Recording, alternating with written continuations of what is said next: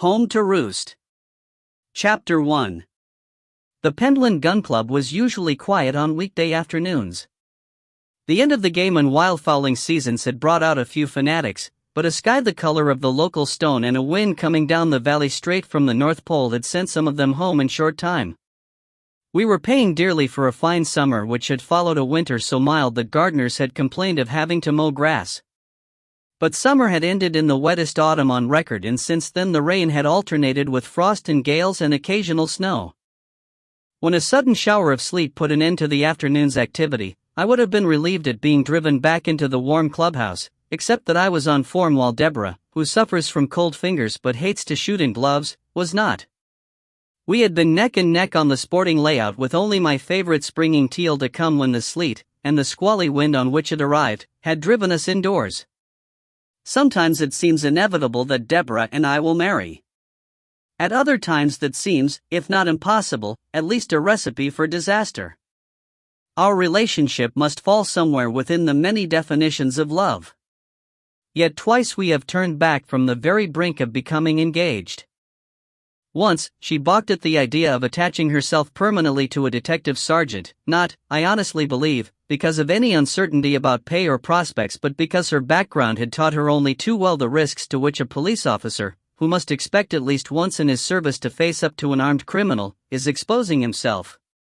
On the other occasion, it was I who got cold feet. Deborah is a delightful person to have around. As a girl, she is a magnet for male eyes.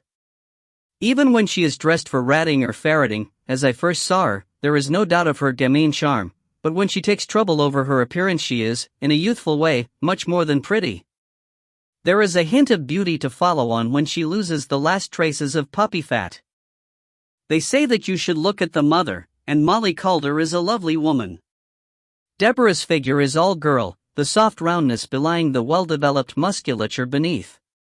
At times there is twined around us a net of mutual desire, we know it and others can see it. And yet it is not desire that draws us together but simple pleasure in each other's company. And a shared sense of humor.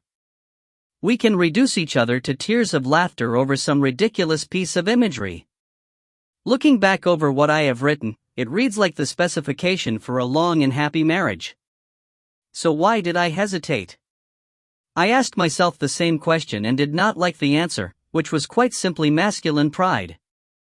The uncomfortable fact was that marriage to Deborah would entail a high risk of role reversal.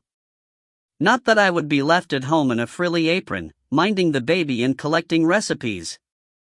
I may be a better cook than Deborah, but she has a well-developed nesting instinct. Her earning capability, although good, is sporadic. On the other hand, if Keith, her father, should ever decide to retire, a contingency which looks at the moment to be remote in the extreme, she is more than competent to inherit his half of the family business.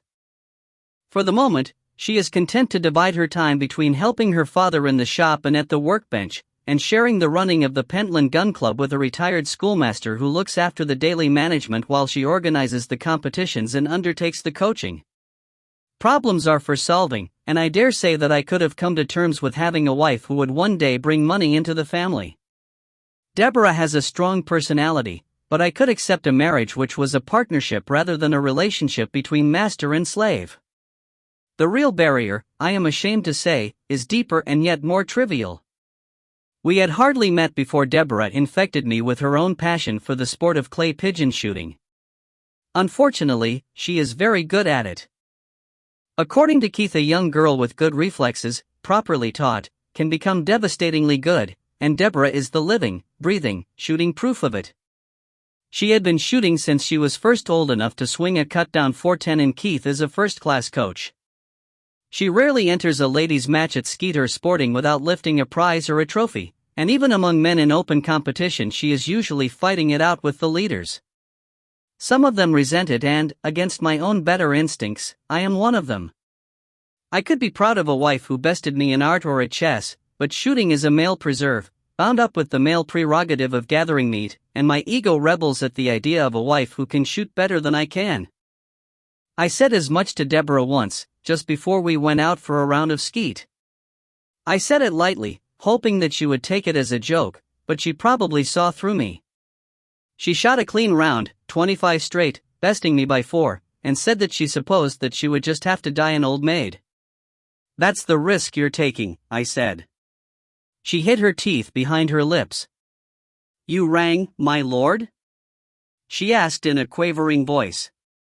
A few seconds later, we were giggling together over a vision of her as an aging version of the maid in a French farce. The moment had passed by, but my pique had not. Someday, I promised myself, I would beat her, just once. Then and only then would I let her sweep me off my feet. There were only 4 of us, a small group in the big room. Deborah had been booked for a coaching session on the high tower. Her pupil, a sturdy man in tweed trousers and a well-worn Gore-Tex coat and hat, joined us at the bar and offered us a drink. He laid a good quality over-under across one of the tables. Without the hat I saw that he had wiry gray hair above a round, red face. Sam Polinder, the retired schoolteacher who shared the running of the club, was tending the bar between fussing with some papers. He was a mediocre shot. After only a few months of practice and with the benefit of Deborah's tuition, I could nearly always improve on his scores, but an asset to the club. Round, balding and squeaky, he came over as a fusspot, but he was a heaven-sent administrator. Anything that he took on, including the Pentland Gun Club, ran on the proverbial oiled wheels. I doubt there'll be any more shooting today, he said. Non-drivers can have a proper drink. Until shooting was over, the club served, and permitted, only low-alcohol drinks. I'd be on my own, I said. Deborah had brought me in her father's Jeep. But beyond the broad windows I could see only the Jeep and the ex-teacher's red hatchback. My wife dropped me off, the other man said. She went on to the country club for a sauna. She's making one last-ditch attempt to get her weight down below mine. She'll pick me up later. Her sister's looking after the place, he explained unnecessarily. You'll take a dram, lad, . I accepted a dram, which turned out to be a large Glenfiddich, and made a mental note to avoid his company in future whenever the usual restriction was lifted. He could prove to be expensive company. Sam Polinder accepted his usual alcohol-free lager and Deborah the same, diluted even further into a shandy. Are you turning out again on Saturday? Sam asked Deborah. She shrugged. Are you on duty that day, Ian? She asked me. Not if the citizenry behaves itself, I said. The club will be closed anyway. It's the second and final day of the Borders pigeon shoot. Your chance to try yourself out against the real thing, if you want to. Don't expect too much, though. We drew a stretch of low-ground forestry which hardly attracted a single bird. We could see them dropping into the beechwoods half a mile away. I gave the question some thought. I had been conditioned by my upbringing and by my police background to believe that all gun owners were irresponsible sadists if not actively criminal. My involvement with the clay shooting fraternity had driven a wedge into that belief.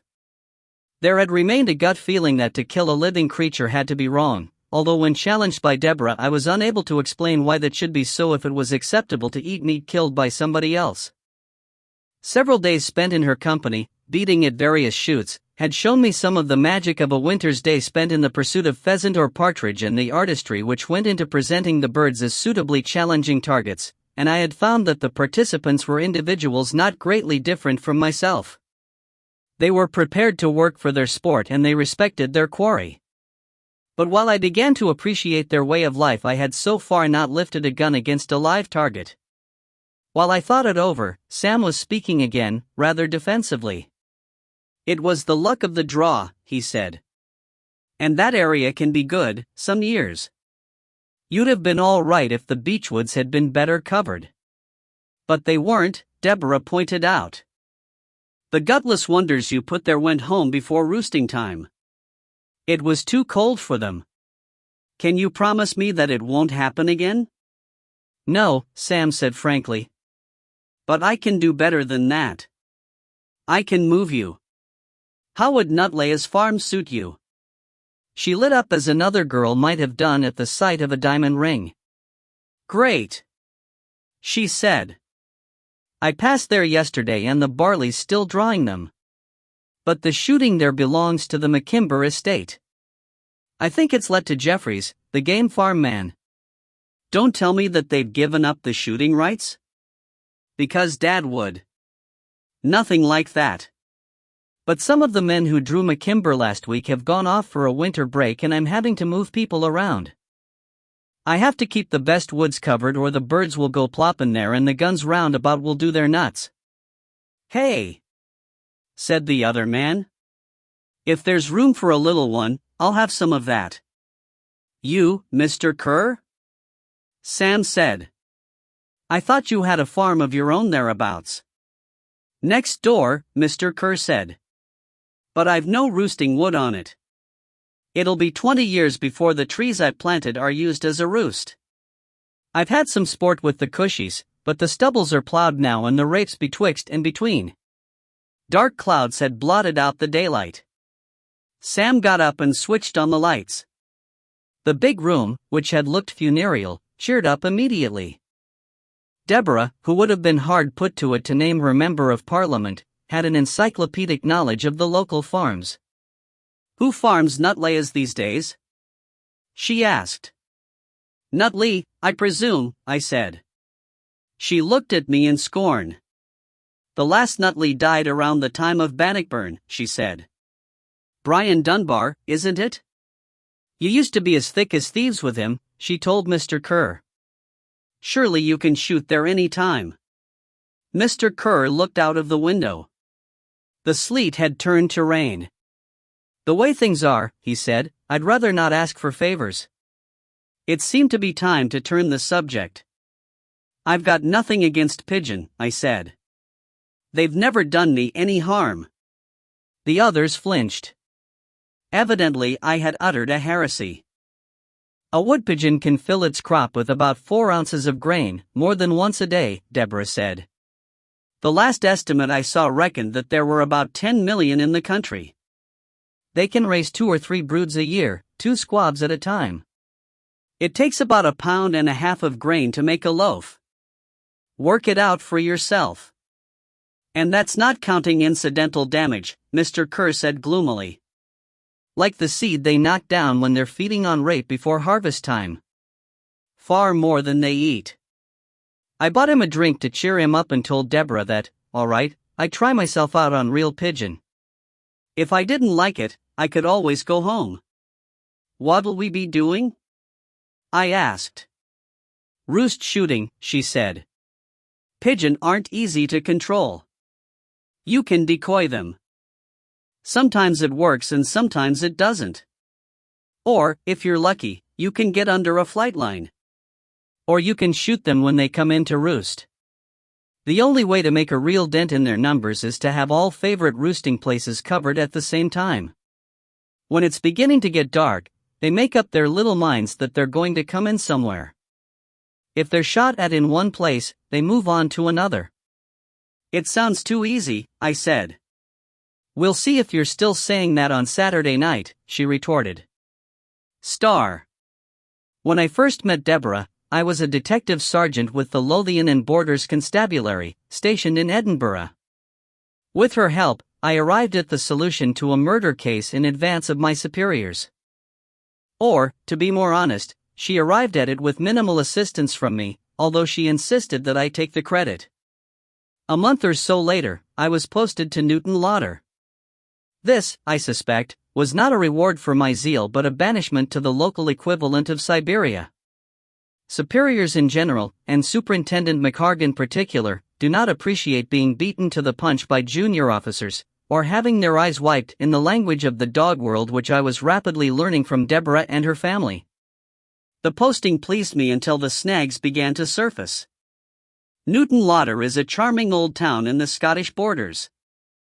Deborah lived with her parents in Breesland House, a mile or 2 outside the town, so that my relationship with her, call it an affair, a courting or just friendship, whatever you will, no longer suffered the impediment of distance.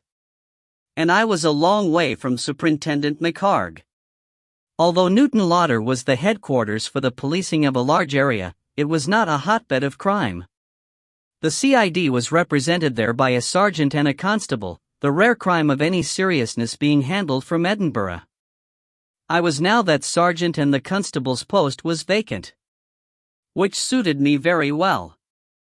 Newton Lauder might experience the occasional murder or serious assault, but the general run of crime was represented by petty pilfering or an outbreak of graffiti on the walls of the secondary school. The snag was that I had to serve two masters, and, worse, two masters who disliked each other intensely, and each used me as a stick with which to prod the other. To McHarg, in Edinburgh, I was responsible whenever a crime occurred, but I looked to the local chief superintendent, a Hebridean teetering on the edge of retirement, for matters of administration, and by long-standing agreement Chief Superintendent Munro was to make use of my time whenever no local crimes required my attention. Over many years Mr. Munro and Deborah's father had overcome the mistrust inevitable between a conservative policeman and a dealer in guns, and had arrived at a state of truce bordering on real friendship. Never one to miss a chance, Mr. Munro had decided to capitalize on my friendship with the Calder family and, taking advantage of his local responsibility for crime prevention, as opposed to detection, had appointed me as his firearms officer to oversee an otherwise civilian staff, thereby, at a single stroke, infuriating Mr. McHarg, obtaining expert advice free of charge and going some way towards meeting his obligations under the new firearms legislation. It was this duty that took me out to the McKimber estate on the day after our visit to the gun club. Nothing in the new act required such a visit to inspect the storage of shotguns, although some chief officers were stretching their powers with the intention of discouraging the private ownership of guns, but the head keeper at McKimber had made one of the first applications on the new form and had been as confused as everybody else as to how to present a clear listing of his guns. A visit seemed to be called for. My predecessor, as firearms officer, had left a map pinned to the wall of what was now my office. Many of the boundaries of farms and estates were marked on the map. I glanced at it to make sure of my route. The McKimber estate, I noticed, included several thousand acres of mixed woodland, giving way gradually to farmland on the boundary. Miscally, Ian Kerr's farm, caught my eye, lying just outside the boundary. Frost had returned overnight. I used an aerosol to clear a patch through the fern pictures on the windscreen and left it to the heater to do the rest. Once off the main road, ice lay wherever the tarmac was shaded, but the gravel road to the big house offered a better grip. A woman in an apron answered the doorbell. She made it clear that policemen were expected to come to the back door, that the keepering staff had nothing to do with the household and in any case were far below the dignity of her attention, but she managed to direct me to the head keeper's cottage, which was tucked out of sight beyond gardens which, even in the dead of winter, could be seen to be in need of regular professional attention. The keeper's house turned out to be a small villa, probably once a dower house, and in considerably better taste than its larger neighbor, although the layout was marred by a rambling assembly of kennels and sheds. Mrs. Brindle, the head keeper's wife, was younger than I expected, a fluffy blonde with a chubby body and come-hither eyes. I identified myself and explained my errand. "He's away out around the pens," she said, "catching up birds for next season's rearing. You could find him. But if it would save fetching him back, would you like to see his guns?" I followed her into the house. She fiddled with a combination padlock to open the door of a small room where the guns were racked. The window was stoutly barred. Most of my questions answered themselves, but there were several points to be checked. Mrs. Brindle, who had been lurking at my elbow, whether to prevent me tampering with the guns or for the sake of male companionship I had no way of knowing, shied away when I asked her a question. "I'd better see him," I said. "There's only the one estate road makes a ring around the place," she said. "There are side tracks, but you can see along them. Watch for a gray, long chassis Land Rover." I bumped halfway around the frozen mud of the estate road. The woods were not the usual coniferous plantations, put in for the grants and then forgotten, but a mixture of deciduous forest trees and low conifers, split into wandering fingers of woodland around glades and clearings and broad rides. They would be beautiful in summer, but I decided that they had been planned for the shooting rather than for amenity value. I spotted the gray Land Rover 100 yards up a ride which led through a beechwood towards a glow of open sky beyond. In a small pen containing a blue-painted pheasant feeder and a drinker, a man in a stiff tweed suit and gaiters, assisted by a youth in his late teens, was catching pheasants, examining each one critically before either releasing it outside the pen or stuffing it into a large, plastic crate. An old but well-kept side-by-side shotgun lay against the wire. A sleek black Labrador lay motionless beside the pen, watching me with suspicious eyes. The older of the two men looked at me with similar mistrust. He was in his 30s, strong-featured with a mop of black, curly hair only partially concealed by a fore-and-aft hat which matched the tweed of his suit. The youth, I noticed, was wearing breeks of the same tweed which I guessed to be the estate uniform. "What are you doing here?" he asked abruptly. Keepers are rightly suspicious of anyone wandering on their territory. I took the question at face value, introduced myself and explained my errand. Mr. Brindle was not mollified. "More bloody bureaucracy," he complained. "There was no need for you to come out here. I can find what you're up to. Running up the costs of the new legislation to justify an increase in the fees, pricing gun ownership out of the reach of the working man. If you'd do something about the bloody poachers, you'd do more to earn your keep." He tossed a gaudy cock pheasant outside. It gobbled indignantly but strolled off, unperturbed. "That beggar's in here every day, helping himself to feed instead of having to scratch for it in a strawed ride. He kens damned fine he's safe now." Brindle smiled grimly. "If he hopes I'll take him along to the hens, he's got another thing coming. I've more than enough cocks." "If you have a problem with poachers," I said, "it's the first I've heard of it. Let's talk about it." He looked at me hard, seeing me for the first time as a person rather than as an annoying figure of authority. "What do you want?" he asked more mildly. "Your application for a renewal of your shotgun certificate," I said. There were some unclear points. It seemed easier for both of us if I came out for a chat instead of trying to deal by phone or letter. He nodded. "You carry on," he said to his young assistant. "I'll be watching. Now, what are these points?" I looked down at my notes. "I've cleared most of them up," I said.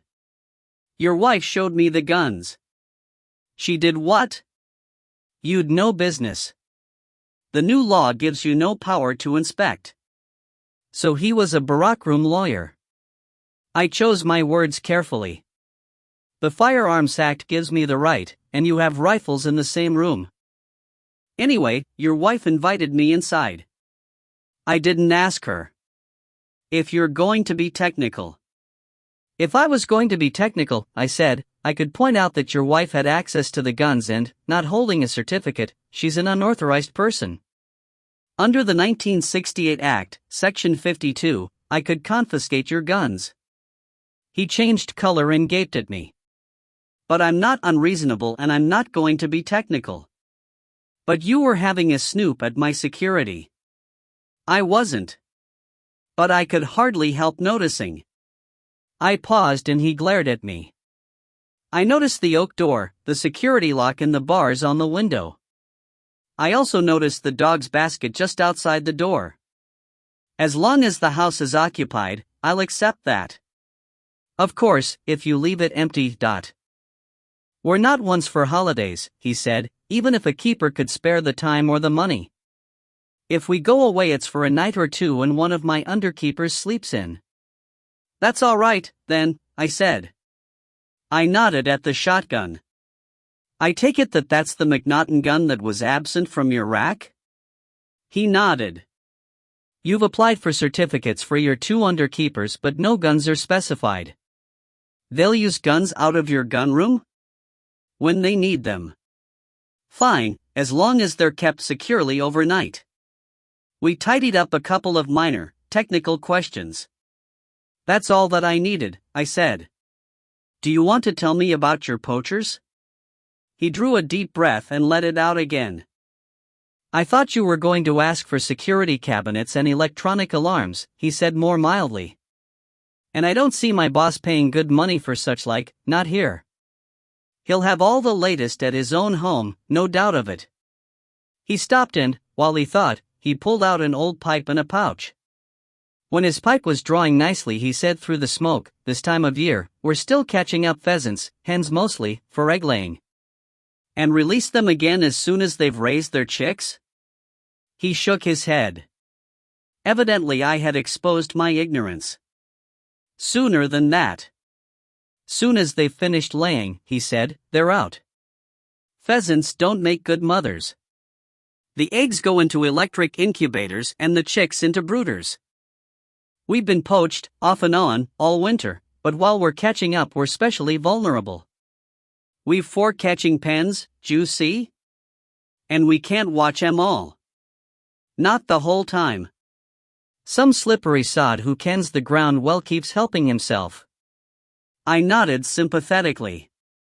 From Deborah and her father I had learned something of the economics of poaching.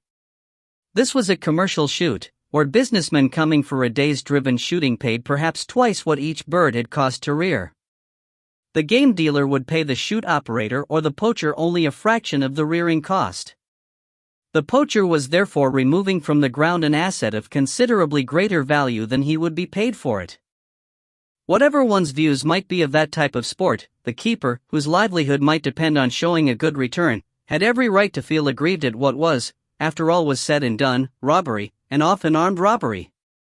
"Why haven't I heard about this before?" I asked him. He shrugged and turned away, picking up a thumbstick which lay beside his gun.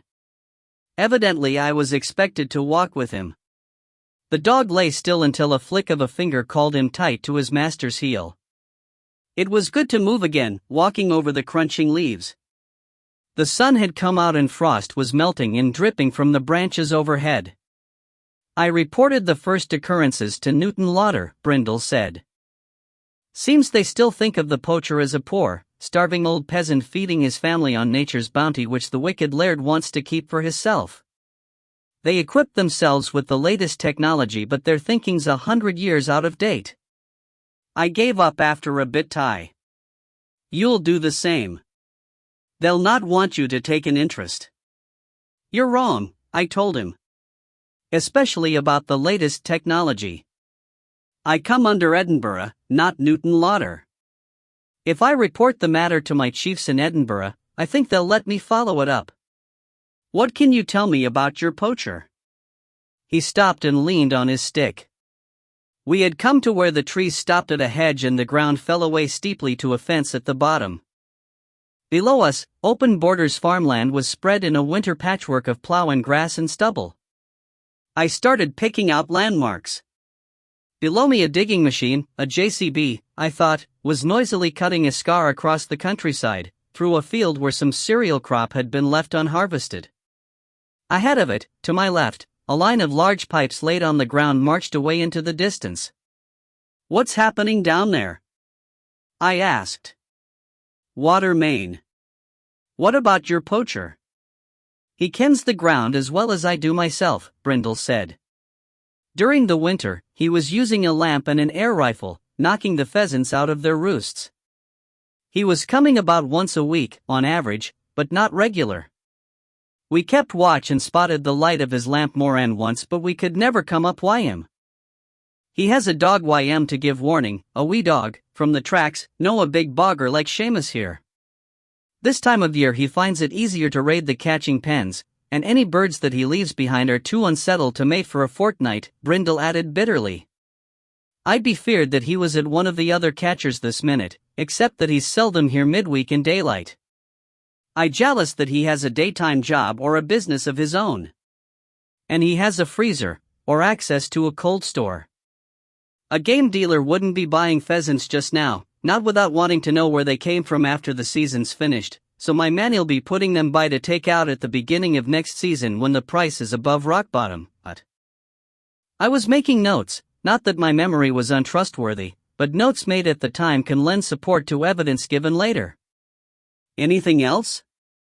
I asked. "There's more. I've followed his tracks often enough. He wears the common, black welly, size 9. There's been times I've been so close ahint him that I could see where he's brushed the dew off a fir tree. From that, and the length of his stride, I'd say that he's not more than average height and most likely less.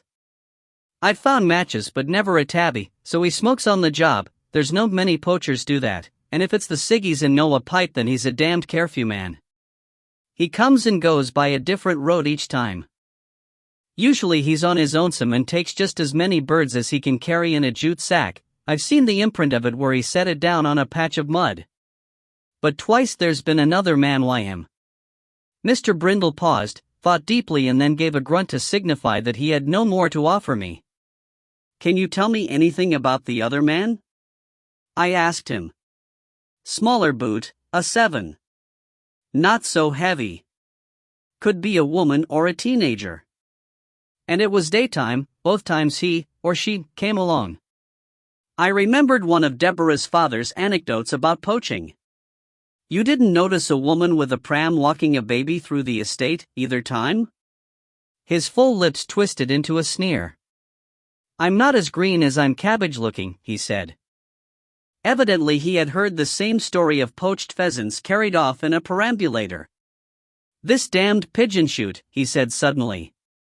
It's out of my hands. I'm just told to cooperate and find places for our beaters and whoever yon Manny Polinder sends me. Every Tom, Dick and Harry with permission to bring their guns onto the estate. He straightened up and began to ram down his thumbstick to lend emphasis to his words. Rag, tag and bobtail, all the scruffs from the beating line, shots going off all around. How the hell am I supposed to know it's all pigeon that's being shot? His words reminded me. I'm coming to the pigeon shoot on Saturday. That's Nutlay's farm below us, isn't it? That's right. Damned, I wish I'd known. I could fine be doing with a policeman among the guns. But all the corners are spoken for now. So you shoot, do you? Clay pigeons, mostly. I was damned if I was going to admit that Saturday would be my first attempt at a live target. One of your neighbors is joining us on Nutlay's on Saturday. Ian Kerr. Which is his farm? Mr. Brindle nodded to our left, towards what I thought was the north. The open ground beyond the trees, he said shortly, and clamped his mouth shut. It seemed that Mr. Kerr was not a favorite with him. About your poacher, I said. I save a few slips of blank paper in the back of my notebook. I wrote my home phone number on one of them and handed it to him. If you can't reach me through the police, call me at home. Can you give me a map of the estate? Mark on it a few suitable rendezvous points and give them names or letters. And do you have walkie-talkies? He nodded. We use them on shoot days. They're idle now. I suggest that you lend me one and carry another. Then if you have to call me out we can keep in touch. He nodded again, looking a little less fierce.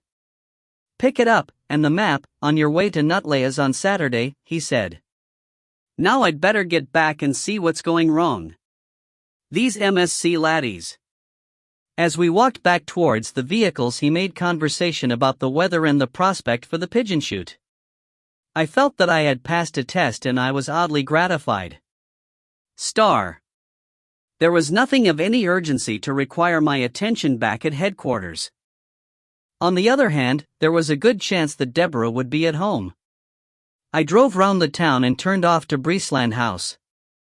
It was as well that among Brindle's guns I had found a reasonable excuse to visit Keith Calder. When Molly, Deborah's mother, sent me into Keith's study, I found Chief Superintendent Monroe taking coffee with Keith, very much at his ease. He sat up and glared at me. Keith, with a glint of mildly malicious amusement in his eye, waved me to a chair and poured coffee into a spare cup. Deborah's out, he said. I knew that, I said, thanking my luck. I came to consult you, or your copy of the Firearms Amendment, Act 1988. And what is wrong with the office copy? Mr. Monroe demanded sternly. I thought swiftly. You borrowed it, sir. He waved an impatient hand but relaxed. Ask my staff for it back. In fact, a WPC had returned it to me that morning. Keith, who knew all about the long-standing animosity between my chiefs which sometimes rubbed off on me, hid his smile. How can I help? he asked. Alan Brindle, the keeper at McKimber, has a Shasbo rifle, bored out for use as a 410 shotgun. True, Keith said.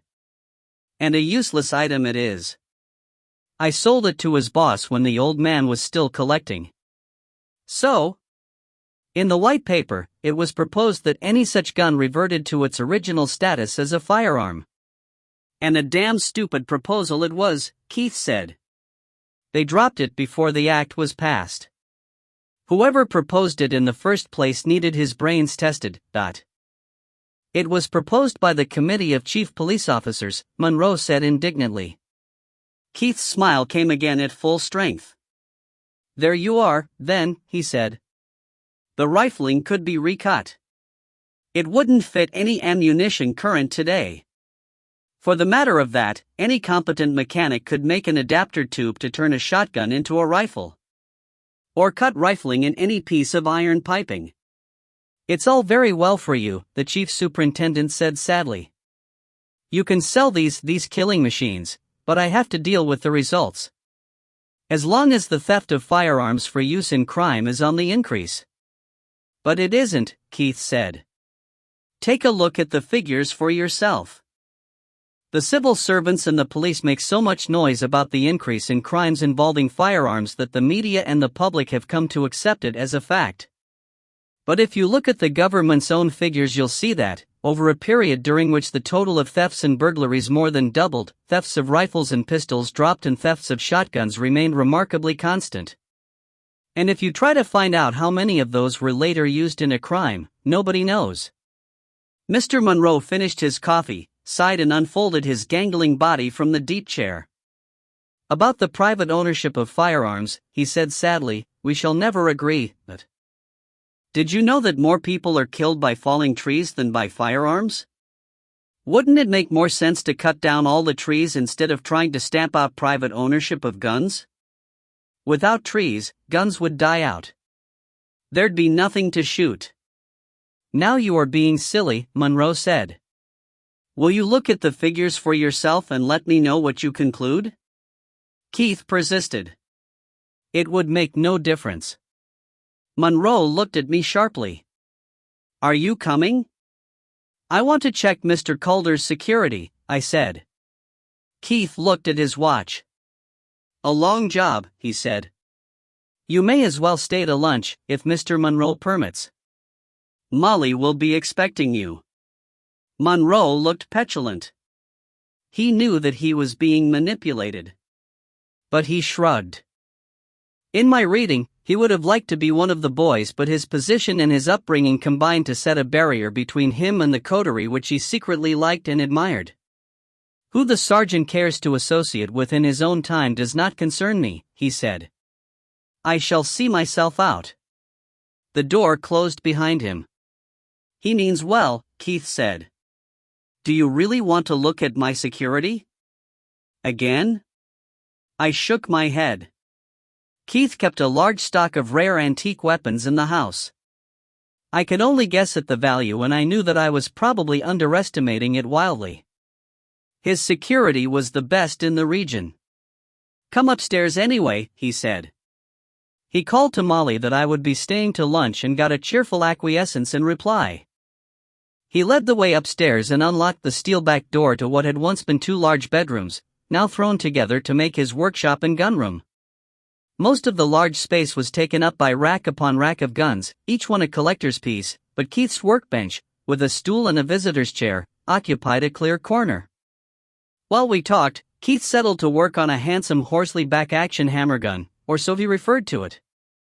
The place smelled of linseed oil. What did Monroe want? I asked. Or is it none of my business?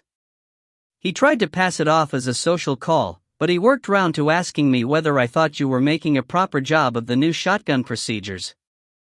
I said that the new act was driving a wedge between some police forces and the most law-abiding section of the public, but that you were going a long way towards repairing the local damage. Well, thank you, I said. But I don't know that he'll take that as a favorable comment.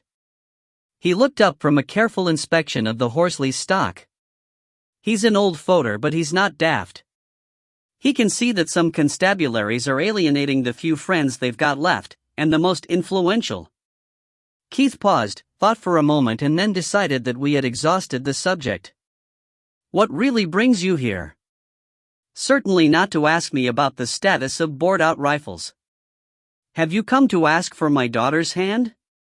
The question was asked lightly, but I could sense a deep anxiety.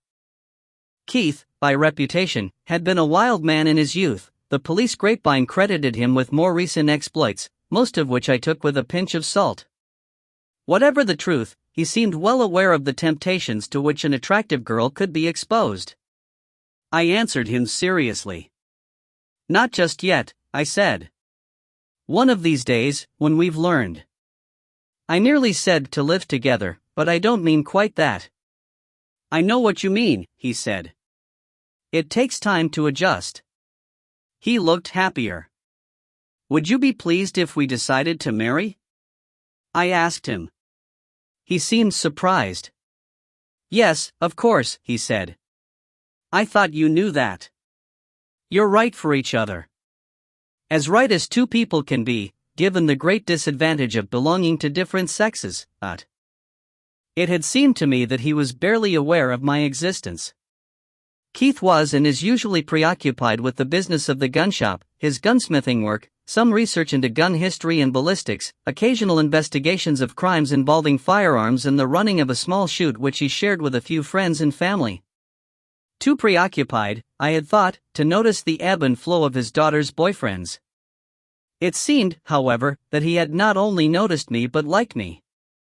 That thought led me to another. The note in Mr. Brindle's voice and the slight shift of his mouth when he spoke of Ian Kerr had tuned me into the tiny signals of like and dislike that people unconsciously emit. What do you dislike about Alan Brindle? I asked him. I've nothing against him personally, Keith said. He's a good keeper and, for all I know, a good man. Why? Whenever he's mentioned, there's a faint hint of something, disdain, I think.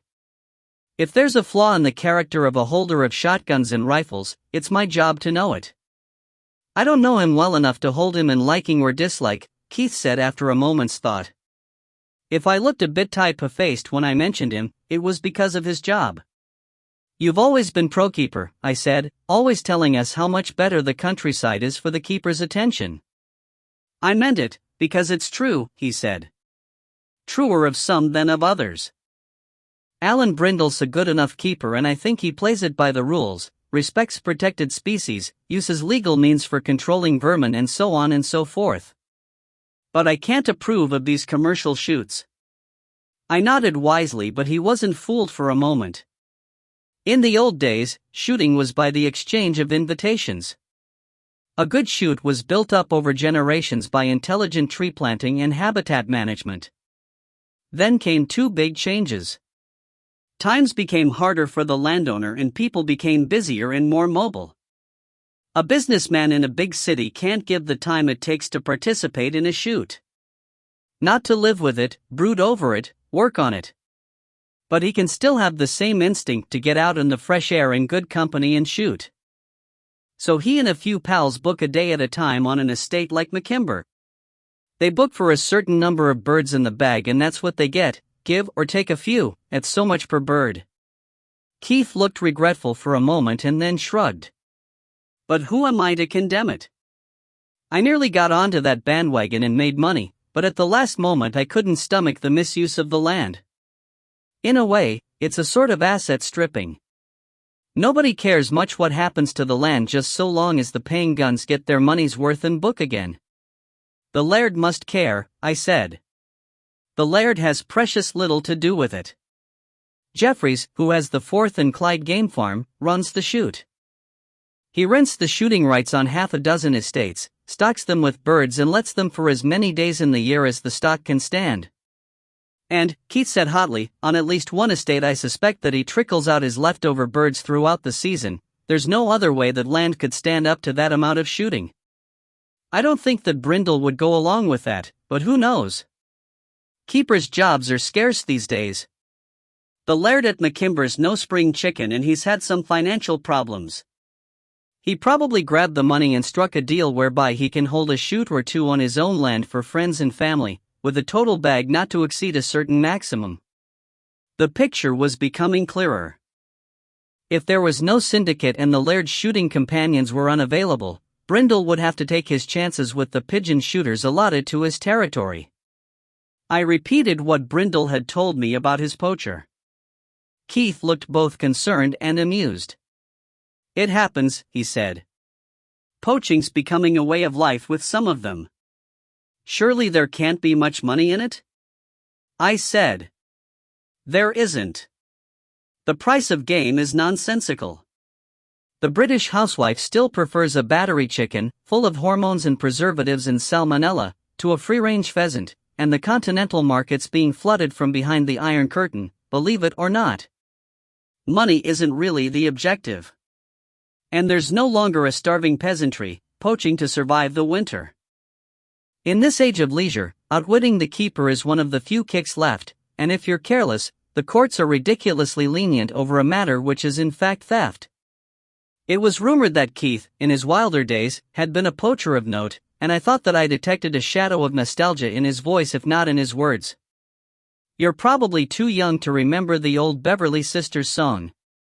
If there's something you enjoy, you can be certain that," he sang in a not untuneful voice, "it's illegal, it's immoral, or it makes you fat. All the same, it shouldn't happen," he said. Evidently Keith was now on the side of the angels. Perhaps the thrill of the illicit hunt had been replaced by the challenges of business life. I might be able to help. If you get a list of all the beaters who've turned out on McKimber over the past few years, and anyone else who could have spied out the land, I'll tell you whether any of them are in the habit of buying airgun pellets locally." "I'll do that," I said. "Thank you." Which led me, circuitously, to another question. Alan Brindle looked hostile when Ian Kerr's name was mentioned. What does he have against him?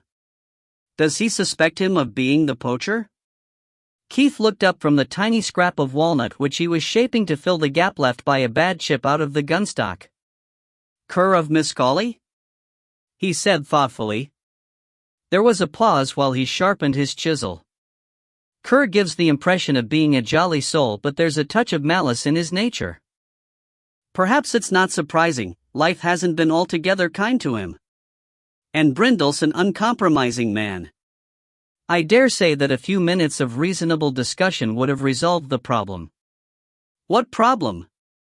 Keith went back to his work. "I think Ian Kerr owns Miscally outright. Either that or he has a tenancy with sporting rights. Whichever, Miscally isn't part of McKimber estate. Jeffries has tried more than once to get his hands on the shooting rights. McKimber stands high up, but it's relatively flat. You saw how the land drops between the two? Miscolly's one of the few places you could put your guns and show them really high-driven birds from McKimber. But Kerr is too fond of his own shooting. Instead, he formed his own small syndicate. He plants neeps along the McKimber boundary, with pheasant feeders all around. That attracts the birds which Brindle released at great expense to his employer," he added when he saw that I was only partly comprehending. "That's quite legal, isn't it?" I said. "Perfectly legal, though rather unneighborly. It's often done, but not quite so blatantly. Kerr also made a new pond and feeds it heavily, drawing the ducks from McKimber. Then again, sometimes a runner pricked by one of the guns on Miscally comes down beyond the McKimber boundary. The law says that they can send a dog to fetch it.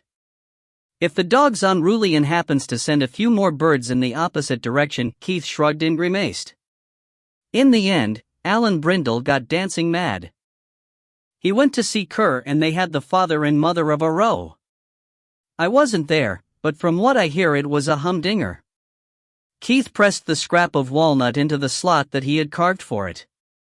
It vanished as though the damage had never been there. I would have delved a little deeper. I was being given a rare insight into the frictions which can exist in the rural fraternity, which meant between gun owners. But I was distracted by the sound of Deborah's voice below, and shortly thereafter Molly called us down to lunch.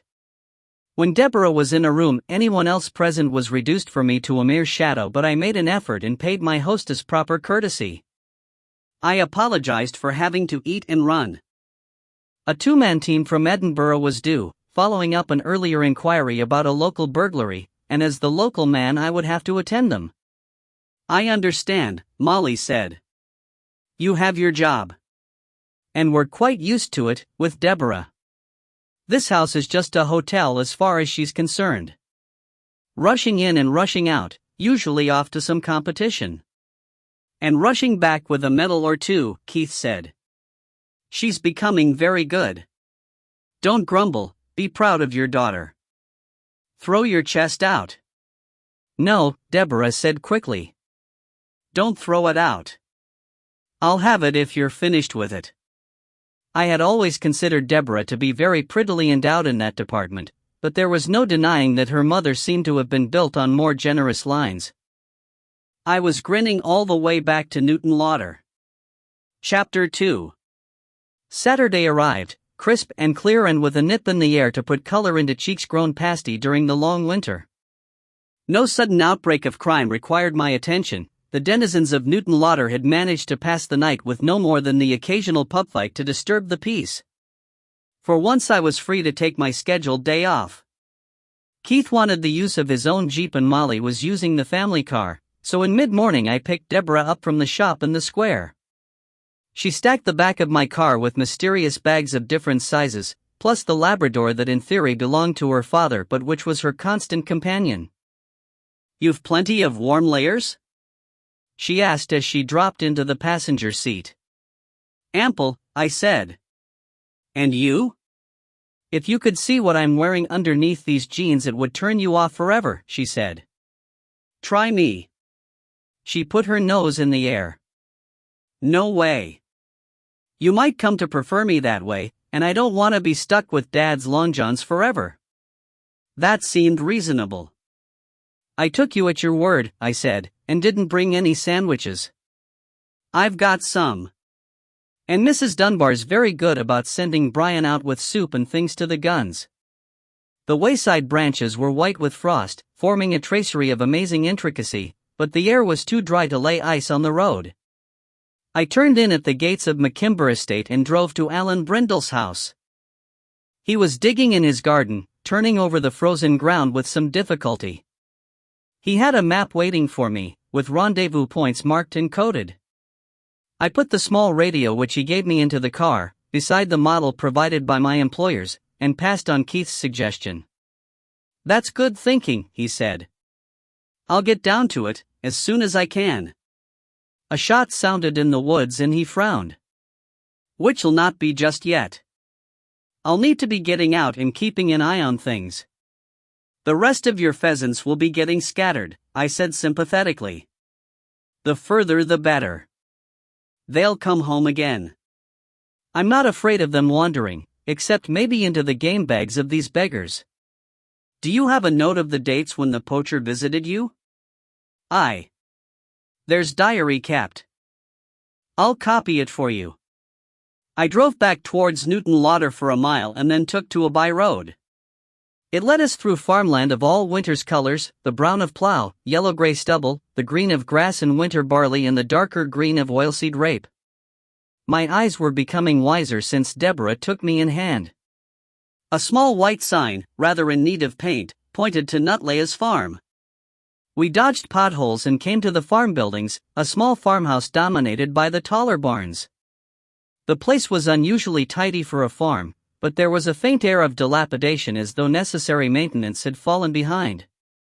As we got out of the car, I could hear occasional shots coming clearly through the dry air. Brian Dunbar was dismantling a tractor engine in the yard. Deborah introduced us and he wiped his hand carefully on what seemed to be half of an old shirt before shaking hands. He was thin and wiry, a dark man, tanned and with a faint blue stubble. In shirt sleeves and bib and brace overalls he seemed impervious to the cold, but an ancient tweed cap was pulled down almost over his prominent ears. You won't lack for sport, he said. Cushies are here in clouds. Where are they feeding? Deborah asked keenly. Mostly on the barley I lost when the rain began. And there's some rape and some winter barley. Push them off one and they'll go to the other. Your dad's here and that uncle of yours. They've gone by way of Miscalley Farm, because they drew March strip. It didn't please them, but that's the way I do it, he explained to me. If I tell them where te gang, they say I'm not being fair, and if I leave them to sort it out for themselves they a bunch up in the best bit tie. So you draw. There's just the 3 places left. He pulled 3 scraps of paper from a bib pocket and dropped them into his cap, the removal of which revealed a large bald spot and a brow that contrasted palely with his weather-beaten face. He held the cap above Deborah's head. Deborah reached up and fumbled for 2 of the paper scraps. 4 and 5, she read out. Middle wood, Dunbar said. They'll start coming in there to roost, 4ish. You'll get some good decoying until then. That leaves the wee wood, the een with the high seat, for Ian Kerr. But he'll be busy about his place. Likely he won't show up until afternoon. Until he comes, shoot there if you want.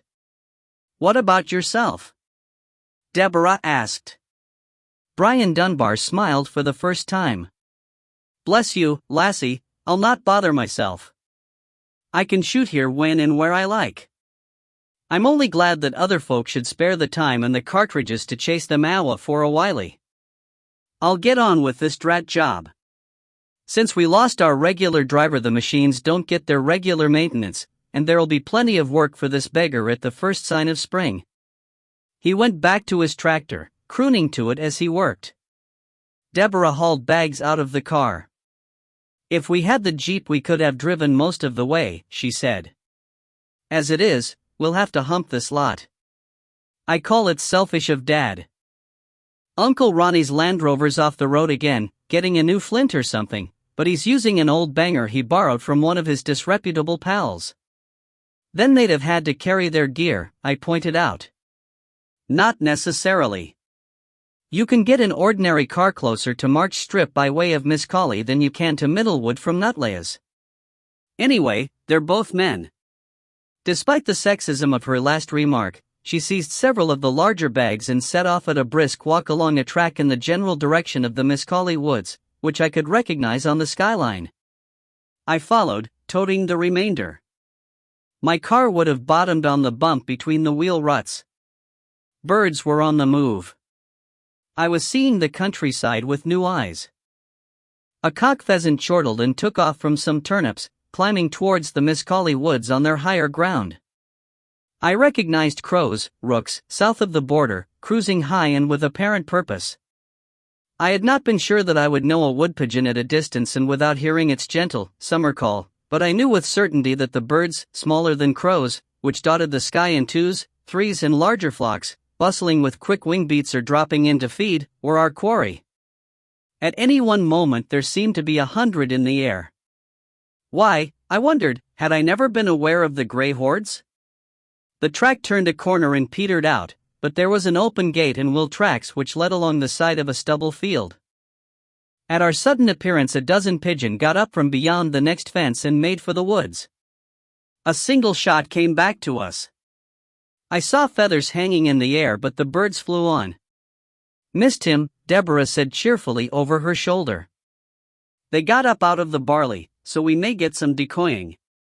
She looked down at Sam, the Labrador. If you were a proper dog, you'd carry your share. Or pull a small cart. Perhaps that's why they called them dog carts, she added. Sam waved his tail and continued to lead us onward. He knew very well when she was joking. We crested a small rise. Deborah seemed glad to drop her burden and pause for a moment. I did the same and pulled out Brindle's map to orient myself. Middlewood, ahead of us, had been fenced against deer and farm animals and seemed to be about 3 acres of deciduous trees and underbrush. Away to our right, Keith and his brother-in-law were well hidden among the conifers of March Strip, but I saw a pigeon die in the air. The sound of the shot arrived a few seconds later. Beyond Middlewood I could see the rise of ground to the McKimber woods, but the small wood between, triangular according to the map, was still hidden from me. I remembered looking down on it while I talked with Alan Brindle. What was Mr. Dunbar saying about a high seat? I asked. Sometimes Deborah fails to make allowance for my considerable ignorance of shooting and farming. Just that there's one in the Smallwood, she said. The place doesn't have any other name, so that's how he refers to it. Remember that you're talking to an ignoramus, I said. What and why is a high seat? She looked at me in faint surprise. Roe deer come out of McKimber to feed in the early morning. That's a favorite place for them. The estate lets the stalking. One of the best ways is from a high seat, which is just what it is, so we put one there.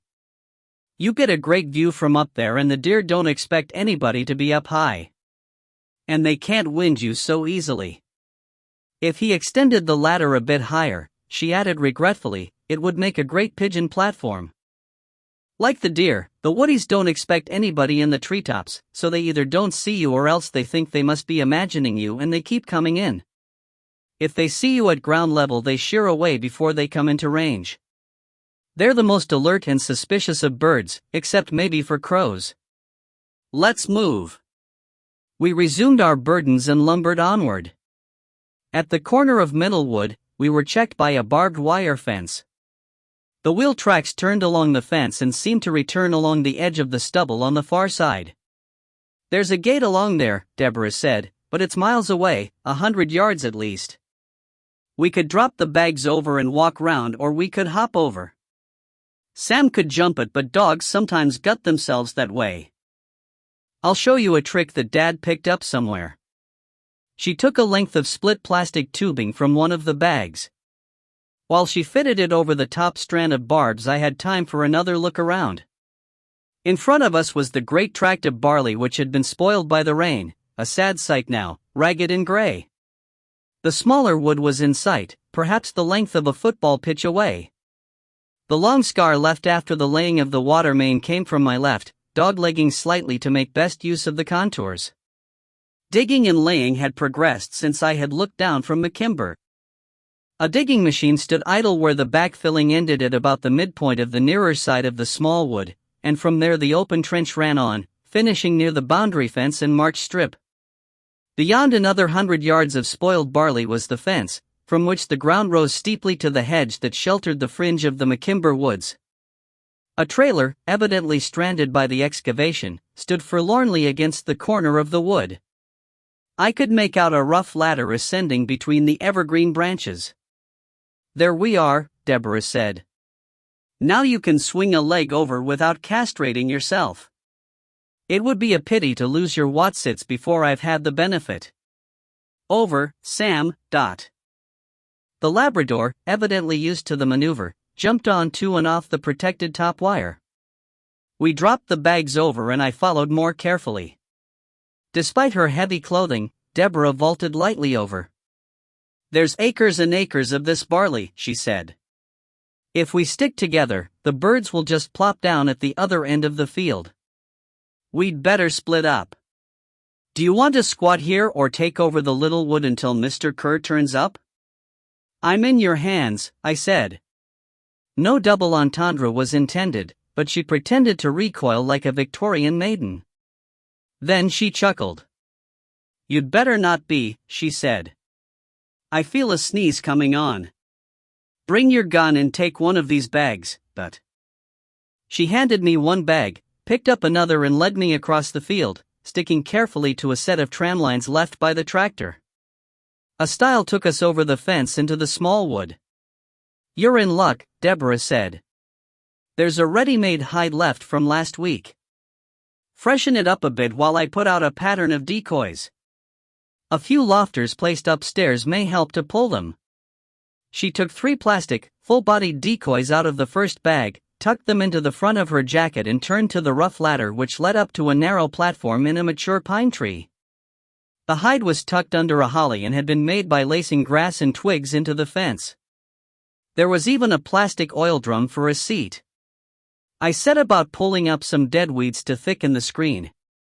By the time I was satisfied, the 3 decoys were perched realistically in the treetops and Deborah had descended the ladder and set up a pattern of decoys in the field.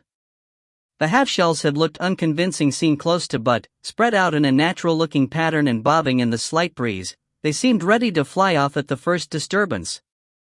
Deborah came back to the fence. "That should bring a few into you," she said. "If you haven't had any visitors in the first half hour, pack up and we'll move you. There are some sandwiches in one of the bags, plus a can of beer in case Brian forgets about the coffee.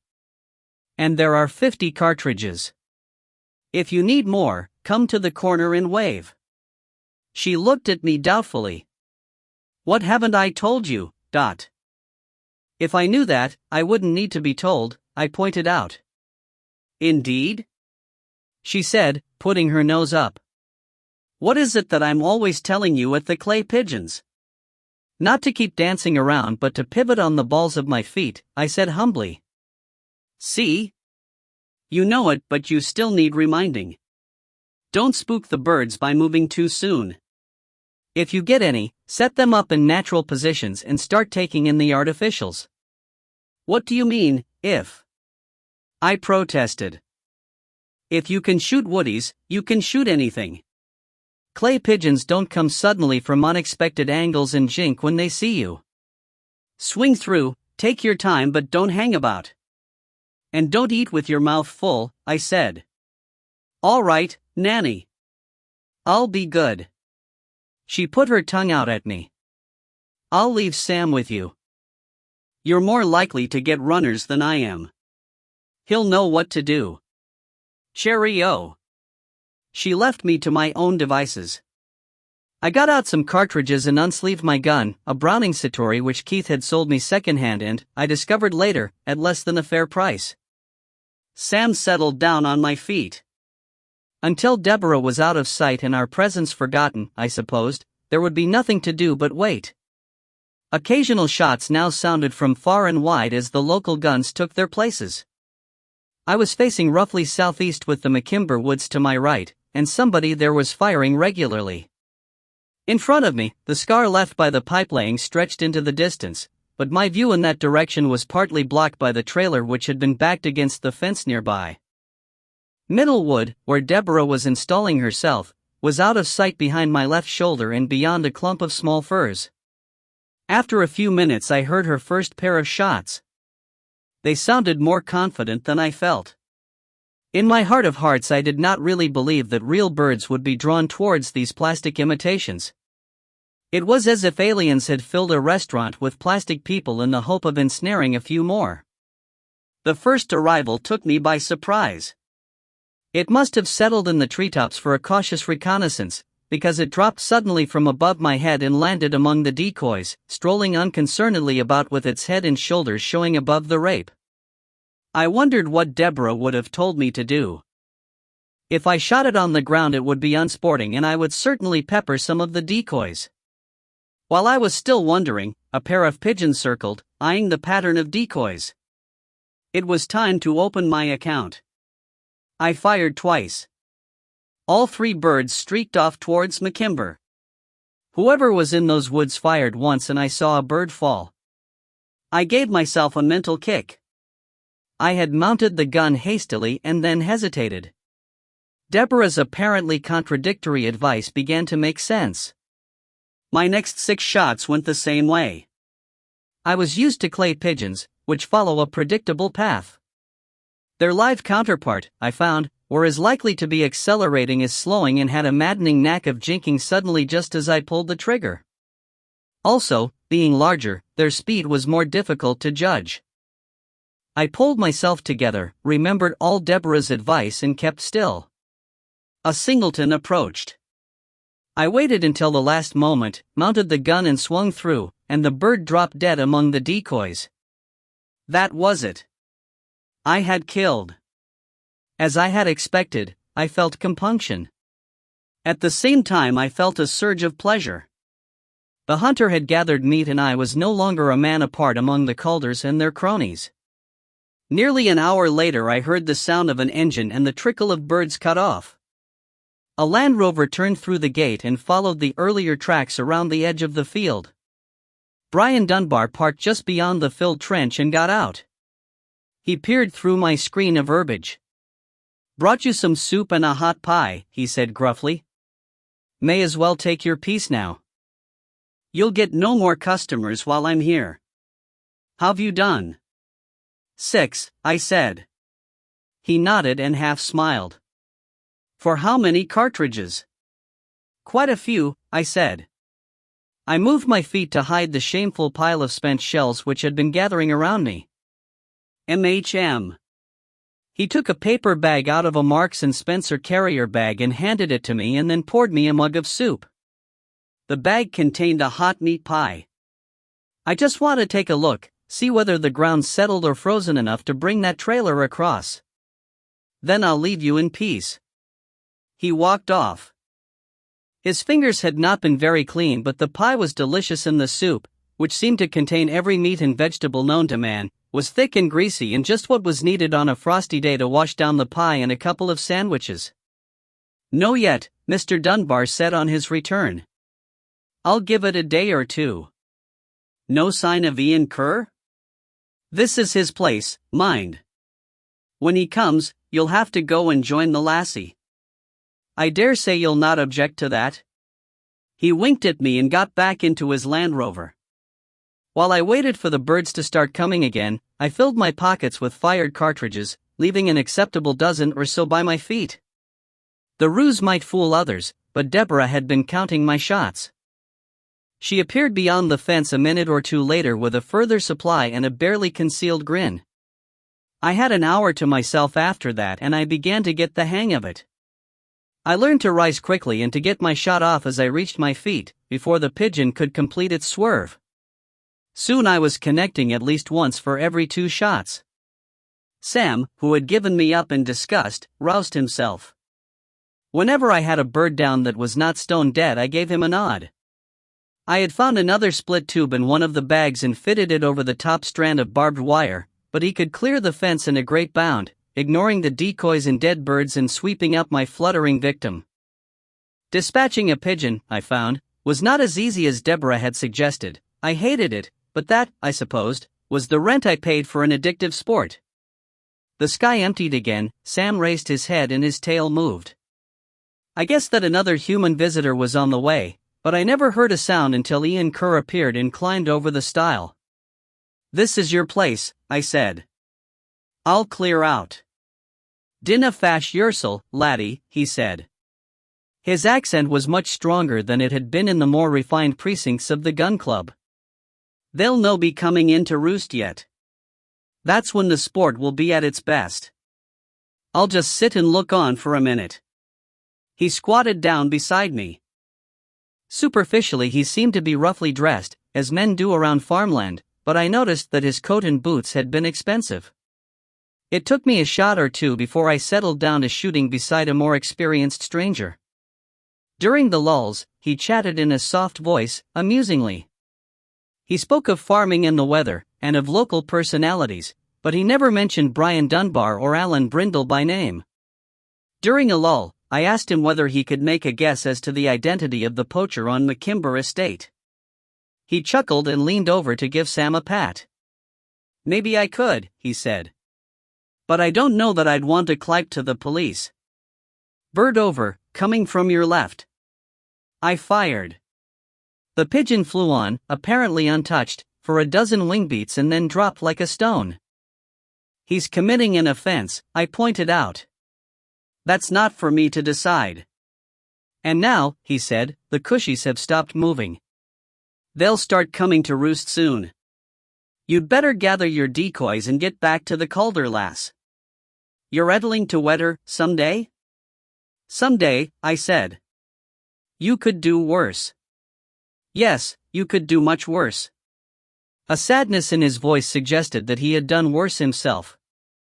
I picked up the decoys and their sticks, bagged my dead birds and came back to the fence. There are 3 decoys up in the tree by the high seat, I said. Leave them.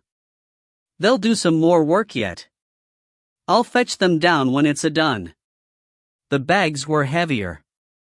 I humped them back the way we had come and found Deborah picking up her own birds and decoys. She had created a roomy hide by draping a net around some young conifers. Come and join me, she said. As the light goes, we can move and stand among the trees. How many did you get? 19 altogether. And you? 40-something. I should have had more, but my fingers were freezing. But you were getting the hang of it, she added comfortingly. I could see birds coming down, just before you moved, which you'd have missed earlier. This turned out to be the better place, that's all. Dad and Uncle Ronnie were having a thin time, but they'll get their share when the birds come to roost. I tried not to grind my teeth in frustration. I heard a shot or two from the vicinity of the high seat, but otherwise all was quiet for the moment. They're down, having a last feed before they roost, Deborah said. Brian Dunbar returned. His Land Rover stopped just outside the wood and he got out. Hungry again? He asked. Give us a chance, I'm still digesting, Deborah began. Keep still, she said urgently. Dunbar froze. 4 birds sailed in towards the treetops. Deborah fired twice. 2 birds collapsed. The other 2 streaked off towards the high seat. I heard 2 more shots. One fell and the other flew strongly towards McKimber, only to collapse before reaching the trees. Nice shooting, Dunbar said. Keith and Ronnie have only got 22 between them so far. What happened to you? Deborah asked me. Each time I got onto a bird, you shot it, I said. Well, slap my wrist. Next time, pick the ones on your side of the bunch and I'll stick to mine. I'd better get moving, Dunbar said. Otherwise I'll be spoiling it for everybody. I'll see you again on the way back. He re-entered his Land Rover and I saw it head down towards the smaller wood. The sun was low. The shadows of the tall trees on the higher ground of McKimber Estate were reaching out towards us and the temperature was falling. A singleton which had been shotted on McKimber hurried above the fields, saw the Land Rover, shinked away and came racing towards us. We raised our guns at the same moment, but again Deborah fired first, just as the bird jinked again. I was about to take my gun down when I saw that she had missed. I fired, a hasty, scrambled shot, but the bird folded and thumped down in a puff of feathers. Well done, Deborah said. That wiped my eye. She was more generous than I was, but she could afford to be. Fluke, I said. I wish Brian would get a move on. Once the movement to roost starts. Here he comes, I said. The Land Rover came crawling back but parked at the other end of Middlewood. From the direction of March Strip a steady thump of shooting came to us. Brian Dunbar approached between the trees carrying a flask and a paper bag. Are you ready yet? He said. Coffee and sausage rolls before the real action starts. Deborah pulled off her gloves. Just what the doctor ordered. Here are your 3 lofters. He dropped the decoys beside our bags. Kerr says he's finished with them. Thanks, Deborah said. There was a pause. Your Land Rover will be spooking them. I doubt it. The birds are used to seeing a Land Rover parked in the fields. He held out the paper bag but snatched it back. Over. It seemed that he was right. A small flock was circling. As they headed in to roost, I remembered Deborah's admonition. She threw down her gloves. We fired together and 2 birds dropped. A moment later we heard a shot from Ian Kerr. Well done all 3. Dunbar said. He was looking towards the high seat. It always surprises me the way you see the bird hit before you hear the shot. I looked round but I was too late to see the bird fall. A few feathers hanging in the air at treetop level caught the last of the sunlight. Dunbar poured coffee. Bring the mugs back to the farm. There'll be a dram waiting for you when it gets too dark to shoot, he said. I'll get out of your way now, before the action hots up. Deborah raised an eyebrow at him. The crackle of shots from the woods around sounded like a minor war. He grinned lopsidedly at her and turned away. Can you come back later and give us a lift back to the car? Deborah called after him. "I'll try." A minute later we heard the Land Rover grinding towards the farm. Pigeons were streaming towards their roosts, turning aside at the first shots to seek safer haven elsewhere. The low sun was in my eyes at first, but the shadow of the woods soon enveloped us, bringing with it a more penetrating cold. As the light faded, Deborah moved to the other end of the wood and I left the hide to stand against the trunk of a tall pine. My barrels grew warm. I found that I had difficulty seeing my gun against the sky. Paradoxically, my shooting improved. There was no moon yet. As the last of the sunlight died, darkness was almost complete. Deborah reappeared at my side. "Time to pick up," she said. "I want Sam. There are 3 down I can't find. I think he and Kerr's gone home already and I don't hear Dad shooting. We've done well enough for one day." While we packed the bags by torchlight, Sam circled, bringing back the shot birds 2 or 3 at a time in his large mouth. We made one last circuit by the light of Deborah's powerful torch and spotted a wounded bird far out in the stubble, and that seemed to be that. The sound of shooting had almost died away, but an occasional shot came from the direction of McKimber and I could see the flashes below the trees. The pigeon had found their way in to roost. I could hear them stirring in the branches above us whenever our noise disturbed them. Between us, we had more than 80 birds, a considerable weight to add to our bags of decoys, even though these were relieved of the weight of food and many cartridges. "Brian Dunbar seems to have forgotten us," Deborah said. "He only said that he'd try," I reminded her. She heaved a bag onto her shoulder. "He could have tried harder," she said. We set off back to the farm, stumbling over unseen bumps. Between the weight I was carrying and the stiffness of a day spent loitering in the cold, the journey was purgatory and I was never so glad to get back to a car. Deborah, I could tell, was near exhaustion, but she never uttered a word of complaint. We had loaded the car and settled Sam on the back seat when the farmhouse door opened, spilling a long wedge of light. A woman's figure was silhouetted. "Brian says to come inside for a fly cup," she called. We followed her into a large, warm kitchen. The big all-purpose table was pushed back towards the dresser and around the range stood a semicircle of chairs of various ages and designs. Keith, Ronnie, his brother-in-law, and Brian Dunbar were already lolling at ease. Mrs. Dunbar was in middle age with a figure to match. She could have been modestly attractive, but she had made no effort to resist the passing of the years and could now best be described as comfortable.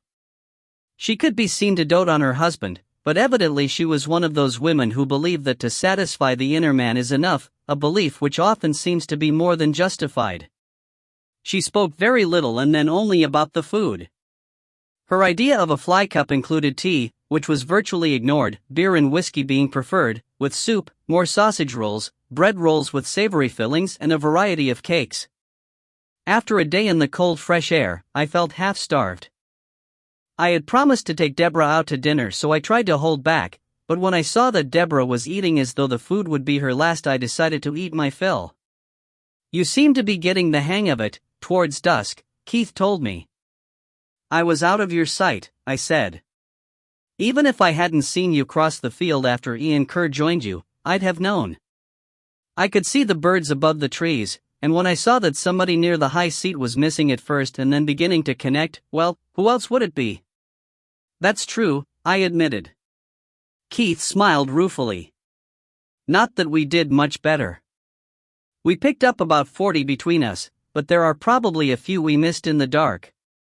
We'd better come back by daylight and work the dogs over the ground again, but Ian Kerr doesn't have a dog and I didn't see the light of a torch," Deborah said. "I bet he's left a few behind." "His car's still in the yard," Dunbar said uncertainly. Ronnie stirred. He was a large man and his length, sprawled out, seemed to span the room. His face, which could kindly be described as rugged, was puzzled. "Well, he didn't come past us," he said. "No, on the way back. If one of his birds flew on and dropped in McKimber Woods," Dunbar said, "maybe he detoured around that way.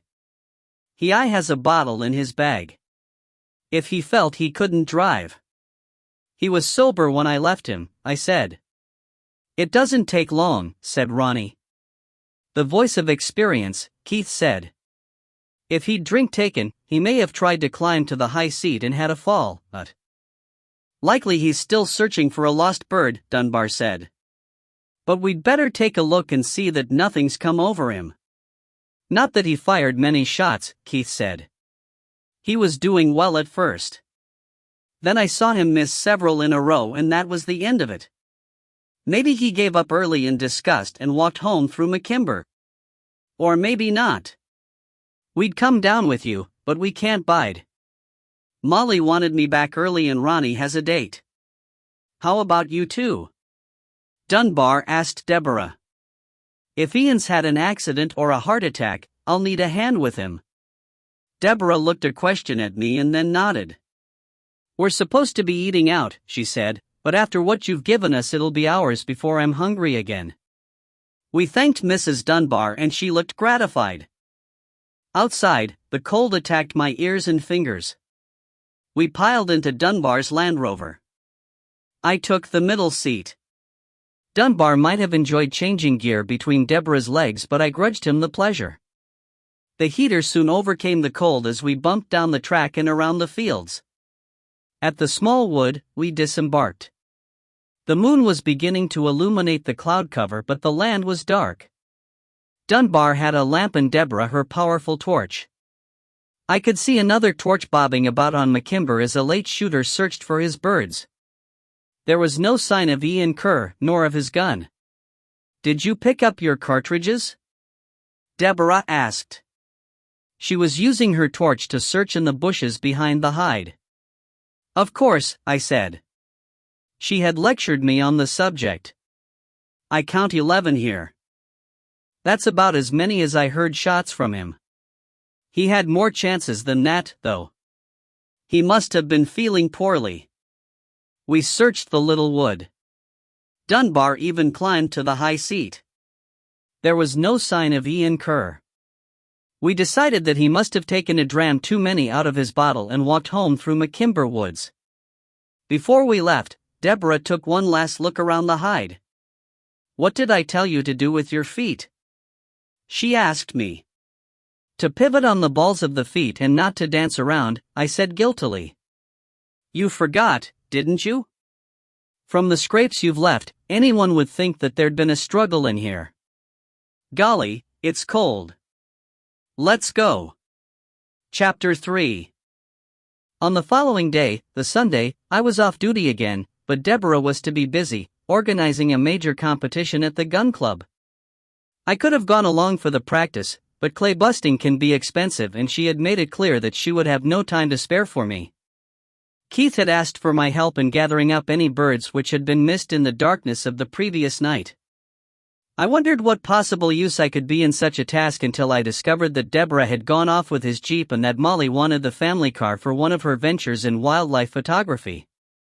Like a dutiful prospective son-in-law, if that is what I was, I picked up Keith and his spaniel from Breesland House in mid-morning. Sam would have been the better dog, Keith grumbled as I drove, but Deborah's taken him with her. Pity, I said. He enjoys working. Given a free choice, he'd have gone with Deb. The gun club members slip him food. He's getting fat.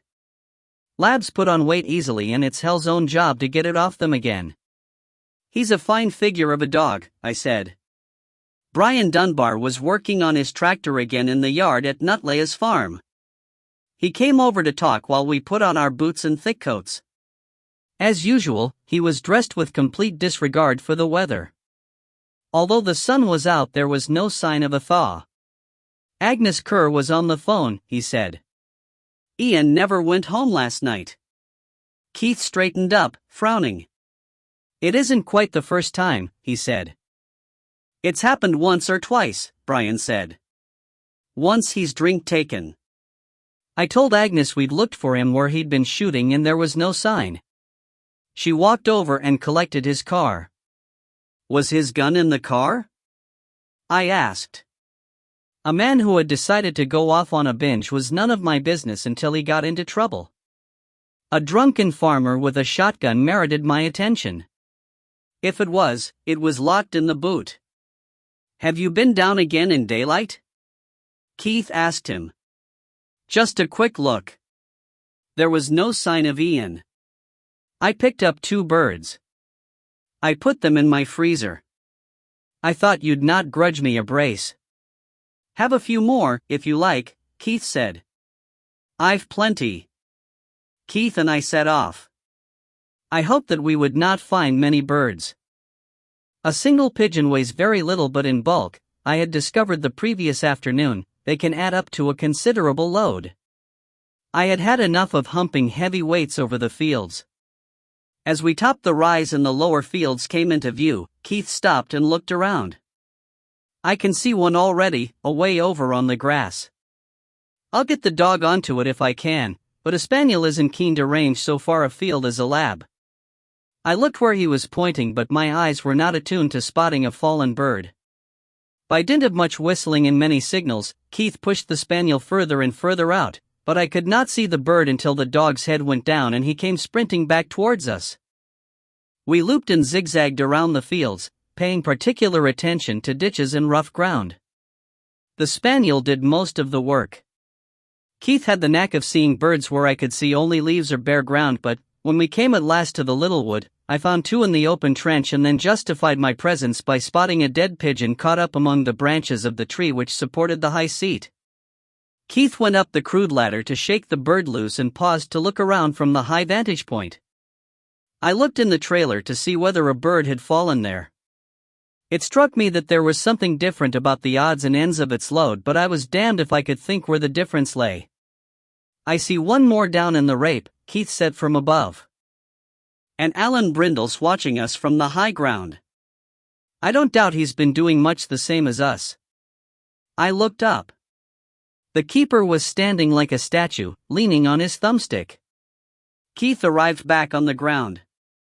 Damned if I know where Ian Kerr's got to. Sunk without trace. He stooped to pick up a few feathers. How did you dispatch any birds which weren't clean killed? He asked me suddenly. Held them by the body and knocked them on the head with a stick, I said. That's what Deborah told me to do. Why? Remind me to show you how to wring their necks without pulling their heads clean off. The spaniel collected the last pigeon, bringing our total to around dozen. Brindle had left the edge of the McKimber woods, pushed through the hedge and descended the slope to the boundary fence. We walked to meet him, but Keith diverged from the shortest route to examine the end of the open trench. Brindle waited patiently until we joined him. A polite nod was as much as he could manage by way of a greeting. I've this list for you, he told me without preamble and then switched to Keith. Your idea? If that's the list of your beaters and others, Keith said, then yes. It's a good een. Keith took the list out of my hand and fumbled to unfold it with gloved fingers. It ran to about 50 names. That many? I said. Aye. There's some can only turn out to beat on Saturdays, others are on shifts. There's 4 dog/man, 2 neighbors Mr. Jeffries lets shoot rabbit and pigeon out of season, the lad from the game farm who delivers the birds, and a pair of foresters who come around lopping the trees. Then there's the laird's gardener. I'll show it to my partner and our 2 wives, Keith said. They're in the shop more than I am. But I can see 2 on the list who've bought airgun slugs. Were they 22 or 177, did you notice? 22, the ones I've found in wounded birds. But that's not to say he doesn't use the both of them. Keith nodded. There's at least one name I can knock off the list. He bought dairy boots off me a few weeks back. 11s. He couldn't get his toes into 9s. I see that Ian Kerr's listed. Brindle's skull was a thundercloud. Aye. He used to come beating. But I fell out with him. If he doesn't want to let his sporting rights, that's up to him, but he's no need to be so brazen about feeding the boundary, and so I tell him. And Sir Isaac Hendry? I spoke to Mr. Jeffries. There's no point doing half a job. Mr. Jeffries jibed me the names of anybody who's come as a paying gun more than once or twice and of the laird's usual guest guns. I could see that Keith was hiding a degree of amusement. Looking over his shoulder, I could recognize one or two names of men who would have been appalled or frankly incredulous to learn that they had been included in a list of potential poachers. "I'll see if we can whittle the list down a bit for you," Keith said. "Coming back to Ian Kerr, he never went home last night, Brindle seemed unsurprised. "Try the Reaper Hotel.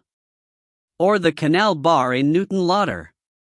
His car was still at Nutlay's until his wife fetched it. And I was in March Strip. He didn't go that way. Who knows what a drunk will do? He was sober when he joined me at the high seat," I said. "Not even the smell of drink on him. And only an hour or two later, he was gone. A man like that can go through a bottle in an hour, easy. Maybe he came this way." "We'd have seen him from March Strip," Keith said. Brindle's face twisted in what was evidently a sardonic smile. "You'd be watching the sky for the next coup she do. It's just amazing what a man won't see when he's looking up. I mind once, when I was an underkeeper, one of the guns was standing with his wife beside him. He was so intent not to be caught napping that when she fell down with a heart attack he never noticed, not until the whistle went for the end of the drive." Brindle paused to cogitate, leaning on his thumbstick with the ease of long habit. I placed the gun's missile and dared them to move. I wasn't having a whole barrage of rogues traipsing around the place. The laird, Mr. Youngson, was at the edge of the woods about level with the high seat. Along a bit, about opposite March Strip, there was the man right, the one they call Hempai. "Uneasy neighbors," Keith said.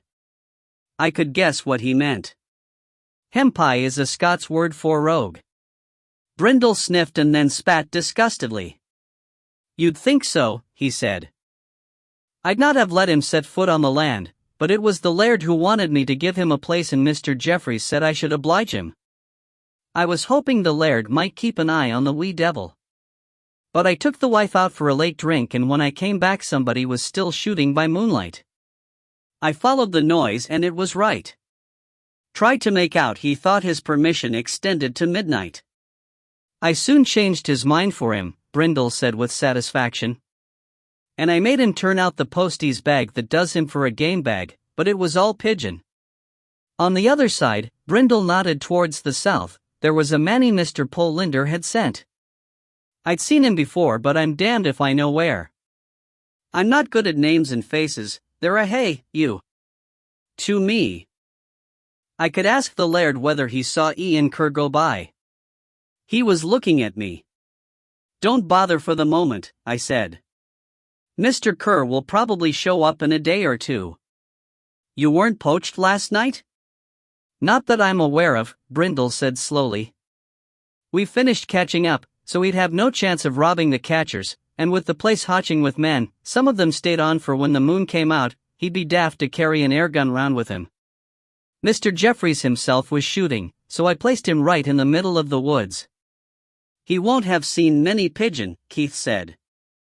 "They're his bloody pheasants. We heard a vehicle during the night but I've seen no signs of the poacher." Brindle paused and scratched his head. If our man was a real professional poacher, I'd not have been expecting him on such a night. Keith was nodding. "The clever poacher likes a wind to cover his noise," he said, "a night after rain when the birds will be sitting out on the branches so as not to be dripped on, and a starlit night rather than the moon." "I jealous you're not the poacher," Brindle said. Keith smiled, not the least offended. "You know a little too much. My manny's not so artful." He fished out another paper and gave it to me. "I've looked in my diary and here are the dates he's been at work. Fine nights, most of them. My guess is he's an amateur. But he's slippery. Anyway, that's the pigeon shoot over for the year, thanks be, and from now on anybody found in the woods at night can explain himself. Or he can try." We parted company. I was glad to be moving again. Star. A massive woman, tall, heavily built and with a layer of fat over all, was monopolizing the attention of the desk sergeant when I arrived for duty on the Monday morning. A few minutes later a message reached me to say that Mrs. Kerr had come in to report her husband as a missing person. Any suggestion that I should see her would have implied that a crime had been committed, yet the suggestion seemed to be implicit. Later, I recognized it as a cry for help. But Mr. Kerr could have been in hospital following a mishap. He could have gone off to make a new life elsewhere and in other, more delicate, company. Or, as had been suggested by almost everybody who knew him, he might simply be sleeping it off somewhere. On the other hand, there was the alternative possibility that he had either committed suicide or been the victim of a crime. I decided to see the lady. When I met her in a small and bare interview room, I was soon inclined towards the view that her husband could have departed of his own accord. In addition to being large, Mrs. Kerr was also both shrill and verbose. Her husband had been adrift for more than 36 hours and she wanted to know what was going to be done about it. She agreed that he had stayed away overnight on 2 or 3 previous occasions, but never beyond the middle of the succeeding day. He had a fondness for the drink but had never, she was sure, looked at another woman. This was the sum total of her information, but it took her more than an hour to disgorge it. Anxiety takes some people that way. I tried to explain that there was little that we could do, at so early a date, beyond circulating his name and description. But this was not good enough for the grass widow. She became more voluble and more shrill. In the end, I got rid of her by promising that a search would be carried out. I may have promised that the entire Lothian and Borders constabulary would combine to comb every pub, ditch and outbuilding in the region. I would have promised to find him anywhere in the world and to carry him home piggyback if only that would have induced her to get out of my life forever. When I was free at last, I made the necessary report for circulation and then put a more detailed report on our newly acquired fax machine to Edinburgh. A copy would automatically be laid on Chief Superintendent Munro's desk. I was out of the building for the next couple of hours. An application for a shotgun certificate had been received from a widow who had retained her late husband's gun out of sentiment and as a wall ornament. The 1988 Firearms Amendment Act made it clear that no certificate was to be issued if the chief constable was satisfied that the applicant had no good reason for possessing a shotgun. On the other hand, it went on to state that an application shall not be refused merely because an applicant intends neither to use the gun himself nor lend it for another to use. The widow's application seemed to fall into the crack between those two provisions, so I went to visit her. She seemed unimpressed by my argument that a shotgun hanging on 2 hooks and visible through the nearest window violated the safekeeping requirement in the Act. I had no wish to use my powers under Section 52(3) of the 1968 Act against a well-meaning though misguided widow and confiscate a gun which had been in her husband's family since it was first made. With her permission, I phoned Keith. He listened to my description of the gun and came straight out, bearing a roll of banknotes. Money talks louder than I do. When we left, Keith was carrying the gun. A Churchill Premier in almost mint condition, he said happily. I know a man who's been looking for one for years. You'll be able to make his day, and a penny or two for yourself. Mrs. Kerr's reported her husband missing, I told him. He locked the gun carefully into the back of his Jeep. I know, he said. Word travels fast in a small area like this. Rumor has it that he's dallying with his fancy woman, but rumor, for once, is mistaken. I goggled at him. How do you know that? I asked.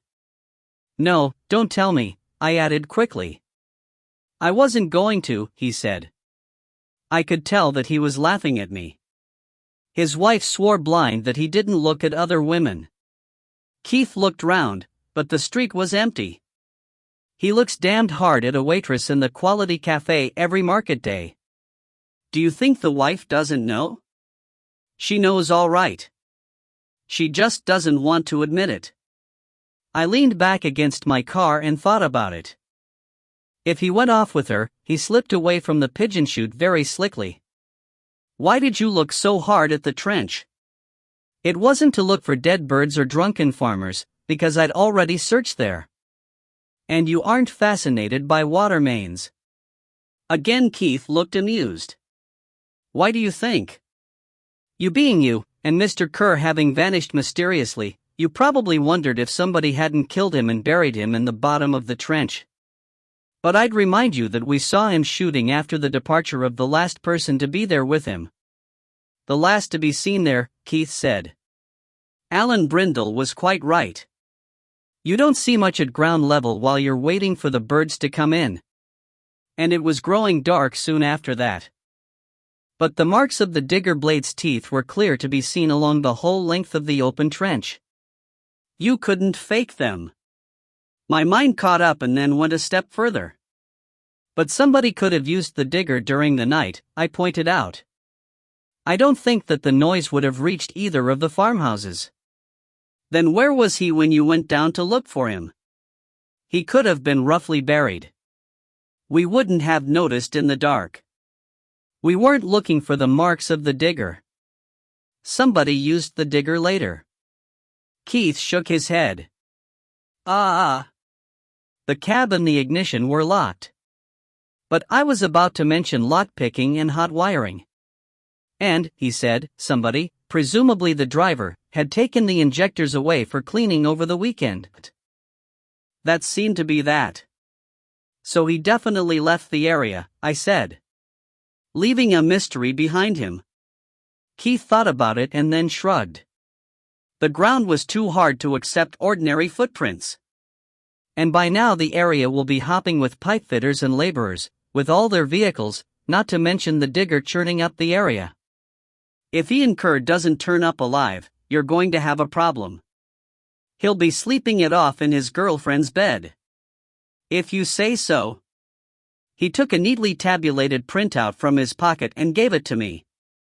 I put Brindle's list onto the word processor together with such data as Wallace and Molly and I could remember between us. He's going to ask Janet, she has a memory like an elephant, and take a look through the shop records. We may come up with some more. I glanced at the list. About 8 of those listed had bought airgun pellets and there were some notations about boot purchases, but against most of the names there was still nothing. I hope so, I said. I'd like to show Alan Brindle that the police can be on his side, but there are a hell of a lot of suspects. Potential suspects, Keith corrected me. I wish you joy of them. I could guess at his meaning. A long list of suspects remained. Most of them were local characters of the rougher sort, who could be expected to lie to keep each other out of trouble. The remainder were, or should have been, above suspicion. I called in at the Reaper Hotel and drove on again to the Canal Bar, a lowly pub where they do a surprisingly good bar lunch. Ian Kerr was well known at both, but at neither did the staff or such regulars as were present remember seeing him on the Saturday night. There was a note on my desk directing me to phone Superintendent McHarg forthwith if not sooner. But the phone rang before I could lift it. I picked it up irritably. Mr. McHarg had a maddening habit of ordering you to do something and then doing it himself. But it was Chief Superintendent Monroe on the line. About this morning's report, he said without preamble. He never announced his identity. He had no need to do so. His lisping, lilting, Hebridean voice was enough identification. I didn't know that we had an outbreak of poaching. Nor did I, sir, I said. This seemed to be a propitious moment for the grinding of axes. It hadn't been reported. Some of the landowners have stopped bothering. Too many officers treat poaching as a prank or as a justifiable gesture against grasping landlords. I'm trying to change their attitude. Quite right. Poaching is for the police to deal with. The last thing we need is an affray between poachers and keepers. This is a matter of crime prevention if ever there was one. Concentrate on it. If anything relevant to the farmer Kerr should turn up, we can think again. Until then, put him on the shelf. The man's a notorious drinker. He'll very likely turn up in due course, just as he has in the past, very ashamed of himself and apologetic that his wife bothered us.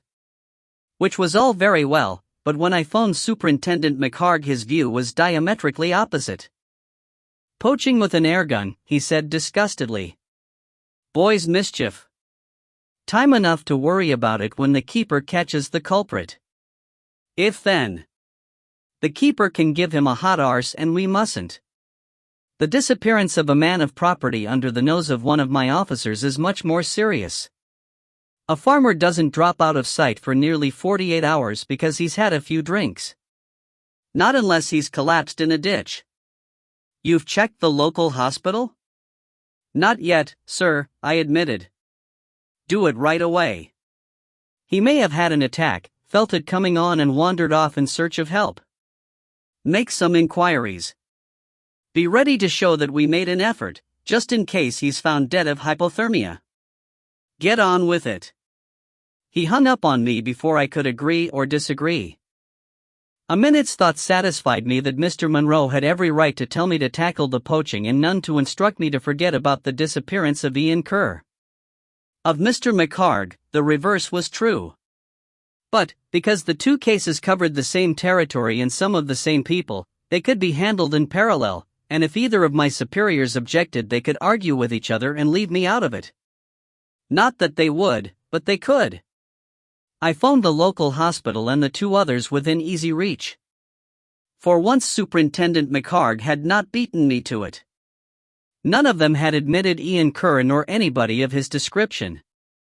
The only dead body so far unidentified, a road accident victim, was female. A starting point common to both cases would be the laird, Mr. Youngson. In Scotland, the owner of the land and the biggest house may be known as the laird, whether duke or commoner. I phoned McKimber House, expecting an argument with a butler at least, but the phone was answered by a surprisingly young voice which identified itself as belonging to Mr. Youngson. He agreed to see me later in the afternoon without showing the least curiosity as to what I wanted of him. Another loose end was the lady friend. I called in at the Quality Cafe. The only waitress visible was dark and Keith had said that the subject of Ian Kerr's interest was blonde. The manageress was dealing with invoices in a tiny cubbyhole. When she invited me inside there was no room for either of us to sit, but she seemed to enjoy the propinquity more than I did, for her perfume would have made a good shark repellent. Deirdre Watson, the blonde waitress, was off duty until 6. The news of Ian Kerr's disappearance had already done the rounds. As tactfully as I could, I explained that Deirdre Watson might be able to help me with my inquiries. The manageress seemed amused, doubtful, reluctant and not unpleasantly scandalized, but after a little persuasion she gave me Ms. Watson's address. This was in a block of old, tenement flats in the least salubrious corner of Newton Lauder. I climbed a stone stair between walls which showed signs of damp, and knocked on a paneled door badly painted in a dark brown. I could hear soft sounds from beyond the door but there was no answer. I knocked again. "Who's yon?" demanded a woman's voice throatily. "Detective Sergeant Fellows." There was a pause. I could hear whispering. For some reason, I thought that one of the whisperers was a man. "How do I know you're who you say?" "If you'll open the door I'll show you my identification." The door opened a crack and a brown eye, heavily made up, examined my card, flicking to and fro between the photograph and my face. A waft of overheated air came out to meet me. "But what the dil are you needing me for?" she asked irritably. Evidently she had detected some resemblance between my face and the passport-type photograph. I was less than flattered. I had come to ask rather than to answer, but her question seemed a fair one. "I'm looking for Ian Kerr. He's no here. I've no seen him for a week or mair. I want to see for myself." "You can bugger off," she said elegantly and tried to close the door. I decided that Deirdre Watson was not the type to bother with the formalities of the complaints procedure. We each had a foot against the door, but mine was in a heavy shoe while hers, as I discovered, was bare. I got my arm into the gap and levered. She resisted while calling me some names which had definitely not figured on my identification and then gave up the unequal struggle. The door swung open. Ms. Watson, clad only in some scraps of cheap nylon, was framed in an untidy room. In the background Ronnie, Molly Calder's brother, was struggling hastily into a pair of grey long johns. An awesome sight. I telled you Mr. Kerr wasna here, Ms. Watson screeched. Ronnie was less angry than he was anxious. You'll not tell Molly? He said. Backing out, I said that I would not.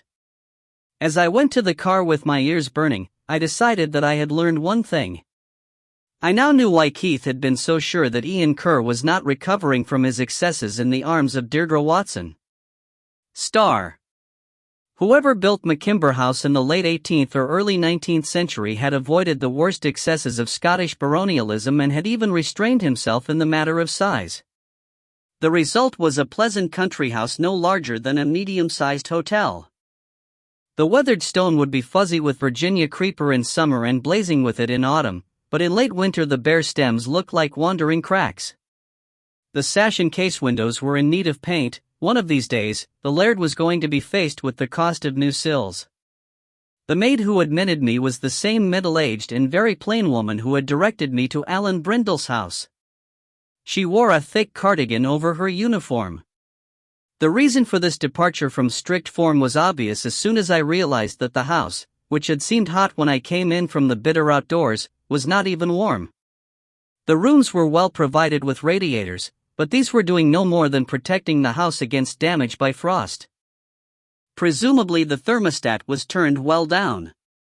The cost of heating such a place in such weather would have crippled most purses.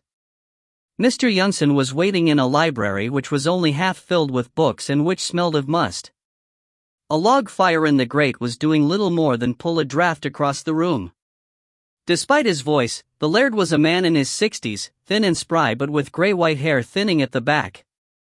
His face was lined but was both tanned and ruddy, as though he spent most of his days in the open air. He seemed rather bulky for his build and his tweed suit fitted tightly. This, I realized, was not because he had put on weight. He could be seen to have dragged his jacket on over several thick sweaters. A large coffee pot was murmuring to itself on a corner table. This turned out to contain soup. He offered me some but I declined. He selected a large mug from among several others and helped himself, taking a stand in front of the fireplace and cupping the mug in his hands. You won't mind, he said. It was not a question. Only way to keep warm in this barack of a place. You'd better keep your coat on. If I turn the thermostat any higher, the boiler can go through a tank full of oil before the fabric of the building has begun to heat. The best I can do is to try to survive until spring. What did you want to see me about? The chair which he offered me was a huge, leather affair and very cold. I went and stood beside the radiator, which was at least faintly warm. You know that Mr. Kerr, of Muscally Farm, has disappeared, I began. No, he said, I didn't. Nobody tells me a damn thing. I'm a long way off the main stem of the grapevine. Done a bunk, has he? My stance by the radiator was in the downdraught from a window. I joined him at the fireplace. Not that we know of, I said. Why would you think that? He's an abrasive character at times, Mr. Youngson said slowly, and he can put people's backs up. Don't mistake me, he went on more briskly, if he likes you, or if things are going his way, he can be good company. I get on well with him. A bottle to him at New Year and a favor in return, that sort of thing. But that didn't make him any other friends. How was that? I asked. Any background information can prove useful in the end, or a total waste of time. When I held my own shoot. Would you believe that I'm only allowed to shoot over my own land once a year, maximum 100 birds and under Jeffrey's keeper's directions? For the first time his voice, which had been almost jocular while he was speaking of his tribulations, became indignant. He sighed. But that was the nature of the agreement and I suppose I have to abide by it. Anyway, Ian Kerr gave me permission for my guest guns to be placed on his land, below the highest part of my ground. We made it the last drive and showed them some splendid birds, he said with animation, real archangels. But Ian never let Jeffries do the same for his paying guns and that got right up Alan Brindle's nose. The laird sounded not displeased. That doesn't explain why you thought that he might have done a bunk, I pointed out. He frowned. No, it doesn't. But I had the impression that Ian was getting fed up with his life. Money problems, the bottom's dropped out of farming lately and don't I know it? I'm just squatting here and waiting for my son to make his pile and come home to take over. Not that Ian's as badly off as some of them around here. He owns Miss Collie and he's a thrifty farmer. But to add to money trouble, they have a mentally handicapped son. Mrs. Kerr manages to cope with him, but she won't let Ian say a harsh word to the boy, not even when he set fire to the barn. It gets on top of Ian at times and then he takes to the bottle. Do we know what happened to him? I suppose not, or you wouldn't be here. He was last seen on the pigeon chute, the day before yesterday, I said. He was in the small wood where the high seat is. Nobody saw him leave. You were the nearest gun in McKimber Woods, I believe. What did you see? Mr. Youngson filled a large pipe and lit it while he thought back. He cupped the bowl of the pipe in his hands, as he had the mug of soup, in search of a little extra warmth. Not a whole lot, he said at last. I was facing that way, watching for them coming in to roost, and you don't look around a lot when you're shooting. I didn't even know who was placed down there. Let's see, now. I got to my position after lunch, between 2:30 and 3. It was bloody cold, but at least there were some birds about and I had an excuse to shoot on my own patch. I glanced towards the high seat once, during a lull, and a man with a black dog left the small wood and walked up towards Middlewood. Ian Kerr doesn't have a black dog, just collies for the farm work.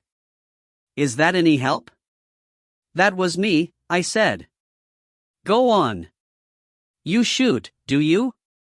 Perhaps next season. He looked at me with more interest but decided not to pursue that subject for the moment.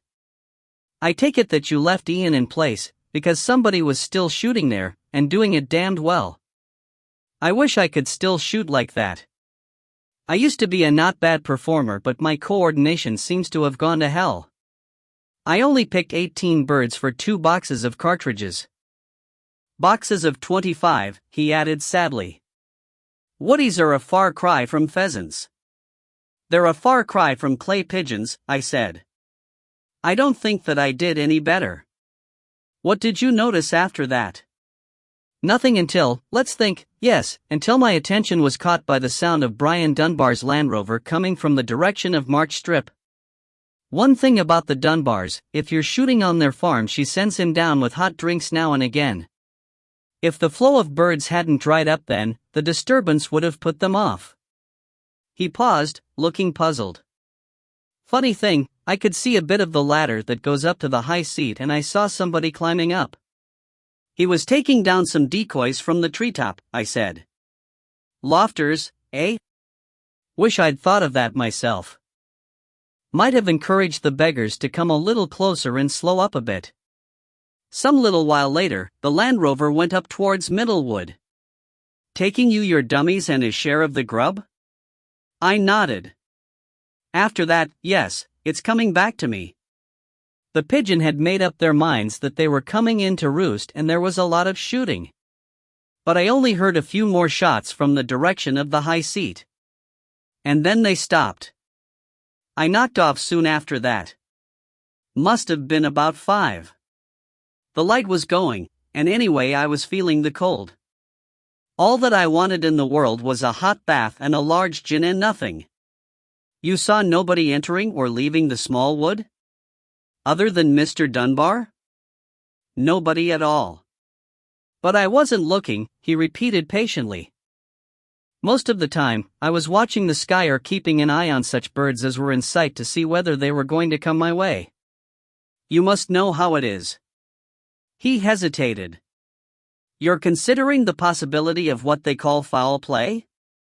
Along with sudden illness, brainstorm, suicide, or just plain going away, I said, yes. I'm not saying that anybody did away with him. But they might have done. And if so, have you had a good look at the bottom of the trench? It would be easy for somebody to dump him in the bottom of the trench beside the pipe where the backfilling stopped and shovel some earth over him. In which case, he's probably 10 feet down by now. I saw the men back at work this morning. I blessed Keith for his thoroughness. The marks of the digger blade were visible all the way along, I said. And the digger itself was immobilized. That seems conclusive, he agreed. So much for an amateur attempt to be helpful. I'm sorry. Don't be sorry, I said. I need all the brainpower I can borrow. We went back to look for him that evening, but if his mortal remains are still around, I can't imagine where. So either he walked off or somebody came and removed him. Either way, I'll have to speak to your neighboring guns. I believe that a man named Wright, known as Hempai, was one of them? The laird thought and then nodded. He was about 100 yards to my left as I looked towards Nutlayas. Funny wee chap uses a hammer gun older than himself, and he's no chicken. He hesitated again, as though about to make a shameful admission. I know him quite well. I wouldn't trust him very far, but I like him. We're as different as chalk and cheese, and yet we enjoy the same things. But you may have a job getting hold of him. How's that? I asked. He lives out of the back of an old van and goes wherever he can get a bit of casual work about the farms or pick up some money without too much effort. Hedging, ditching, or helping with the harvest, that sort of thing. In short, he lives the kind of unencumbered life I sometimes hanker for. Mr. Youngson gave a quick snort of laughter at his own folly. Don't suppose I'd enjoy it in reality. But I've left instructions that whenever he wants a bath or a chance to do some laundry, he has the freedom of the servants' quarters. He likes to keep himself clean, and as far as I know, he's never yet abused my hospitality. I'll tell him to contact you next time he shows up, shall I? On my other side, Brindle placed a man I didn't know. I spoke to him when I went to collect a bird. Big chap, quietly spoken, not very talkative, local accent. He had a newish gun, an over-under, one of the cheaper ones. That's about all I can remember about him. If Brindle doesn't know who he is, you could probably get his name from that chap Paul Linder at the gun club. Yes. I thought over what had been said. Did they both seem to be shooting steadily, or were there long pauses? Who knows? There would be pauses between incomers, as there always are. When the birds are coming in, you don't pay much attention to where other shots are sounding from. My buttocks were singeing. I turned round to face the fire. I'll put it another way, I said. When you're watching for birds, you tend to watch the ones which fly over somebody else's position, because any which are missed may swerve in your direction. If they don't get shot at, you wonder why not. Did you notice any such indications that one of your neighbors might have moved away from his position? There was another pause for thought, a longer one. In those circumstances, he said at last, I think I'd assume that the other chap was having a pee or a coffee, or hadn't reloaded, or had forgotten to put off his safety catch, or had left his position to gather his shot birds, or the sun was in his eyes. The only time I was surprised to see a pigeon go over unsaluted, it had flown over the high seat. But that was late on, when the light was failing and I was thinking of packing it in, so Ian might already have left or been removed. On the other hand, he might have decided that the light was too bad for him. It was beginning to look as though Ian Kerr could have ridden off on a camel without attracting any attention, provided only that the pigeon were presenting tempting targets at the time. I could only hope that when he turned up, alive or dead, the circumstances would be self-explanatory. Neither testimony nor mute evidence was going to solve the mystery of his disappearance. But if Mr. Youngson had quitted the scene early, Ian Kerr might have left or been removed past the position he had vacated. Who was behind you? I asked him. Stephen McAllister was somewhere behind me and to my right. He shoots regularly here with Jeffries. It must cost him an arm and a leg, the laird said enviously, but he can't plan too far ahead, so it suits him to grab a place at short notice when it's available, rather than join a syndicate and find that he's busy whenever they have a shoot planned. He's manager of Londig Plant Hire. Straight up the ride behind me there was a young man I didn't know, although I've seen him in more than one context. He must shoot sometimes with Jeffries, because once or twice on shoot days I've seen him arrive on foot with a gun and a game bag slung over his shoulders. So he lives locally and either he walks here or somebody drops him at the gates. But I've seen him somewhere else, I'm damned if I know where. There were other questions which I should have asked, but my options of freezing in a polished leather chair or continuing to stand at the fireplace, rotating like an ox on a spit to avoid being roasted on one side and frozen on the other, and with a ferocious draft chopping me off at the ankles, were each looking ever less attractive. I wanted to finish the interview, resuming it, if necessary, in my cozy office. But I also wanted to discuss poaching. A happy inspiration visited me. "You've been very helpful," I said. "I'll come back to you if I think of any more questions about Mr. Kerr. Let's change the subject. We've had a complaint of regular poaching on your land." I patted my pockets. "I seem to have left a paper in the car. Perhaps we could go out to it for a minute. If you wish." It was still daylight. The days were beginning to draw out, although spring was still only a distant dream. As we walked into the colder outdoors, I managed to fumble the list out and hold it out of sight, producing it as if from the door pocket as we got into the car. I started the engine, which had not had time to cool completely, and turned up the heater. Beautiful warmth seeped around the interior along with the reek of the laird's tobacco. Mr. Youngson held his hands towards the outlet. "That's better," he said. "This is luxury. How can I help?" "I've heard nothing about any poaching." "Probably not," I said. "Mr. Brindle's been very quiet about it. He seemed to have despaired of getting realistic help from the police. He was trying to keep watch himself, but he's never quite managed to come up with the poacher. I've persuaded him to accept help from the proper authority." I opened up the paper. "This is a list. Not suspects, you understand, just a list, as comprehensive as we can make it, of men who might know the ground well enough to evade Brindle at night. We're looking for somebody who takes a size 9 boot and wears ordinary Wellingtons at least some of the time. He takes a small dog with him. Possibly a pipe smoker." He turned in his seat and looked at me in surprise.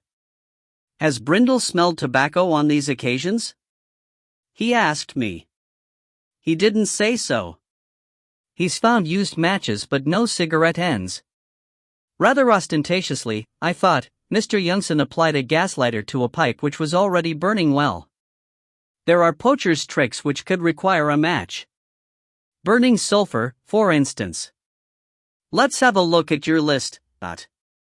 I backed the list with a road atlas and held it against the dashboard. Mr. Youngson took one look and then gave his disconcerting snort of laughter. "Not that I give a damn about Jeffrey's pheasants," he said. "We can reduce the list somewhat." He pointed with the stem of his pipe.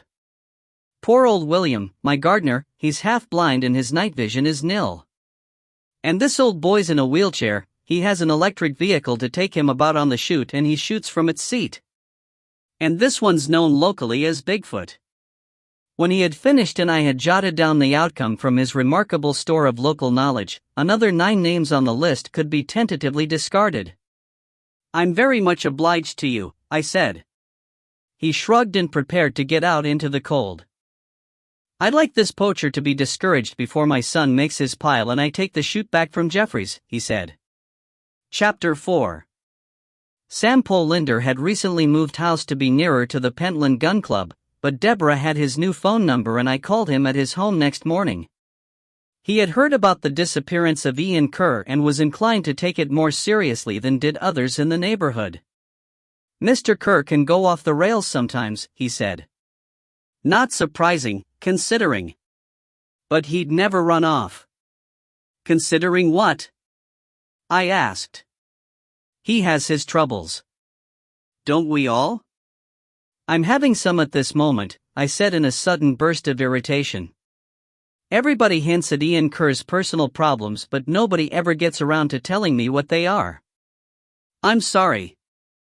It's the sort of thing that gets talked about in whispers if at all, for the family's sake. It's the boy. It never occurred to me that you wouldn't know, although they keep very quiet about it. The Kerrs have a handicapped son. Years ago, Ian tripped and fell with the baby in his arms. The boy was brain damaged.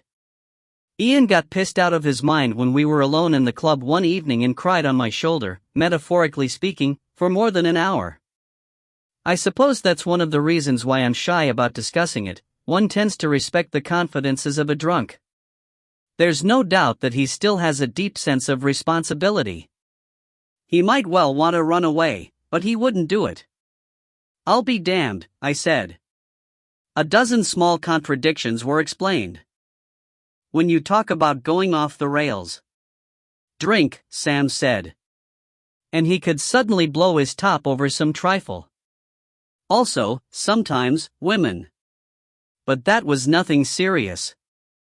He poured it all out to me, said that his wife had been a wonder with the boy, he couldn't praise her enough, but that she had no time for him as a husband anymore. That much would be true, but it seemed to me that the disenchantment was mutual. His wife would have been a handsome woman in her day, not that I knew her then, Sam added hastily, as though I might suspect him of nursing a lingering passion for Mrs. Kerr, but large women can't afford to run to seed, and I don't suppose he fancies a wife built like the proverbial brick Watsit. He has the same needs as any other man, perhaps more than some, so he sought relief with more accommodating women. That just added to his sense of guilt. He never formed a relationship, as they say. You can take it from me that he didn't run off. Something's happened to him. How can I help? You probably know how we were positioned, I said. Mr. Kerr was shooting in the small wood with the high seat. Deborah and I were to the east of him and he didn't leave in that direction. Deborah's father and uncle were in March Strip to the north. If anyone had come or gone by the south, I think we'd have seen him. We went up to the farm when the light failed and he may have left while we were there. When we went back to look for him, an hour later, there was no sign of him. Somebody who stayed on later than we did may have seen or heard something, and there's the possibility that he went, or was removed, by way of McKimber Estate. Who did you send there? Not many. 5, I think. Let me look at my notes. I waited on the line while the sound of rustling papers came over the wire. I eased the receiver away from my ear, which had grown hot during Sam's long exposition. Yes, 5. The arrangement, as always, was that farms and estates had the first call on their own land and they'd let me know how many extra guns they could accommodate. The McKimber keeper phoned me before the first day, to tell me that they could cover all their own woods. Then he phoned again to say that 5 guns couldn't or wouldn't turn up for the second Saturday. The exercise gets complicated because of groups of odd numbers who want to shoot together. Rather than redo the whole draw, I moved the 5 who'd been on Nutlea's farm first time around and started to fill Nutlea's again. Who were the 5? I asked. I couldn't put names to them all. Stephen McAllister, the plant hire contractor, asked for 5 places. I pulled Nutlea's out of the hat for them. He swore that they were all safe and well behaved, so when the McKimber keeper, Brindle, is it? When he seemed to be getting anxious about who was being sent to his patch, I moved them as a group. I believe that Andrew Nairn was one of them, Sam added in the tones most commonly used for the dropping of names. The name meant nothing to me, except that it was on Alan Brindle's list. I'll get on to Mr. McAllister, I said. Walk on tiptoe, Sam advised. He has a short fuse. I thanked him, disconnected and phoned Londig Plant Hire. Mr. McAllister's secretary was protective but she relayed a message to him and came back to say that he was going out to Nutlea's farm. I said that I would meet him there. Star. The thermometer insisted that the day was warmer than its predecessors, although a fresh breeze made me glad of my sheepskin coat. Dark clouds were banking up to the west. Even in the middle of the morning most drivers were showing lights and probably wishing that they lived somewhere much further south. I approached the site of the pipelaying by way of McKimber Estate. I could bring the car closer to the work that way, saving myself the long hike over Nutlea's, and I might well want to see Alan Brindle again. I parked the car where I had left it on my previous visit. Andrew Nairn, whoever he might be, had carefully gathered up his empties, but I saw a black express cartridge where his ejector had tossed it and where, presumably, he had missed it in the darkness. I walked to the edge of the woods. The excavation had progressed past March Strip and into Miscally land, but the digging machine had returned and was backfilling the trench just beyond the small wood. If Ian Kerr failed to return alive, and if none of the witnesses had seen him depart, the search for his body was going to be an expensive business. Men were working on the pipes in the open section, but I could see a trio grouped in discussion and struggling to control large sheets of paper in the strengthening breeze. A Range Rover stood nearby and I looked at it with envy. Given a vehicle like that, I could save myself a great deal of plodding around in muddy fields. I found a gap in the hedge and slithered my way down the steep slope to the boundary fence. The discussion seemed to be finishing. Plans were being folded. One of the men saw me and walked in my direction. "Mr. McAllister?" I asked. "That's me." He was short and thickset with a round face centering on a small, black mustache. His coat and what I could see of his trousers looked expensive and much too fine for squelching around among excavations, but the effect was marred by black Wellingtons and a safety helmet. "You'd be Sergeant Fellows?" I said that I was. "You wanted to ask me about Saturday afternoon? Go ahead, then." His manner was brisk and businesslike to the point of being overbearing. "Mr. Kerr, the farmer at Miscally, was last seen in the little wood there," I said. "That would have been between 3 and 3:30 on Saturday. By 6, he had vanished without trace." "Well, I can't help you," he said. "I had to leave around 5, when the action was just warming up. And I was placed well back in the woods. Never saw anybody moving around except the guns. Hardly saw a pigeon either." "That all? It's a cunt of a day. Let's get this over." "You brought a party of 5, I said, including yourself. Who were the others?" He glared at me, as though about to ask whether I suspected one of his guests of making away with the farmer. A moment's thought must have convinced him that the question was reasonable. "Andrew Nairn was one," he said. Again there was that suggestion of name-dropping. I looked the question at him. "Andy Nairn. Surely you've heard of the Edinburgh Rock?" I wasted several seconds in trying to associate the name with the rock on which Edinburgh Castle stands. Then I made the connection. "Andy Nairn the rock singer?" "Yes, of course," he said impatiently.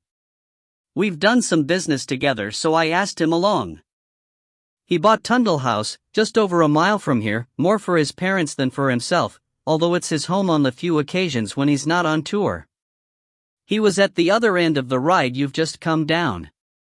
The others were employees of mine." He waited for me to finish scribbling. Evidently he was well used to giving dictation. Two of them, my surveyor and the accounts clerk, wanted to be together, so the keeper placed them in a clearing right over at the far side of the woods. "They won't have seen anything." "That leaves one more," I said. "Ron Campbell," he said. His brash manner showed a trace of what might almost have been embarrassment. "He might be able to help you, he was placed somewhere over the side." "Is he a large, rather silent man with a local accent?" "That sounds like Ron." "He's the one I most wanted to see," I said. "If I'm right, he was positioned at the edge of these woods." Mr. McAllister fell silent. I thought that he was waiting for me to speak, and yet I waited. There was something in the air. "Ron's always seemed to be a good man," he said suddenly. "In the normal way of things, he'd never harm a soul. I just hope he hasn't done something stupid this time. I'll tell you this. It's better that you hear it from me than in the form of a garbled rumor." He fell silent again. "Go on," I said. "I won't jump to conclusions." "You'd better bloody not," he said. "But Ron used to work for Ian Kerr, partly. The way it was, the two farms, Miscally and Nutlayas, they came to an agreement years ago about sharing machinery. leased some of it from me, bought the rest on a bank loan. Ron worked for the pair of them, driving and maintaining the combine, the dryer, the tractors, and all the plows and harrows. But he came to me one day, when I was looking for a driver. He didn't say much, but I gathered that Kerr had lost his temper over something trivial and Ron was damned if he was going to put up with it. For one thing, when Ian Kerr takes a schooner he doesn't let go of it in a hurry. He likes a peaceful life, does Ron. He took a schooner of his own, to Kerr. Swore he'd never set foot on Miss Colley again. So I took him on. He's the best digger driver I've ever had. I've seen him, for a bet, toss a golf ball out of his bucket and into a hat. In fact, I won money on him. Just over there, it was. McAllister jerked his head towards the pipe track. The suddenness of the information almost took my breath away. You mean, he's the driver of the digging machine down there? I said. I'd better go over and speak to him. The small mustache lifted in what might have been a smile or a sneer. You'll have a long walk. He's taken his wife away to Spain on one of those cheap winter packages. He was driving the digger here until Saturday morning. They left for Gatwick on Sunday. I think he chose the date so as to miss out on Miss Colley. Who was his travel agent? How the hell would I know? When do you expect him back? I asked. Not for another 10 days. Kerr will surely have turned up by then. You'd much better go and speak to Andy Nairn. The keeper put him at the other end of that ride you've just come down. He looked up at the sky. Snow's coming soon. Ron may have made a bad guess. If the weather holds us up on this job, we may still be on Miss Colley ground when he gets back. Is that the lot? I have more to do than stand around talking. One more question, I said. Does Ron Campbell usually take away the injectors for cleaning? Often, yes. Always, if he saw black smoke at the exhaust. Very fussy about machinery is Ron. I noticed on Saturday that he'd removed them. I meant to mention it to him but I forgot, and on Sunday night I had a sudden picture in my mind of him going off to Spain with the injectors in his pocket. But I wronged him. I checked on Monday morning and they were back in place. That's your lot, Dot. He turned and stumped away without giving me a chance to confirm that I had finished with him. When he began to cross the soft backfill he began to sink into the mud. He made the mistake of slowing down, became bogged and walked out of one of his Wellingtons. I climbed the slope with difficulty and walked back to the car. The clouds were darker overhead and the light was colorless, yet I felt warm. Perhaps the exercise had heated me. Or it may have been the glare that Mr. McAllister had sent in my direction when he turned and saw me watching him floundering in the mud, although I am fairly sure that I had managed to keep the smile off my face. A few large flakes of snow were in the air by the time I reached the car, flakes so light and fluffy that they seemed to hang almost motionless. The wind had suddenly stilled and there was a hush in the air. I had intended to look for Alan Brindle and Mr. Youngson, but within a minute the snow was falling as though determined to make up for a black Christmas. Within minutes, the scene was seasonable, pretty and worrying. If the snow kept up, the roads would soon be dangerous and the estate roads impassable without four-wheel drive. It was a scene to be enjoyed from behind double glazing and in front of a fire, drink in hand. I decided to head for the office and write reports while the weather did its worst with the evidence. If Ian Kerr was still unaccounted for in the spring I would start looking for him again. The tarmac roads were already slick. The steering felt disconcertingly light. It was as well that I kept my speed down, because after a mile or two a sudden whiteout cut off all view of the outside world. I changed down and braked very lightly, slithering a little and waiting for the crunch, but came to a halt without hitting anything. The wipers began to cope again but the view through the windscreen was of a uniform whiteness. I crawled gently forward, assuring myself that there were no cliffs hereabouts and hoping for a clue as to where the verges of the road might be.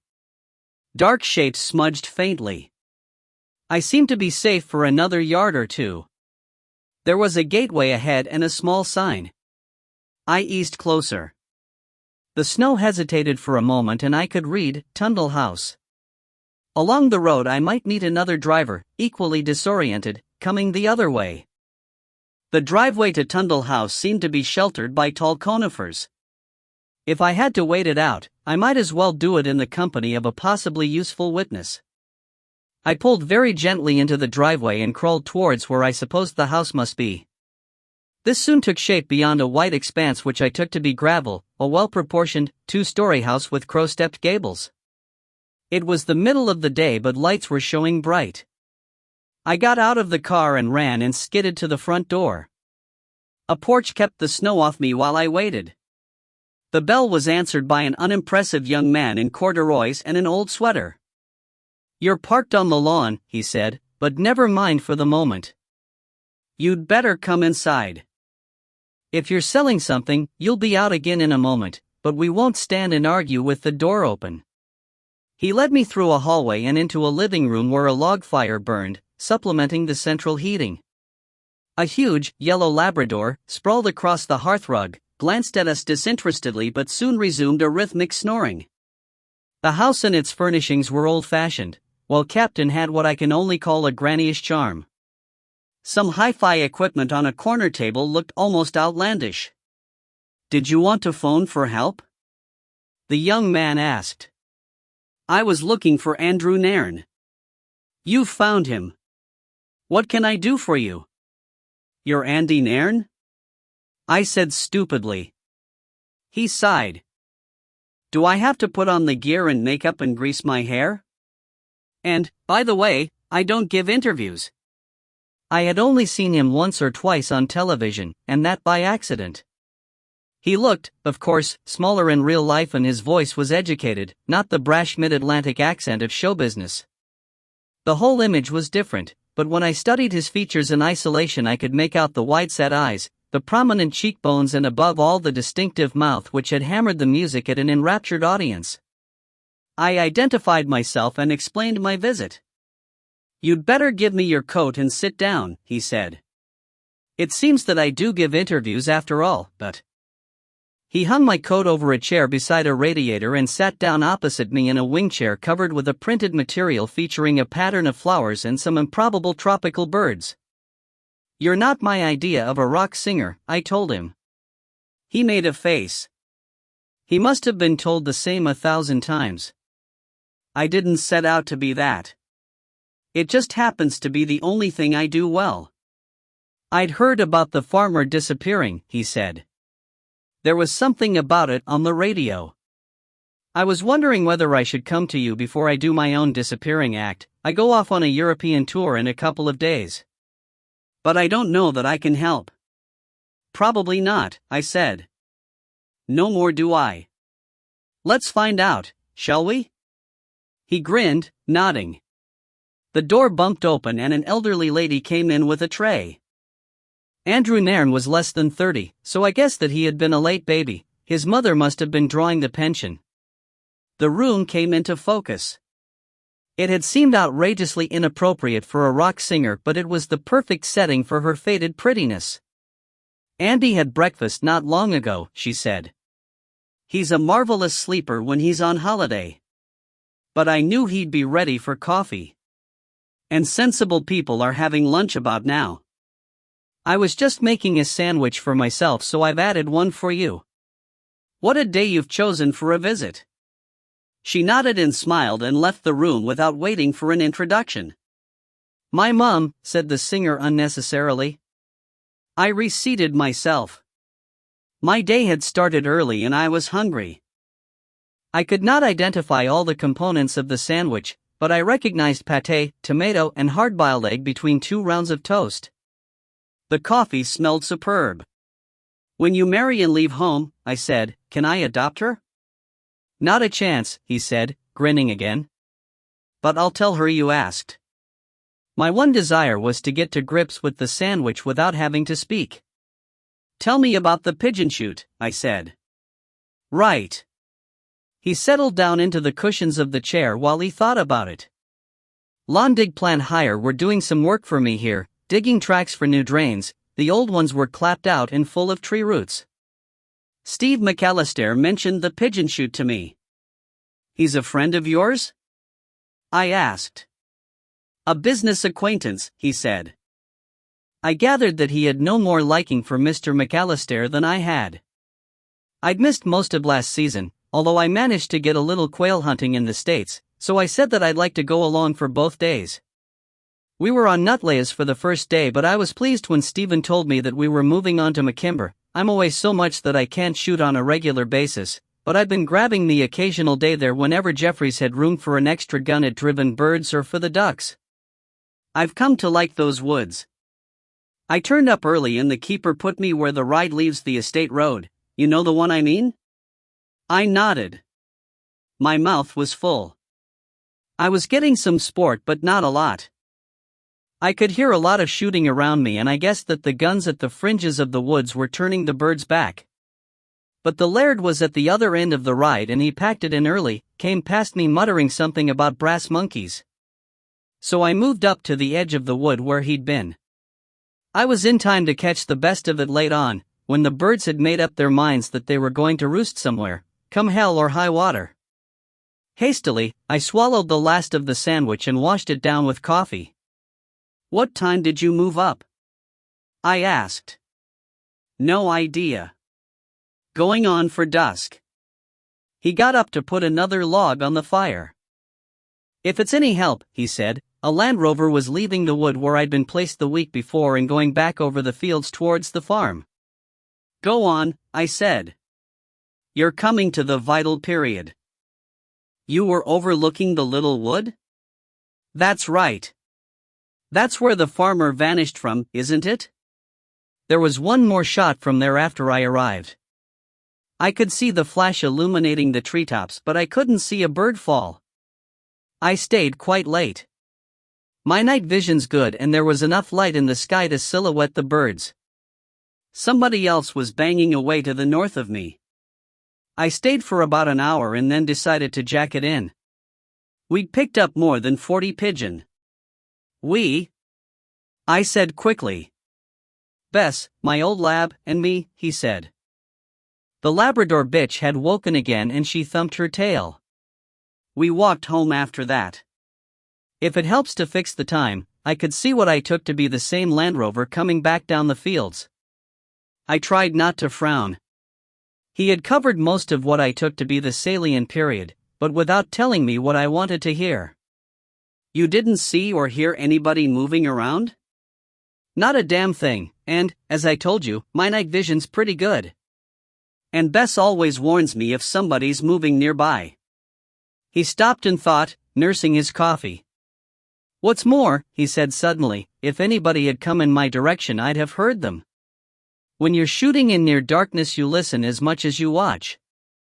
I was near enough to the fence to hear it twang if somebody had climbed it, and frozen beech leaves make a hell of a noise as you walk through them. I let him through his story again without learning any more. While we were speaking, the snowfall had almost stopped, although from the look of the sky there was more to come. My car was little more than a hump in the featureless white, but Andrew Nairn lent me a spade and a scraper and in about a quarter of an hour, wet and chill through, I had the engine running and the windscreen clear and was back on the drive. Andrew Nairn had wanted to lend me a change of clothing, but in every direction he was several inches smaller than I was and I was damned if I was going to be a laughingstock at headquarters. The roads were treacherous but, taking it easy and refusing to come to a halt for anybody or anything, I made it back to Newton Lauder. There was not much left of the working day. Rather than go home to change, I settled down in my small office, removed my wet shoes and sat on the radiator with my feet tucked up against its heat while I dictated a fresh report into a tape recorder. My report would later be typed up by a blind pool typist who usually managed to produce pages of beautiful typescript from my sometimes garbled ramblings, although now and again she would start off one key to the left or right of where she intended and produce a paragraph of gobbledygook. I was replaying the tape and wondering whether I would be more likely to bring down the wrath of the unpredictable Superintendent McHarg on my head if I did or did not add a few lines of speculation to the factual report when Mr. Monroe wandered in on one of his occasional aimless prowls through the building. I got up off the radiator. Sit down, he said kindly, folding his skinny body, which always seemed to me to be a lash-up of sticks and string, into the visitor's chair. It seemed to be one of his days for being a father figure. He looked disapprovingly at the partially draped lady on my wall calendar and then averted his eyes. I suppose the man Kerr has not yet come back from whatever excesses he's been committing, but my position on the radiator would have seemed an uneasy compromise between informality and remaining standing before a superior. Reluctantly, I went back to my cold chair. My feet immediately froze again. "There's no sign of him," I said. And no explanation for how he managed to disappear. Mr. Monroe was not interested in the absence of Ian Kerr, who he could picture in his disapproving, Calvinistic mind-making whoopee with loose women and booze and whatever vision of a low dive such minds conjure up. "This has been longer than his usual run of absences, but I still think that he'll turn up," he said. "Have you made any more progress with this poaching affair?" I produced the annotated list of potential suspects. He was interested, but he drew in a sharp breath when he saw some of the names, and his long face took on the expression of one who has found, after putting on his slippers, that the cat had messed in one of them. "Out of the question," he said. He snatched a pencil off my desk and ran it through several names. "A magistrate, a regional counselor, and my own doctor," he said. "What are you thinking of?" All three vocations had in the past produced exponents of more serious crimes than poaching, but I decided not to argue the point. "I'm not thinking anything," I said feebly. "This isn't a list of suspects, it's a comprehensive list of people who know the ground well, for elimination purposes." "Then eliminate these gentlemen." He was interrupted by the telephone. Superintendent McHarg came on the line. "He wished," he said, "to discuss my last report." "Things have moved on since that was written," I said. "I've just dictated another report. Shall I give you the gist of it, or will you wait until you get the fax copy?" "Play the tape to me over the phone." "Mr. Monroe's with me, sir," I said. "Let the old fool hear it too." "I heard that," the chief superintendent said hotly. "And I heard him," Mr. McHarg said. If there was any apology in his tone, the telephone failed to transmit it. "Play the tape." I made an apologetic face at Mr. Monroe, plugged a lead into the tape recorder, attached a rubber sucker to the phone, and started the tape. Chief Superintendent Monroe listened intently to my taped voice. Superintendent McHarg must have done the same, although he was strangely silent when the taped report had finished, wondering, I had no doubt, whether to castigate me for crying wolf or to inquire why I was sitting on my arse, his usual expression, instead of dashing about in the snow, doing something clever. "I thought we had agreed," Monroe said loudly. I held out the instrument, to make sure that Mr. McHarg could catch his words, that Mr. Kerr would return of his own accord in the fullness of time, and that you would concentrate your efforts on the poaching incidents at McKimber Estate. "There's a possibility," I said, "that the two cases are connected." Mr. Monroe might be old, as policemen go, but he was far from being the old fool Mr. McHarg had called him. "You think that Mr. Kerr may have entered McKimber grounds in pursuit of what I believe they call a runner and have disturbed the poacher at work? But the keeper states that he was not visited that night. He did hear an engine. The poacher may have been interrupted before he could begin work," I said.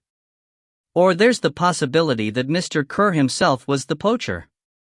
"Stuff and nonsense!" Monroe exploded. That was quite sufficient to make up Mr. McHarg's mind for him. "Sergeant," he said sharply. "Sir? You may have something there. Or you may not. There are gaps in the evidence. Not your fault," he added with uncharacteristic generosity. "Between the contractor's operations and the weather, what evidence there might have been is buried. Then again, the period between your leaving the scene and your return is barely accounted for.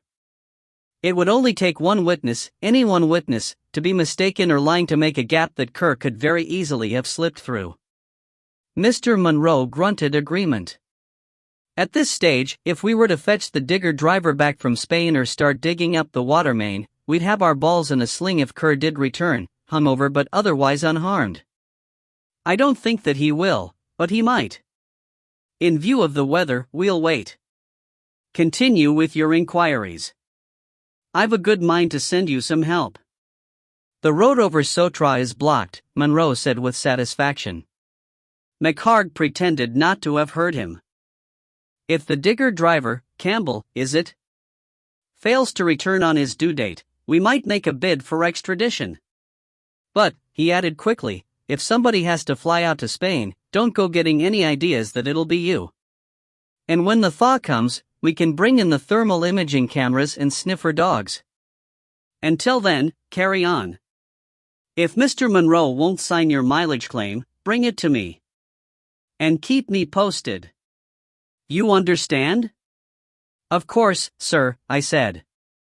It might be useful to have all mobiles keep an eye open for Hempai Wright. I'll fix that. What's the number of his van? I don't know. Swansea couldn't tell me. If you know the number, they can tell you the owner's name, but not the other way around. I heard him snort. You're about as much use as a crick in the neck, he said. Before you hang up, Mr. Monroe said, I will speak to the superintendent.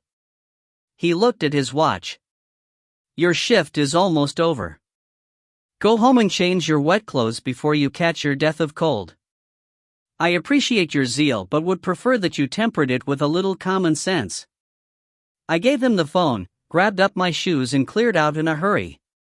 When superiors fall out, the wise man climbs a tree and pulls it up after him. Chapter 5. Like any other citizen, a policeman needs to protect his modest savings against inflation if he is to know comfort in later life. The best investment is to buy a home.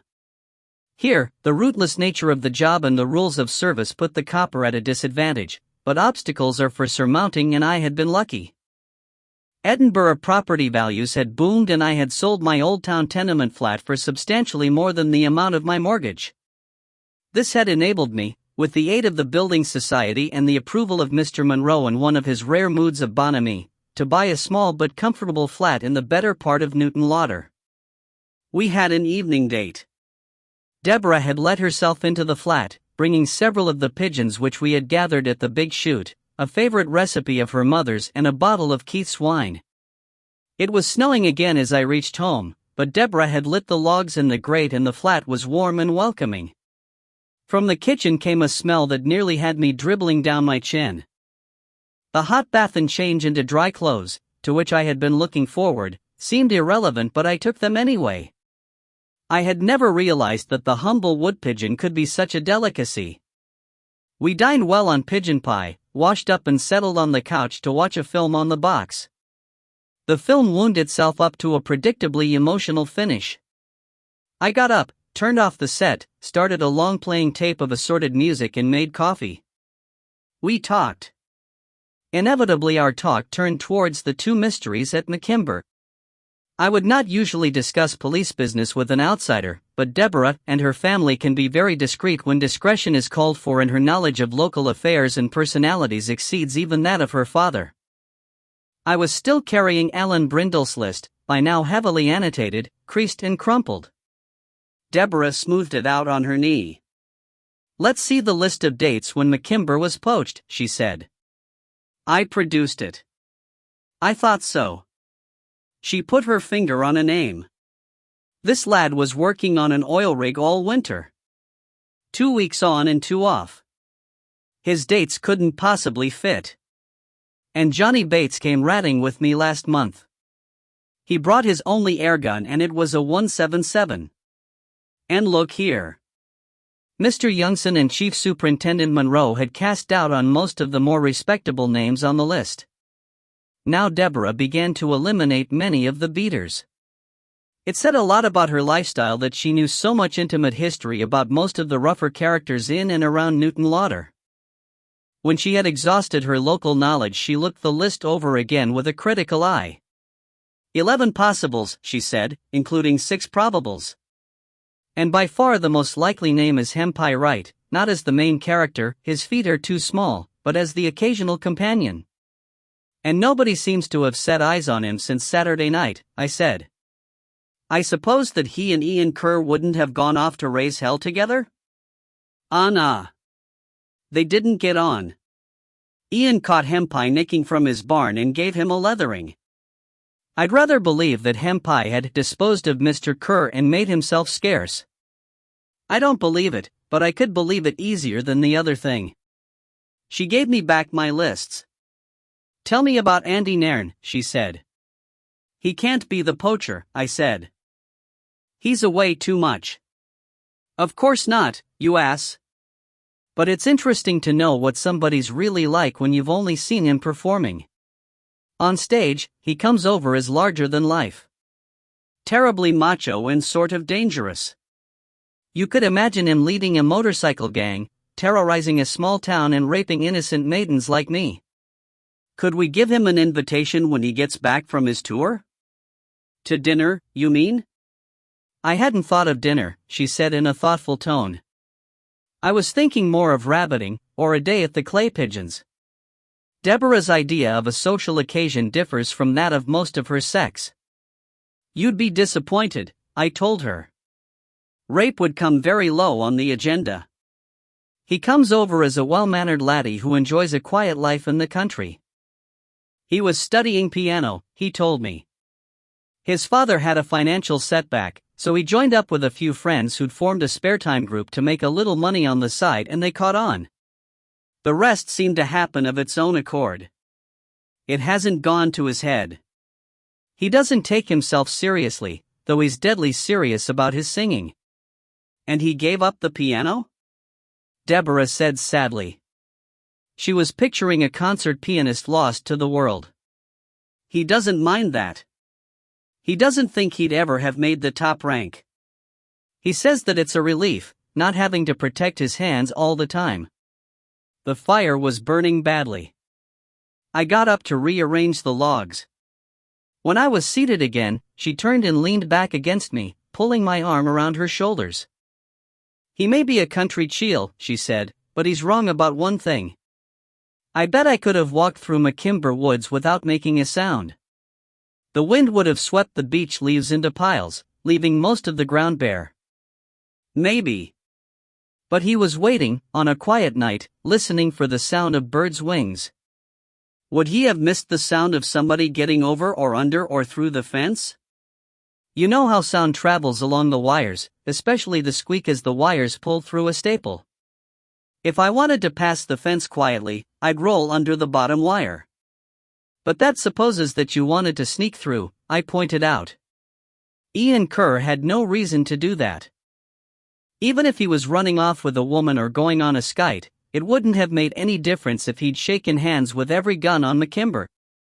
It was looking less and less likely to me that Ian Kerr had gone off of his own accord.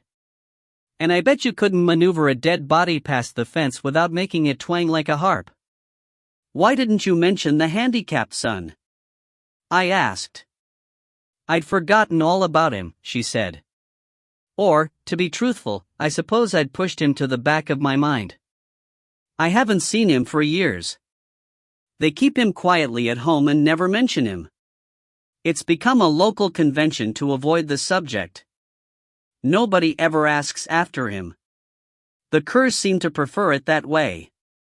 Is he violent? I felt her laugh silently. No. Just a bit doddle-da-dot. And his father? You've known Mr. Kerr longer than I have. I've only met him twice for a few minutes each time. Would he be the type to commit suicide? I'd think not, she said slowly. When things got too much for him, he'd get it out of his system by having a flaming row with somebody, or going on the bash, or she stopped dead. I know about the other woman, I said. Or women. Oh. Well, that doesn't seem to make him the sort of person who'd kill himself. Does it? I suppose not. We fell silent, thinking. Our relationship had been an unusual one for a permissive age. We had developed a deep friendship which was delicately balanced between passionate and platonic. Each of us was aware of the other's sexuality. But Deborah was physically shy, forthcoming with minor caresses but wary of any deeper intimacy. I thought that she was a virgin rather than that she had suffered in an affair, and later I learned that I was right. Shortly before I met Deborah, I had ended an affair with a lady solicitor who had been so sexually voracious that for a time sex had become no more than a tedious chore. I was in no hurry to reactivate that side of my life. I was content to wait. Someday the time would be right and sex, this time with love, would once again be as marvelous as it had been when I was young and the world of love was new. Deborah, putting a different interpretation on my restraint, seemed to feel both grateful and, at times, slighted. As we talked, and perhaps because our minds were far away, these inhibitions had faded into the distant background. Our bodies may have been doing our thinking. A caress had become a fondle, a peck on the cheek became a full-blooded kiss. My hand, which had been holding hers, had found a happier resting place. I realized suddenly that we were both short of breath. Her eyes, which had been reflecting the firelight, were now closed, and if she had moved her elbow an inch she would have discovered that my body was almost painfully aware of hers. I pressed gently on her shoulder and she came round as if I had hauled her. We were in a kiss which I thought and prayed would never end. The touch of lip and tongue was magical as never before, an irresistible incitement to explore more deeply. I felt a surge of joy. The moment was right at last. If it were to happen now, by mutual desire, it would be the ultimate perfection and we would enter a new age of wonder. The telephone blew the moment to hell and further. My erection subsided. Deborah, very pink about the ears, smoothed down her skirt and moved away from me. I picked up the phone. A woman's voice said, "Sergeant Fellows?"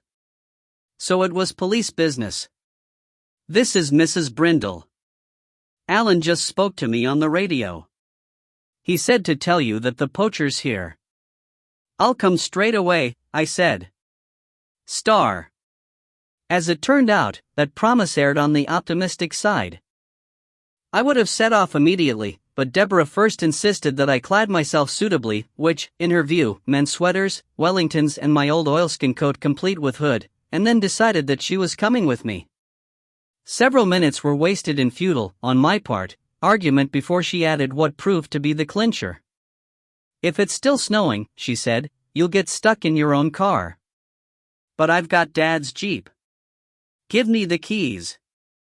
"It's not insured for you," she said. "If you prang it, you pay for it." I gave in, not very gracefully.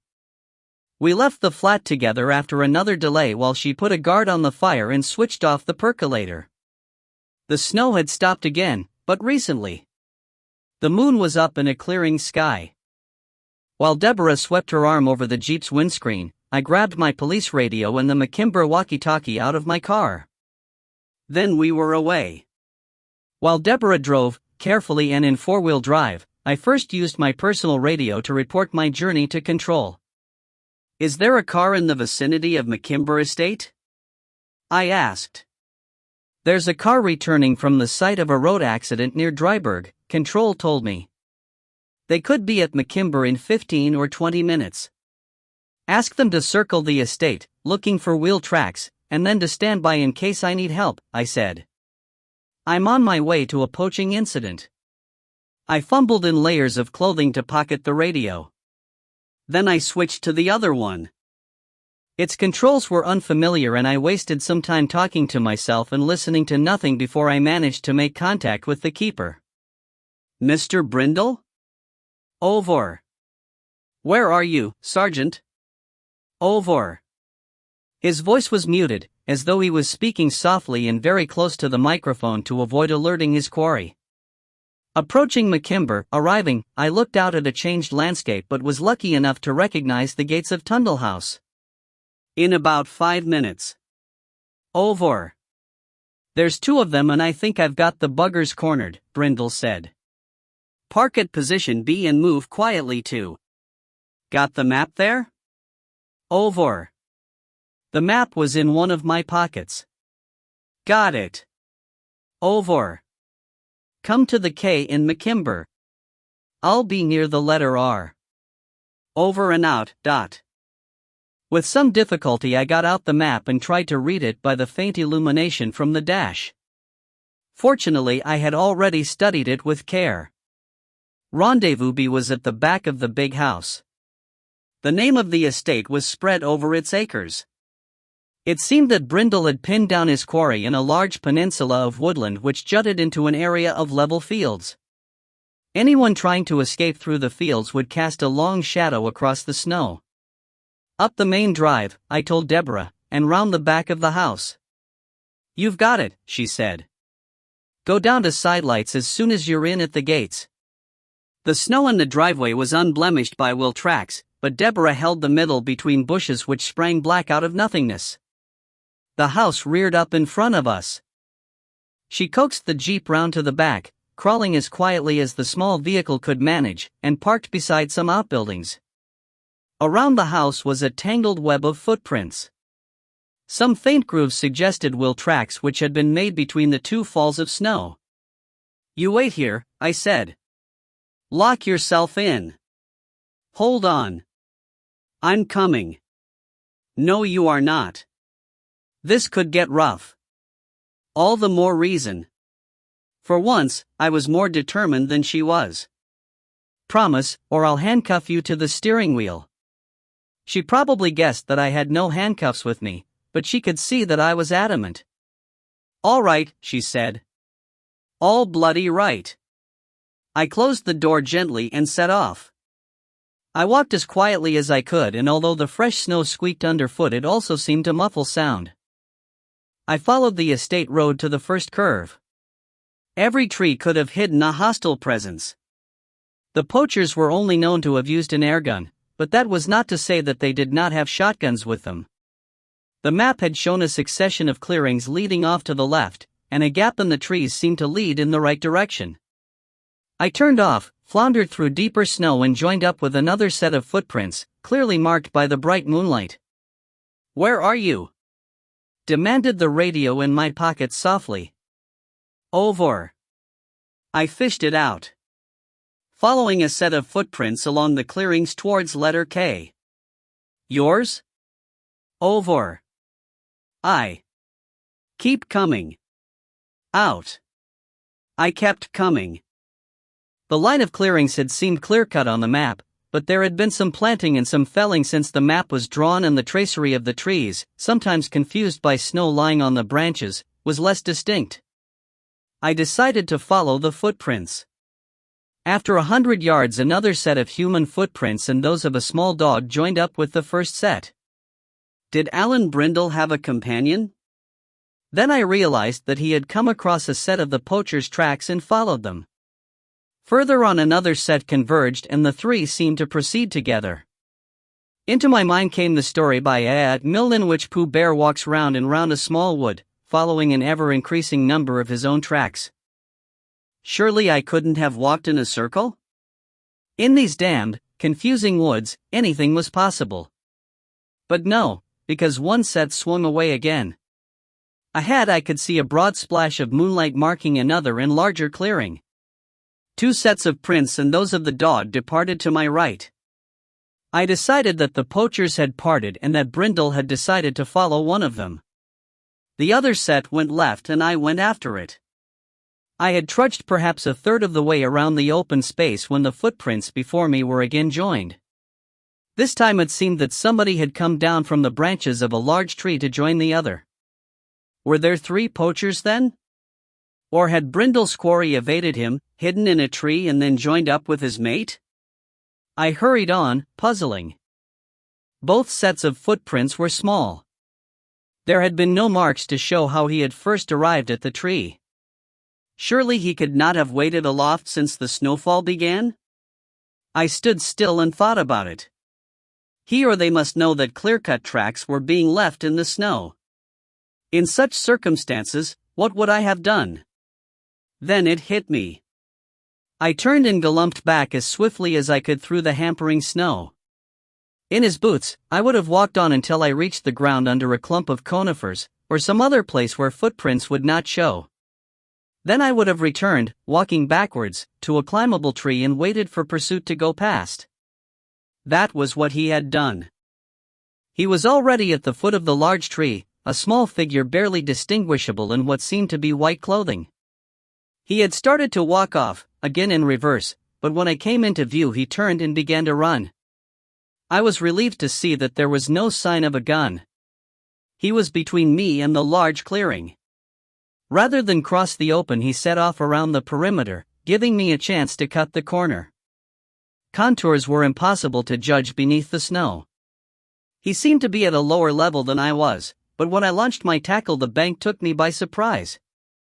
I arrived in his path much sooner and traveling very much faster than I had intended. Indeed, I would have shot past in front of him if I had not flung out a hand, in the hope more of arresting myself than him, and by a fluke caught and held a handful of clothing.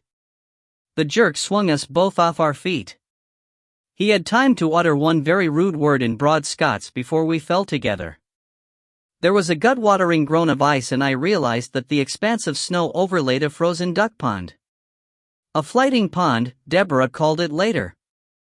We slid, pushing up pillows of snow before us. Powdery snow was forced up my sleeves and down my neck, into my eyes and hair. The tops of my boots scooped up a load of it. Later, I realized that we had been skidding towards the corner where the feeder stream had kept the water open. If we had reached it, we would have been in for a ducking in freezing water if nothing worse. But our mad slither brought us to a place where the tips of reeds or waterweed had been showing on the surface. It was as if I had tried to sledge on a gravel drive without, of course, the sledge. I slowed so suddenly that my captive rolled on top of me. We came to a halt. He rolled off my head and I sat up. He remained face down, catching his breath. He seemed to be wearing a set of loose painter's overalls over his ordinary clothes. I still had hold of one of his sleeves. "Hempai right, I presume," I said. "That," he said, "depends." "Depends on what, Dot?" Instead of answering, he began to struggle, flailing around like a mad thing. I was uncomfortably aware that ice tends to be thin where reeds reach the surface, but I was damned if I was letting go. I thought that he had meant to say that it depended on whether he could break out of my grip. But, if that were the case, why was he yelling his head off? Movement caught my eye, a black figure at the edge of the pond. Was Wright yelling to his companion for armed help? But then I recognized the sturdy figure and the thumbstick of Alan Brindle. "Calm down," I told Wright. "It's over. You're nicked." He rolled over and sat up suddenly, producing an ominous creak from the ice.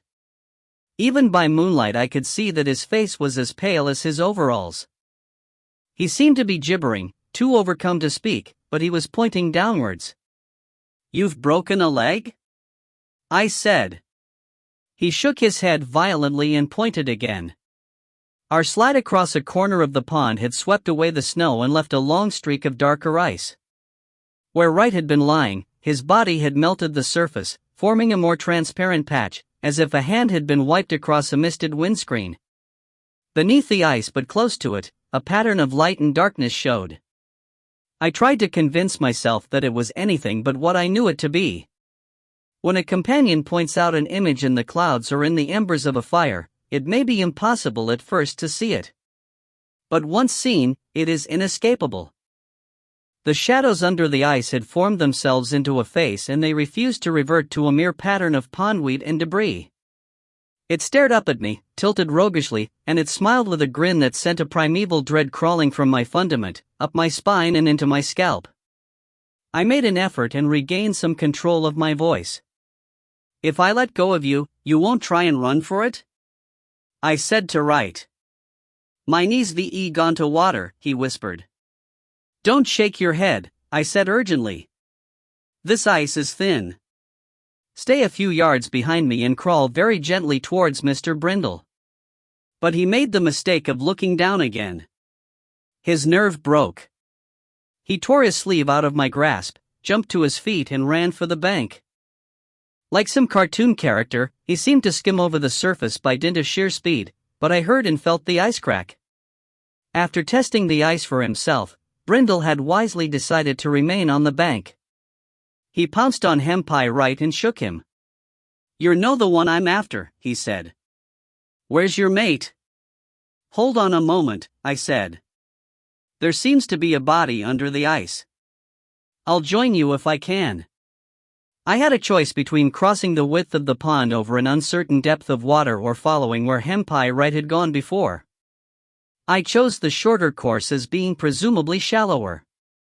I tried to make myself light and to walk very gently, but I was only halfway to the bank before the ice gave way and I went through. The water only came to my knees. From there on, I had to wade, breaking the ice as I went. I nearly repeated Mr. McAllister's trick of walking out of my boots, but by curling up my toes I made it to the bank with my footwear complete. "Is Ian Kerr?" Brindle asked quickly. I lay down and lifted my legs to empty my boots. Half the water seemed to run up inside my trousers. Impossible to say for sure, but I'd bet money on it. "Well, he isn't going anywhere." We were interrupted by the arrival of a large Labrador which I would have mistaken for Sam except that he tried very hard to lick my face. Sam had never paid me more than the scantest attention. He turned out to be Sam after all. As I got to my feet, Deborah came flying out of the trees and threw herself at me. "Are you all right?" she asked, over and over again. "Of course I'm all right," I said testily. "But your face." I realized that my face was stinging. "What's wrong with it?" I asked. "It's all blood." I remembered that my face had taken the brunt of my contact with the roughened ice. "Just scratches," I said. "I thought I told you to stay in the car." "Yes, but I had to come and tell you." "You'll never guess what I saw." "I can guess exactly what you saw," I told her. "You'll never guess. Oh, never mind. There's a body under the ice." "Ian Kerr?" "Impossible to say, but it seems likely." I shrugged off a sense of déjà vu and felt in my pockets. I seemed to have parted company with my police radio along the way, and when I took hold of the McKimber one several bits came away in my fingers. "Call your wife up," I told Brindle. "Ask her to phone the police and tell them that we've found a body. There's a car somewhere in this area. They're to meet you at your cottage and one of you bring them back here. Newton Lauder can report to Edinburgh and then start the routine for a suspicious death. I'll join you shortly, but there's something I must do first." "Can I come with you?" Deborah asked. The fact that she asked instead of insisting was a step in the right direction. "Better not," I said. "I'll be with you in minutes. There's no danger now." Except, I thought, that if the shape under the ice turned out to be a plastic bag I'd be in the running for being voted Prat of the Year by the Lothian and Borders Constabulary. I set off through the snow at a clumsy jog trot, squelching at every step. I deviated slightly from the shortest route in order to pass the scene of my flying tackle. A rectangular hole in the snow, out on the ice, marked the fall of my radio. I did not fancy another trip onto ice, which was almost certainly cracked, but it was that or pay for the radio. I shuffled gently out and retrieved it. It was unbroken, but there seemed to be no point in using it. The routine for dealing with a fatality would already be in train, and the question of tire marks in the roads around the estate had become academic. I flipped up my hood before realizing that it was full of snow and jogged on towards the big house. No lights were showing, but this neither surprised nor deterred me. I hammered on the big front door and rang the bell, and, after a long interval, lights came on and shuffling footsteps approached. The door was opened by the laird himself. Mr. Youngson was in slippers, pajamas, and a dressing gown. His hair was tousled and he yawned, giving a good impression of a man newly awakened from a deep sleep. "What on earth do you want, Sergeant, at this ungodly hour?" "I need to talk to you, urgently," I said. "What about?" "I've just discovered a dead body in your grounds." To avoid repetition of the question that Deborah and Alan Brindle had asked, I added, "It may or may not be Ian Kerr." He blinked at me and then reluctantly stood aside. "You'd better come in," he said. That was all I needed. He had invited me inside. I pushed past him and headed for the back of the house. He followed me, protesting loudly, but I ignored him. If I were wrong, he could have me hauled over the coals, but for once I felt sure of my ground. I found what I was looking for in a small cloakroom. A set of painter's overalls, soaking wet, had been thrown down beside the door to a lavatory. In a basket was a cairn terrier, also wet, and an air rifle stood in a corner beside the corpse of a cock pheasant. The house managed to seem even colder than the outdoors, and my teeth were beginning to chatter, but I managed to speak with reasonable clarity. "I thought as much," I said. "You slipped past us back to the house. It never occurred to us to put your name on the list.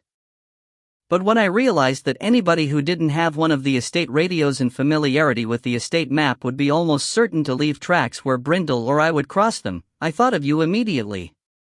And Deborah Calder was sitting in a car at the back of the house. "She saw you go by." "I don't know what you're talking about," he said. The anger in his voice had turned to defiance. "Hempai Wright found the body," I told him. It scared him out of his wits. I should think that he's babbled the whole story to Alan Brindle by now. He stood still for a long moment. Then he gave a sudden shiver. "That would certainly give him the shock of his life," he said. "Did he do that to your face?" "If so, it was in panic. There's no vice in him." "But you realize that a man in that state would say whatever he thought his interrogator wanted to hear?" "And sign it," I said. He lifted and dropped his hands in a helpless gesture. "Come into the kitchen. It's the only warm place in the house, but Mrs. Mack gets upset if I hang around there during the day."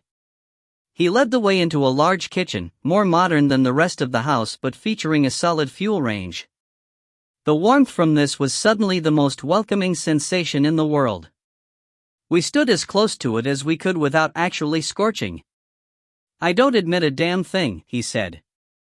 "So what do you think you're going to do about it?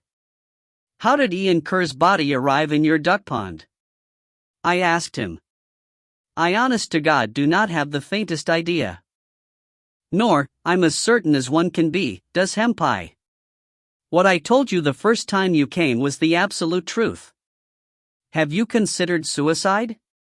"We don't know yet how he died," I said. "When we do, we'll know whether accident and suicide are possibilities. But, on what we know at the moment, it seems most likely that he was murdered. If that proves to be the case, the supposition is bound to arise that he left his shooting position to gather a bird, saw something that incriminated the two poachers and was killed to shut his mouth. But it didn't happen," he said, as if that would settle the matter. "Perhaps not. But do you think the police and a subsequent court would be more likely to believe you if the poaching matter had been cleared up, or if you were protesting your innocence of both crimes while the evidence that you were poaching is damning?"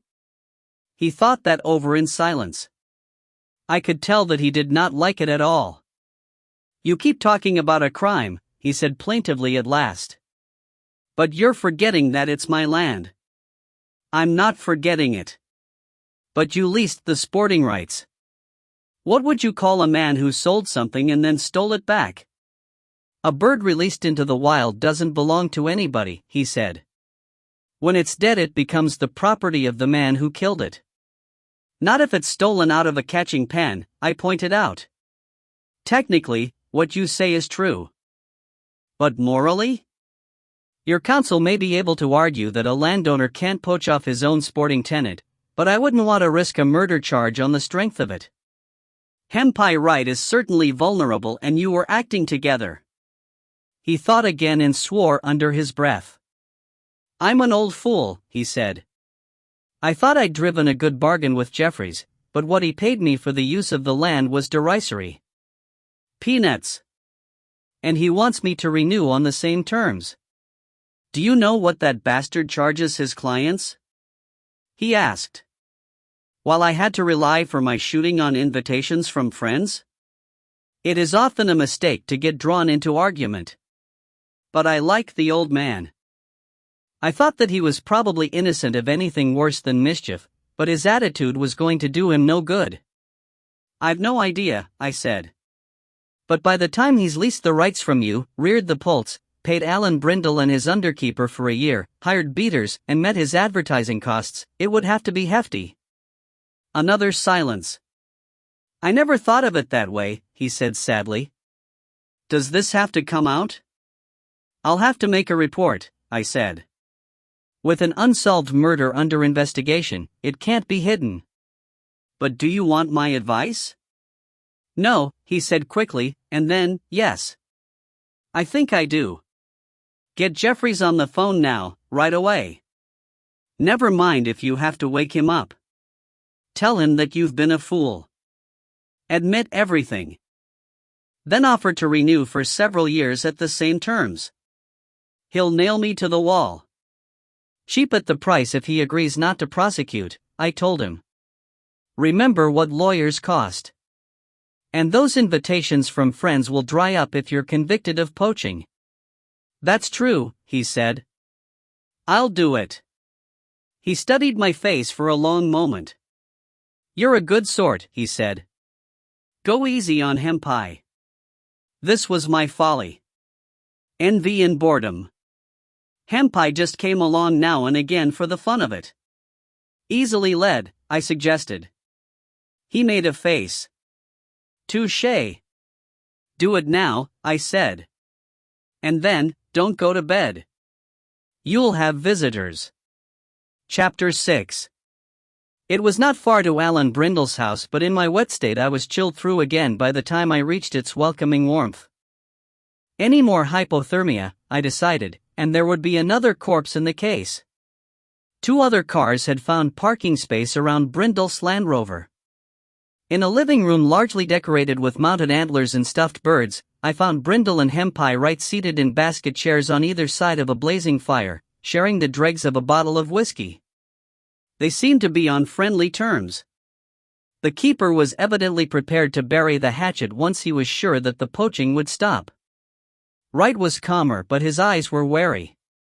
Well, Brindle said. Was it who we thought?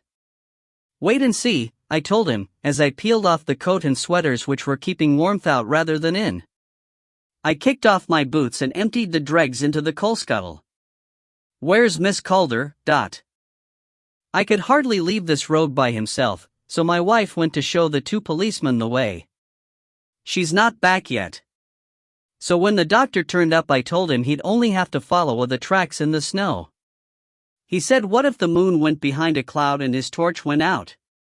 So your lassie went to hold his hand in a manner of speaking. The last words came back to me through at least one doorway. Brindle returned and tossed me a pair of thick socks and a towel. Of the local doctors who acted as police surgeons, only one was nervous and excessively cautious. Dr. Leswade? I asked.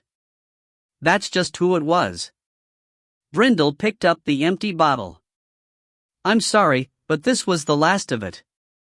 It was just the tail end of one of the bottles Mr. Jeffries supplies to keep the beaters warm. But there's tea in the pot or beer in the fridge. I finished toweling my hair and poured a mug of hot tea. The last thing I wanted was a bellyful of chilled beer. I sat down beside Wright.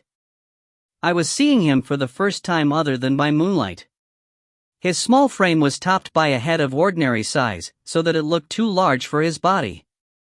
His hair was silver, as was the stubble on a face that had started out amiable and ordinary but had been given character by the effects of time and weather. Now, I said. Tell me what you know about the body. He jumped so that the basket chair squeaked. Nothing, he said. He gave a nervous look at the notebook on my knee. God, but it gave me a fright. That was the first I knew of it, other than that Mr. Kerr was missing. But maybe it's not himself. And maybe it is, I said. Tell me about Saturday afternoon, up until the time you left McKimber. I never left McKimber, he said.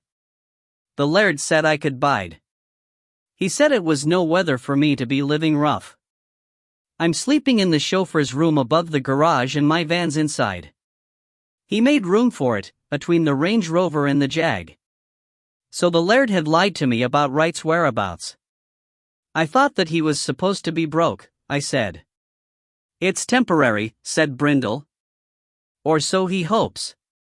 He raised every penny he could to stake his son in business, but he kept the cars. That made sense. I looked at Wright. Tell me about the pigeon shoot. But nothing happened, he said. The laird said I was to be allowed on the shoot and given a good place. I was fine pleased. The game dealer was paying as much for a pigeon as for a pheasant. Crazy, the way prices are just now. That's for sure, said the keeper. Mr. Brindle put me at the edge of the woods, looking over the boundary between Miss Colley and Nutley's. Time? Noon, about. I kept back from the edge at first, to be hidden, but I never had the knack of shooting through branches. So I found myself a hidey hole between TWA holly trees in the hedge, where I could see the birds coming and get a clear shot, but they couldn't see me. And you could see the countryside below? I'd a grandstand view when something drew my eye. Whenever the cushies stopped moving, I'd go out and pick up my birds. I did no look down often. But when you did look down, what did you see?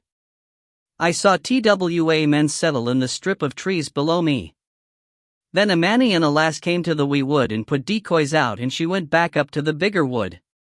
He bided there, shooting, until another man, who I thought looked like Mr. Kerr but I couldn't quite make him out, came from the direction of Nutley's and sent him off. In atween, the farmer on Nutley's came down in a vehicle and went back. He came twice more. Twice? I asked sharply. Aye. Just afore the sun went down and again later when it was dark. I could only see the headlights that time and the flashing of torches, but it sounded like the same vehicle. But I had forgotten about our search for Ian Kerr after the shoot, as far as we were concerned, was over. Go on, I said. Nothing to go on about. There was another lad stayed shooting late, but he left when it was real dark. I waited, and when the moon came out the cushies were still unsettled and on the move. But Mr. Brindle came after me, in a right rage, and told me the shoot was past and I was to bugger off. I never Brindle began. He didn't say it quite like that, but that's what he meant. Well, it was fair enough. I made him wait while I picked up the last of my birds. I got 63 all told, for 71 cartridges. So I came back to the big house and the laird jied me a dram. Who and what else did you see or hear? I asked him. You want to know about foxes and owls? Not particularly, I said. Stick to humans. Then not a damn soul. Even while it was dark it was still and so quiet you could have heard a flea fart. There was nobody else, after the other cheel went. The other cheel would have been Andrew Nairn. If that's Ian Kerr's body in the pond, I said, he got from the small wood on Nutley's up to the pond on McKimber. No, while I was there, Wright said firmly. Or, if he did, he wenteth the way round by the roads. I thought it over. Wright seemed to believe what he was saying. If there was a lie among his words it was a small boast. I decided that nobody, not even Deborah, could kill 63 woodpigeon with only 8 misses. Alan Brindle was thinking the same.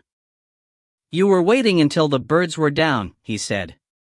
Course I was, Wright agreed.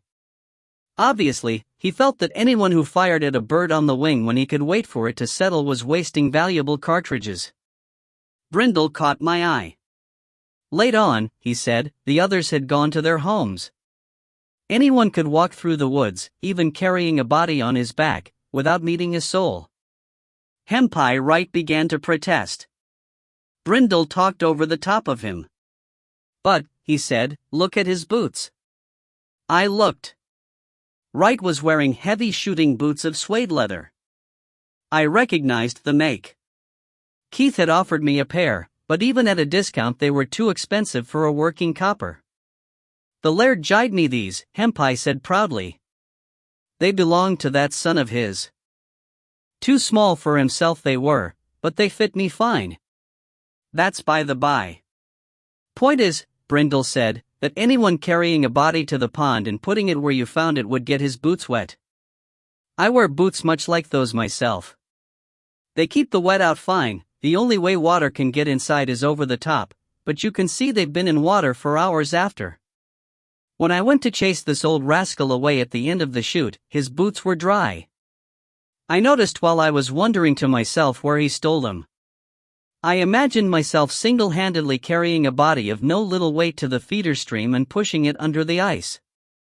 I had to admit that it would have been impossible without getting my feet wet. But had Hempai Wright necessarily been single-handed? I tried to formulate a trick question that would determine whether the laird had been in the woods again that night.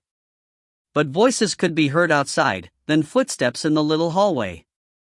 The living room door opened and Deborah and Mrs. Brindle ushered Dr. Leswade into the room. Their manner was deferential. In country districts, the doctor ranks with the minister. There was an interval of confusion while they removed coats and, in the doctor's case, galoshes. The 3 basket chairs were already in use.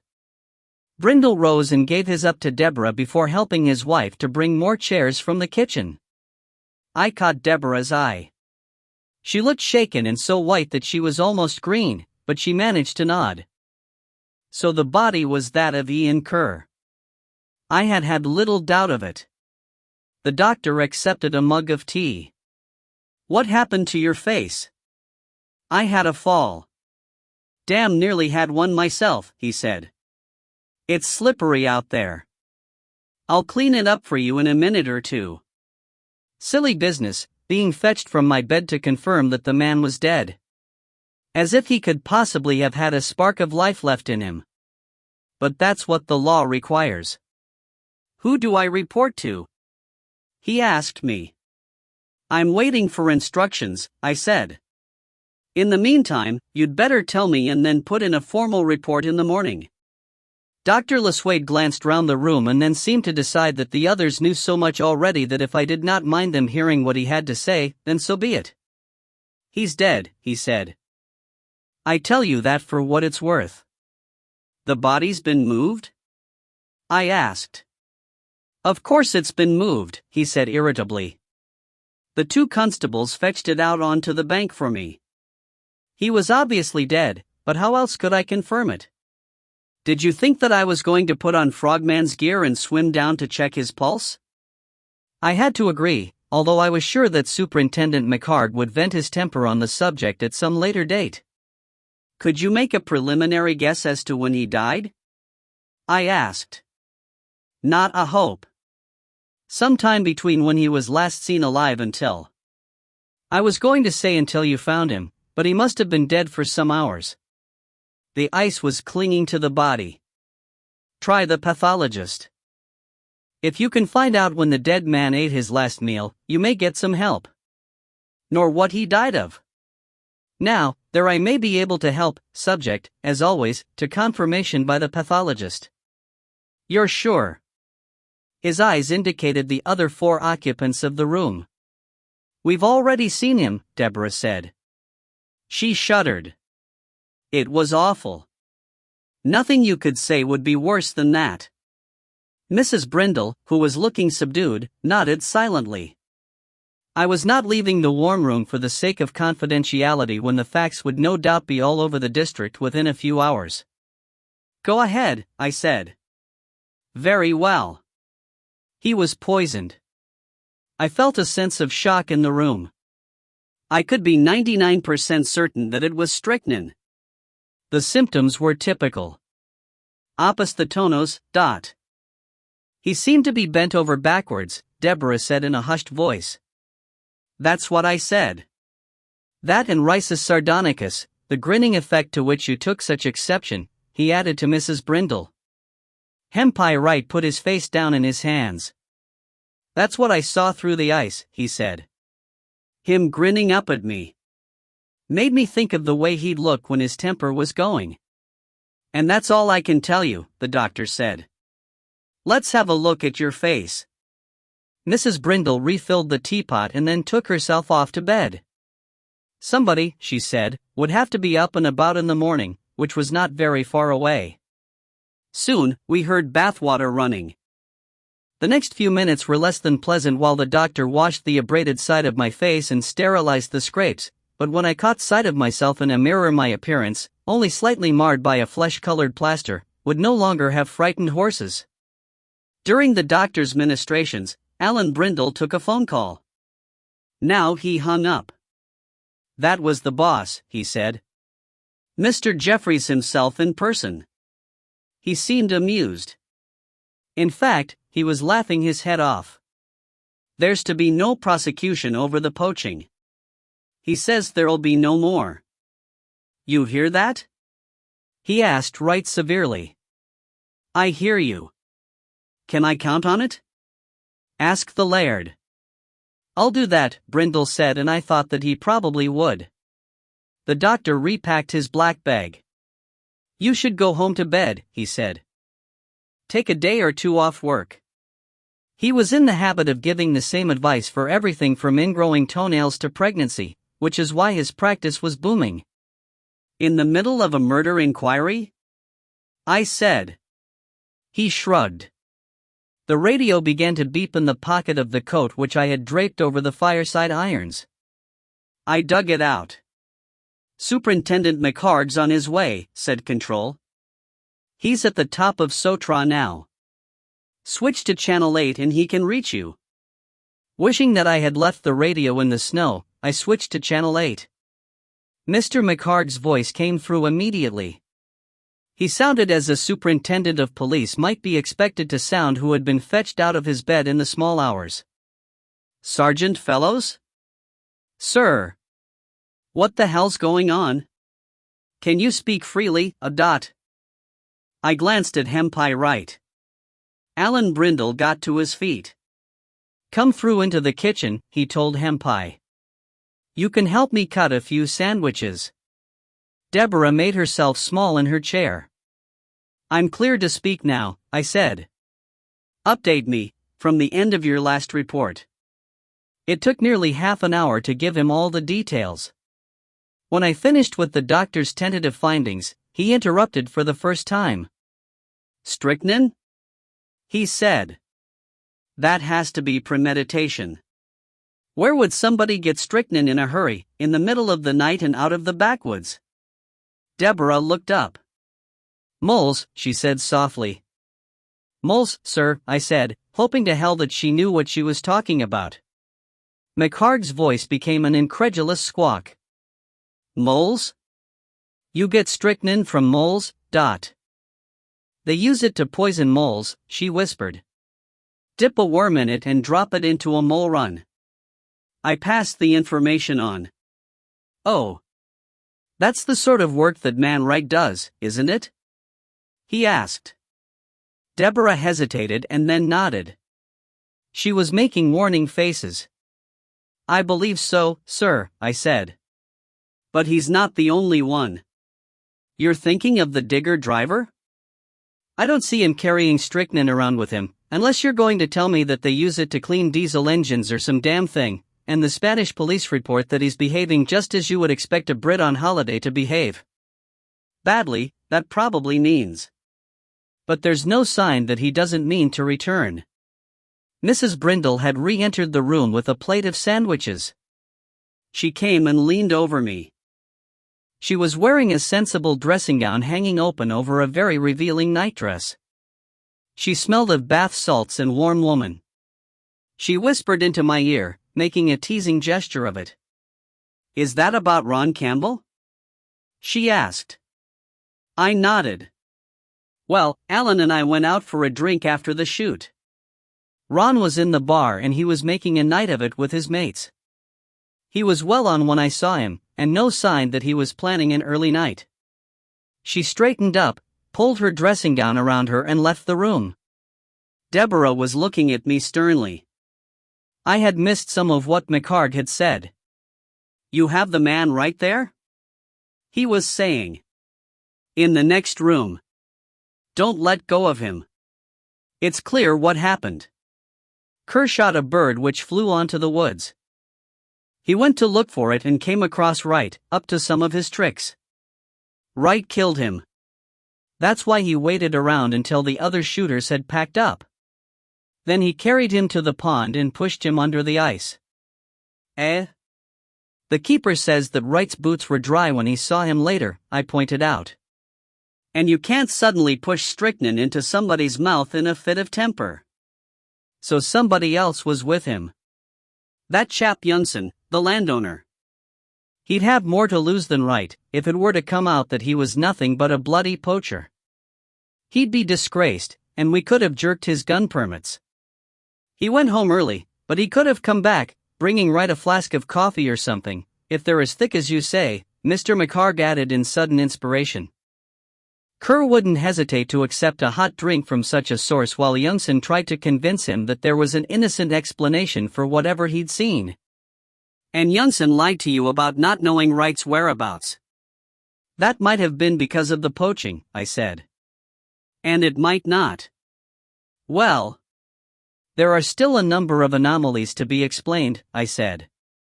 So explain them. But, I said. I stopped.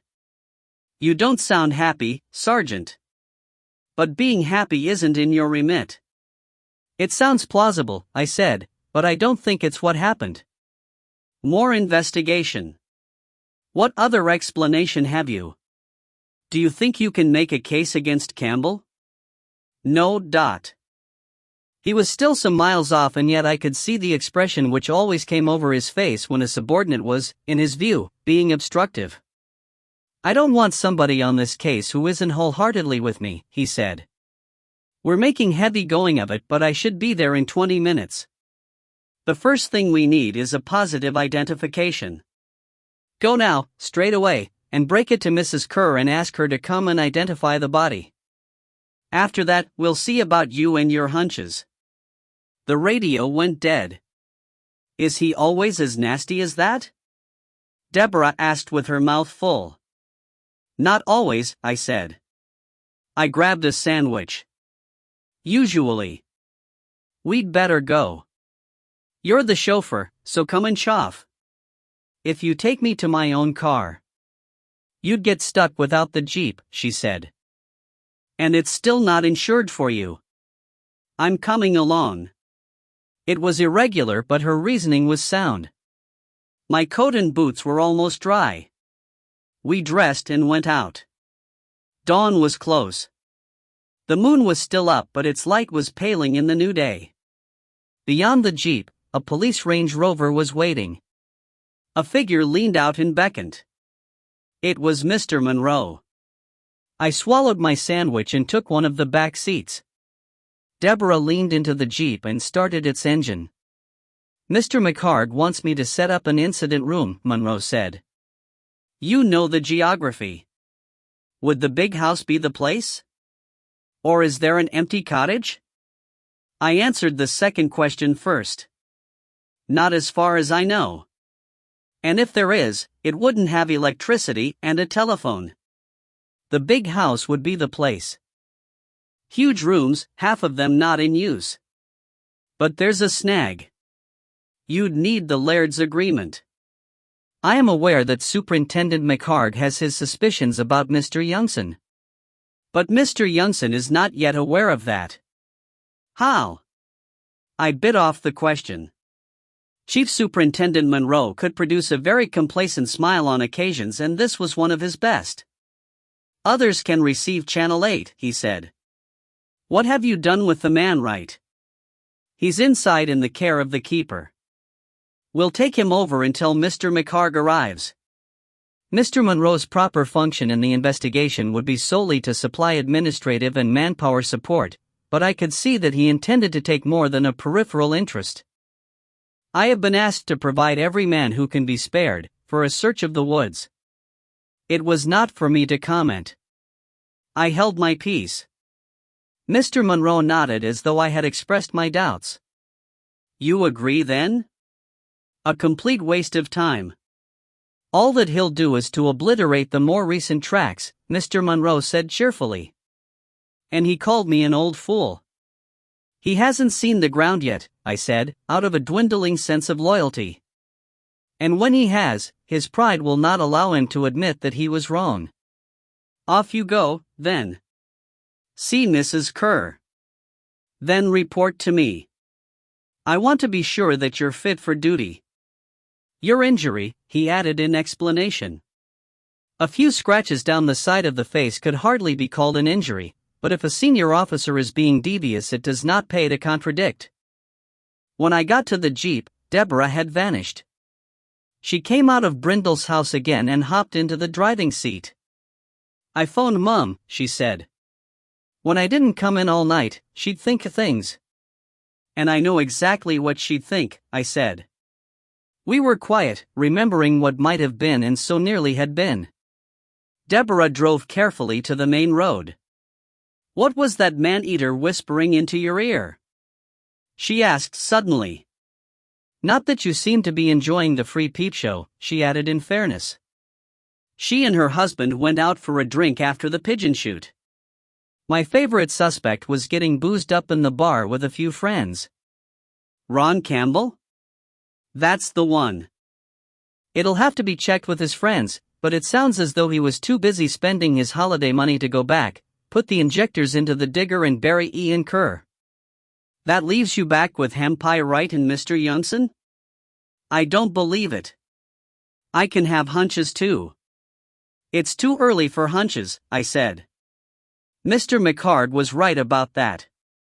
It was no more than 2 or 3 miles by road. Daylight was struggling to return. The fields were fresh and clean, but already the road was furrowed by early travelers. We slowed to inch past a milk lorry. At Miss Colley Farm, lights were bright in the gloom of the day. Mrs. Kerr seemed to fill the doorway as we got out of the Jeep. "You'd best come in," she shouted. We followed her into what had once been a traditional farmhouse kitchen but had now been modernized, equipped with the latest gadgetry and brightly decorated. At the plastic-topped table, a teenager was doing a jigsaw puzzle. He did not look up. Mrs. Kerr did not invite us to sit down. She faced me squarely, a stern, unbowed figure. "Well," she said. She opened her mouth again, ready to resume her demands for instant and miraculous results, but something in my face made her close it again. "I'm sorry," I began. "Dear God," Mrs. Kerr said. She looked much older than her age. "I can guess. But you'd better tell me. A body has been found at McKimber. You'll have to go and make a formal identification." She looked a question at Deborah, who said, "I've seen." "I'm afraid there's no doubt." Mrs. Kerr nodded, without asking how or when, and began to remove her apron. I found that I had an admiration for her. The woman who had railed at me in my office was in command of herself, now that doubt was removed and her fears confirmed. "I'll go right away," she said. "Can you bide and look after the laddie until I get back?" "Of course," Deborah said. "But would you like me to come with you? It's not pretty. Or would you like one of us to drive you?" I asked. "The roads are tricky." "I could manage," she said. "But it's not worth starting a car. It's no distance over the fields. I'll take Ian's Land Rover as far as the march and then walk. And I'm not one to take the vapors. I've seen some sights in my time." She turned away to do something at the range. I thought that she surreptitiously wiped her eyes. "If the laddie wants something to eat, let him have it. And help yourselves. I dare say you'll have been without breakfast?" The rasp of a diesel engine and a rattle of loose metalwork sounded from the yard. I looked out.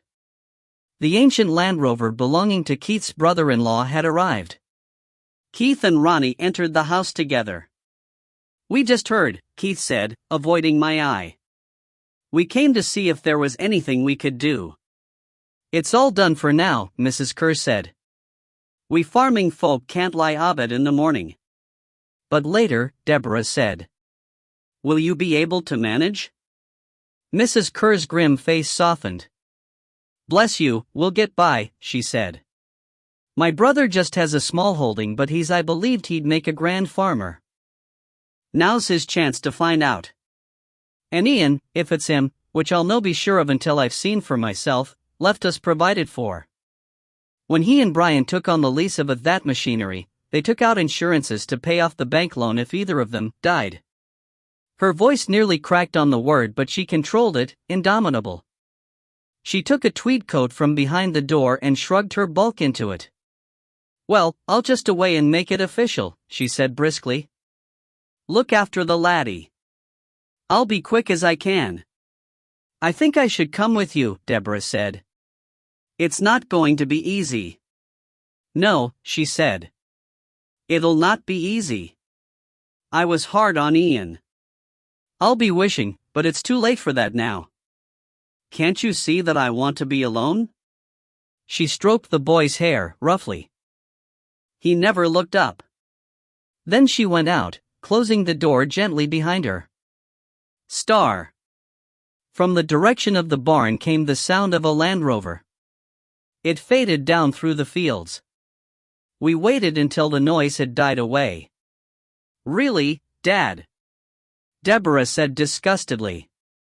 "Pretending that you came over to help when it was nothing but sheer nosiness." "It was a bit of both," Keith admitted cheerfully. "We wanted to be sure that the widow woman could manage on her own, though it seems that one could manage very well even if her brother didn't come. But I also want to know what happened. I've had some thoughts." "I bet you have." "What thoughts?" I asked. "Just thoughts," Keith said. "I won't know whether they could be the right ones unless you tell us what's been happening, but—" "Nosiness," Deborah said. "Mrs. Kerr told us to help ourselves." "Did you have breakfast?" "Hours ago," Ronnie said. "I could go another." "And I suppose I'm elected cook?" Deborah said. "Best one for the job," her father said. "All right. How about you, young man? Hungry?" The boy nodded without looking up from his jigsaw. He was not making good progress. Farmhouse kitchens are never short of food. While Deborah fried eggs and bacon and some leftover sausages and Ronnie hacked away at a loaf, I recounted the events of the night. The meal was ready before I had finished. "You've missed out one important detail," Keith said when I had finished. "How was he dressed?" "I never saw him," I said, "except as a vague shape through the ice." Deborah was transferring food onto plates. "I saw him," she said. "He'd lost his hat, if he'd had one. He was wearing a green Gore-Tex coat, corduroys, and Maine-Dell boots. The coat was done up to his neck, but it was open below and I saw a cartridge belt. So he was still dressed for shooting," Keith said. He filled his mouth and raised his eyebrows at me. "That sounds like what he was wearing the last time I saw him," I said. Keith nodded, chewed hastily and swallowed. He wouldn't have dressed like that to go off on a binge. On what he thought of as a social occasion, he was always smartly dressed. So it confirms that whatever happened to him happened on Saturday afternoon or evening. "But what?" I said. "Everything I can think of has some serious flaw, but—" "Shall we run over the possibilities?" Keith's words were disjointed as he alternated between eating and speech. Up to the time that it got dark and everybody swanned off, he certainly didn't head directly for here or he'd have passed us. If he walked off to the south or towards Nutlayas, you'd probably have seen him. "Definitely," I said. I was facing southwest and watching the McKimber treetops, because that's where the birds were mostly coming from.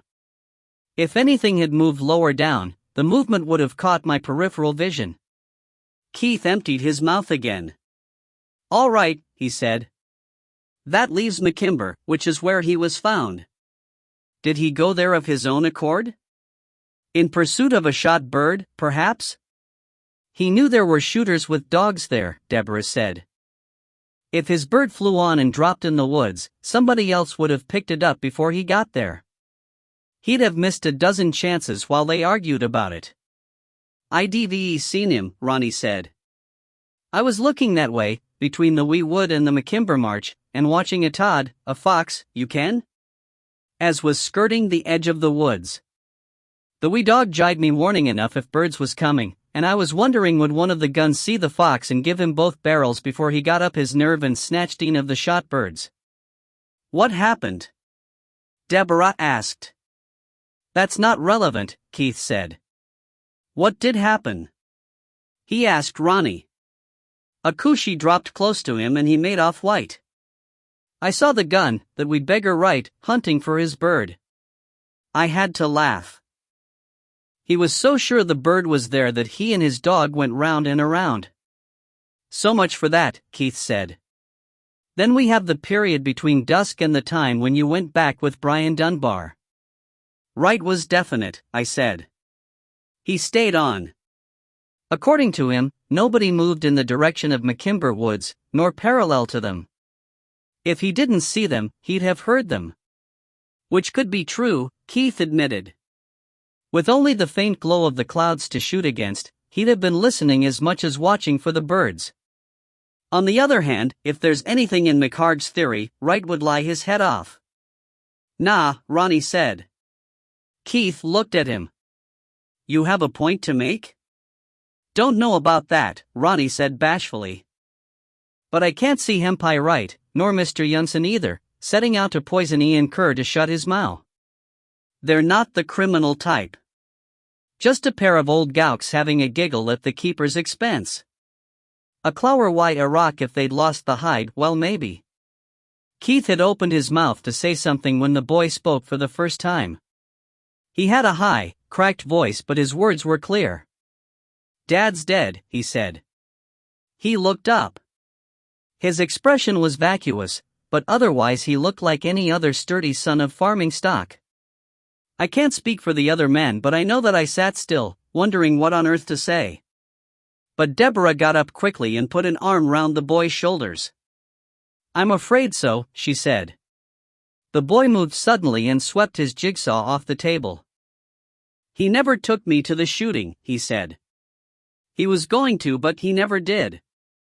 I'll come back someday and let you have a shot or two, Keith said gently. I tried to catch his eye. There had to be something in the act which forbade the holder of a shotgun from lending it to somebody with a mental handicap, but for the moment I could not think of it. The boy smiled and then shook his head. What you were saying, he said. There was a long pause while he thought about it. Dad never went to McKimber. After what Mr. There was another long pause. After what Mr. said to him, he said he'd never set foot on that land again. Mr. Brindle? I suggested. He called Dad a word, but I can't tell you what it was because when I said it Mum said I was never to say it anymore. After Mr. said it to Dad, Dad said he'd never go on McKimber again. He looked round anxiously to see whether he had made himself understood. Deborah was down on her knees, collecting the pieces of the puzzle. But that's what people say when they're angry, she said. They don't mean it. The boy sat silent again until I thought that his mind had wandered off again into some limbo of its own, but he was puzzling out the meaning of her words. Not Dad, he said suddenly. He meant it. There was a lamb once, he added as if that proved it. Lamb? I said. I got through the fence. Dad wouldn't go after it. Sent me instead. Came all the way back to the house to fetch me. Dad never said anything he didn't mean. But he's dead now. Deborah put the box with the pieces of puzzle back on the table and he went to work on it as though he had never seen it before. After the long night without sleep, my mind was clogged with tiredness. But Mr. Kerr was gone, I said dully, before we went back down with Mr. Dunbar. You're absolutely sure? Keith asked. We had Sam with us, Deborah said.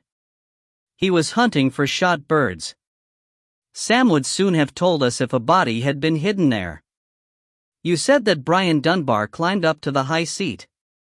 Nobody else? No, she said.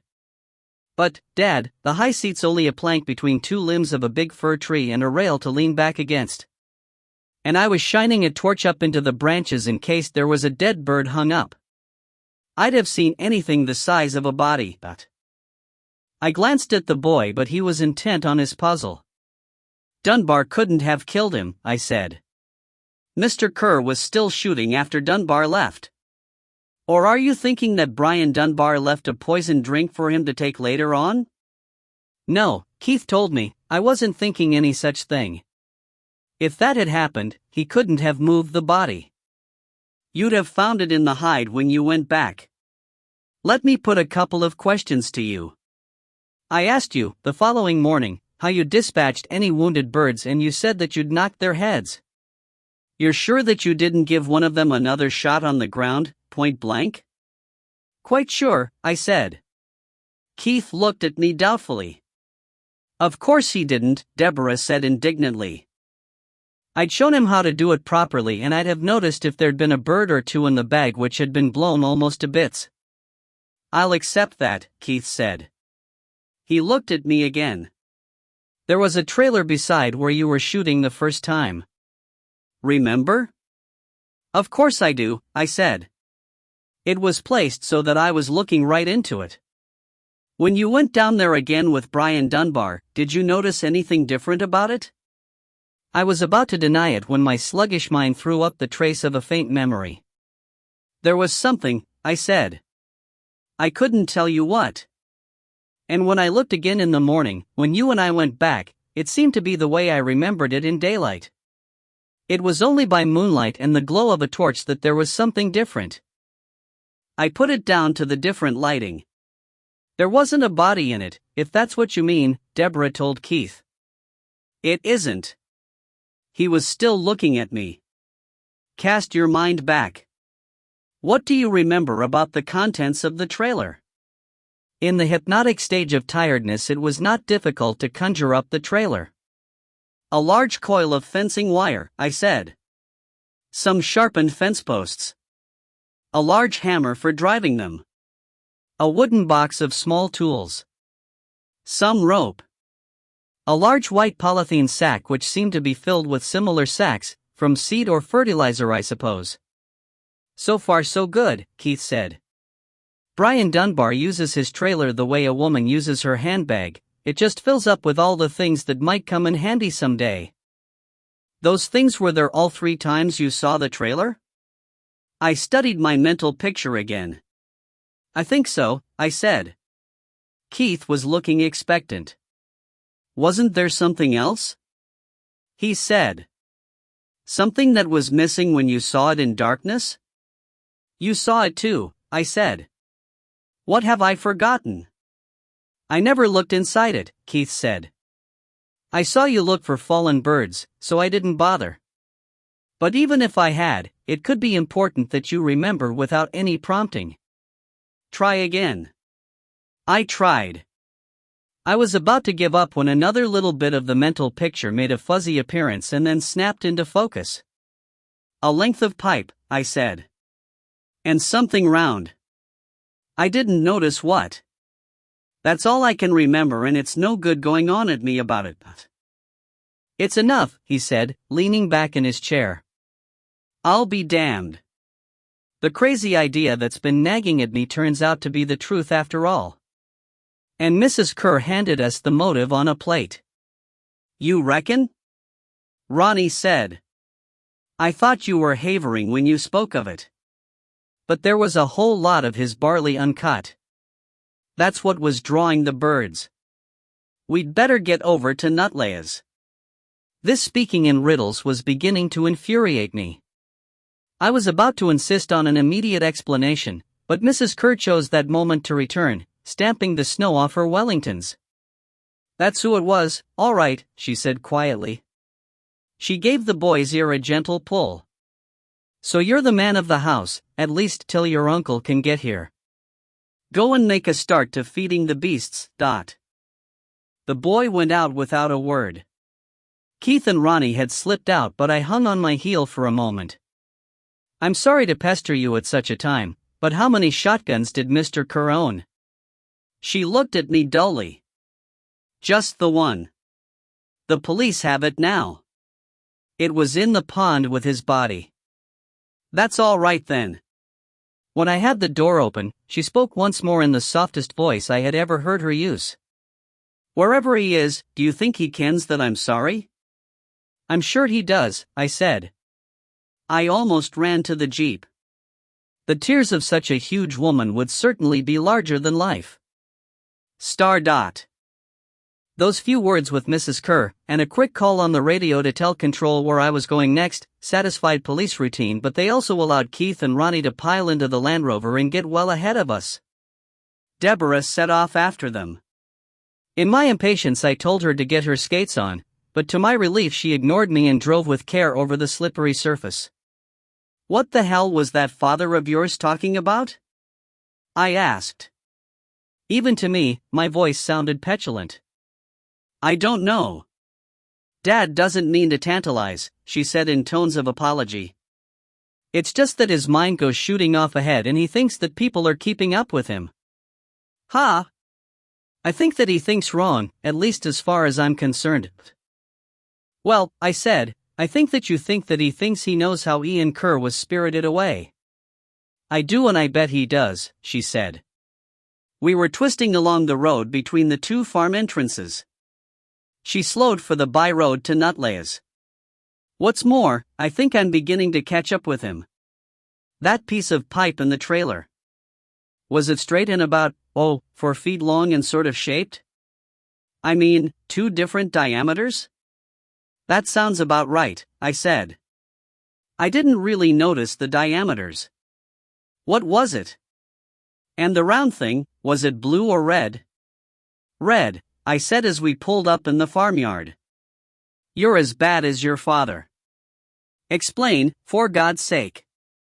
"I can't go into this, stone cold." The Land Rover was parked beside the back door of the farmhouse. Ronnie was speaking to Mrs. Dunbar at the door and Keith was beckoning to us urgently. They vanished inside, leaving the door ajar. "I think we'd better go in," Deborah said. "But it's up to you. If we stop out here and have a debate about it, he won't wait for us, and he's quite capable of rushing ahead, conducting an interrogation, making accusations, and even arresting somebody. Anyway, I could be wrong. It just doesn't seem to make sense. It's Dad's story. Let him bring it out." I made a last attempt to get the whole thing back on its proper course. If he knows all the answers, he must tell the police. Tell me, in fact. He mustn't go charging in. Dad usually knows that he's doing. The word usually was less than reassuring, but Deborah was already at the door. I bit back my protests and followed. The back door led directly into the kitchen. To my eyes, coming direct from the kitchen at Miss Colley, it looked shabby. It lacked the latest gadgets, but its more old-fashioned utensils were arranged purposefully and to hand, I noticed, as though the room were a machine for the creation of meals rather than an entity existing for its own sake. Brian Dunbar, in his usual overalls, was washing greasy hands at the sink. Mrs. Dunbar, in a clean floral pinny, was fussing at the stove. "This is nice," she said. "It's fine when folk just drop in. We're the same party as we were the night of the pigeon shoot. You'll take tea? Or something stronger?" Her welcome was meant to be warm, but it was more reserved than it had been a few days earlier. "We've just had breakfast," I said. "In fact, Keith and Ronnie have had too. The tea's already in the pot." "Tea would be fine," Keith said. Ronnie looked as though he would have preferred something stronger. Brian dried his hands and went for more chairs. "When we were seated," he said, "what brings you over this way again so soon?" It seemed to me that the Dunbars both froze, waiting for the answer. "We went to call on your neighbor," Keith said. "Mrs. Kerr. Her husband's body was found in one of the ponds at McKimber. He seems to have died of poison." "He's been identified?" Brian asked. "Yes. By his wife." The poor woman, Mrs. Dunbar, breathed. She sat down beside her husband and leaned against him. They had seemed to be a very close couple. Now I noticed that they seemed to be drawing comfort from tiny physical contacts. There was silence in the room, so that I could hear a faint hum from the refrigerator. Ronnie was the first to speak. He looked out of the window. "It's not been a good year for you," he said. He seemed to be fishing for comment rather than for a change of subject. Brian Dunbar shook his head. Times are harder. It's not like it was a few years ago, with the grants and subsidies. Prices are well down. It's just terrible, Ronnie said. One bad year can break you. And you didn't get the most of your barley in before the big storm in September. That low ground of yours is badly drained. That's true, Brian said. I'm hoping that the water main track will improve the drainage. You'll have it easier next year, Keith said comfortingly. The insurance money will help. Mrs. Dunbar looked at him sharply. Insurance? She said. Yes. Tell me if I'm wrong. As I understand it, Keith said, you and Ian Kerr equipped yourselves with a combined harvester, a dryer, and the latest in machinery by raising a joint bank loan. With interest rates shooting up, you must have had a sore truckle keeping up with the payments. But you were each insured for enough to pay off the debt if one of you died. The premiums would be another heavy outgoing which'll stop now. That's quite true, Brian said unhappily. But this is not the time to talk about such things. The man's not long dead, Mrs. Dunbar said. I had slipped down in my chair so that I could scribble surreptitiously on my knee. I thanked God that I had once taken the trouble to learn shorthand. The Dunbars were sitting close together on the other side of the table. From my low viewpoint, I could see that they had linked hands under the table and were gripping tightly. In a high voice, Mrs. Dunbar broke another silence. He must have taken his own life. God knows he had his troubles. But it's a mystery why he would do it at McKimber. I suppose he stayed late at the shooting and then walked over there. There are witnesses who say not, Keith said. Well, it's a sad business, Brian said. And I suppose we'll have a new neighbor soon. Likely her brother will come and run the place, Mrs. Dunbar said. Keith ignored the attempt at a new subject. If that had been the way of it, he said, it wouldn't explain why your Thunderbird was missing from the trailer when we went down in the dark and was back there again in the morning. In the silence which followed, Keith looked round our faces. Brian's face was scarlet but his wife's lips were white. When Keith's glance reached me, he realized that I had been left far behind. You must have seen and heard the bangers that farmers leave out to protect their crops? He said. There are more sophisticated, electronic bird scarers these days, but one of the simplest and cheapest is the Thunderbird. It's little more than a long tube with a timer at one end which sparks a flint, at intervals that you can set between a minute or so up to perhaps a quarter of an hour. You couple it up to a gas cylinder. There's a small reservoir which mixes gas and air together. When the mixture fires, it sounds pretty much like a gunshot. It's my guess that Ian Kerr left the weewood in the back of Brian's Land Rover. But that couldn't be, Brian said hoarsely. He looked at me. You know that he was still shooting after I left him. You could see for yourself. That's true, Deborah said.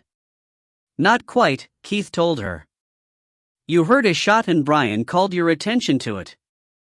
What you saw was a few feathers hanging in the air. It would look just as it looks when a pigeon has been killed overhead. But you'd get the same effect if somebody had hauled the Thunderbird up to the high seat, stuffed a handful of feathers into the mouth of it and set the timer for a long delay. That would be when he noticed your lofted decoys, of course, and realized that he'd have to bring them back to you. Otherwise, you'd have gone back for them and found Ian Kerr and the Thunderbird. Deborah looked as though she were being torn between doubt and enlightenment. But, Dad, she said unhappily, that's not possible. As the light faded, everybody would see the flash high in the treetops. Not if he knew that the gas cylinder was almost empty, Keith said, or, more likely, if he opened the valve and let nearly all of the gas escape. As the gas runs out, those things start misfiring some of the times the timer sparks, because the mixture's too weak, until they soon stop firing altogether. Deborah was still unconvinced. But. I suppose the plank may have been wide enough that I wouldn't see the scarer when I shone the torch up there. Not if it was lying flat along the plank. But, Dad, a red gas cylinder? I couldn't have missed that. My mind was getting its second wind and I suddenly saw an answer that Deborah had missed. The first time Mr. Dunbar came down, he brought the food in a green carrier bag, I said. When he came again, he was carrying the thermos flask in his hand and the sausage rolls in the paper bag.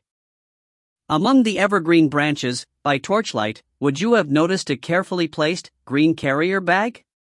Deborah thought about it, her smooth brow furrowed. No, she said at last. I don't believe I would. You came back during the night, of course, Keith said to Brian Dunbar. You returned the scarer and the cylinder to the trailer. And you also took Ian Kerr's body round by road and pushed it under the ice. He had to be found, for the sake of the insurance, but not on your land or his own. Somewhere else, and later, when the motivation and the sequence of events would be less obvious. A delay would, literally, muddy the evidence. The Dunbars had been sitting quietly, looking from Deborah to her father and back again as if they were spectators at a tennis match, awaiting an outcome in which they were interested but not concerned. Now Brian Dunbar stirred in his chair. It's a good story, he said shakily. It has a ring to it. But where's your evidence? Under the snow, Keith said. Feathers. I began to see a little more daylight. Is this why you kept asking me how I'd killed any wounded birds?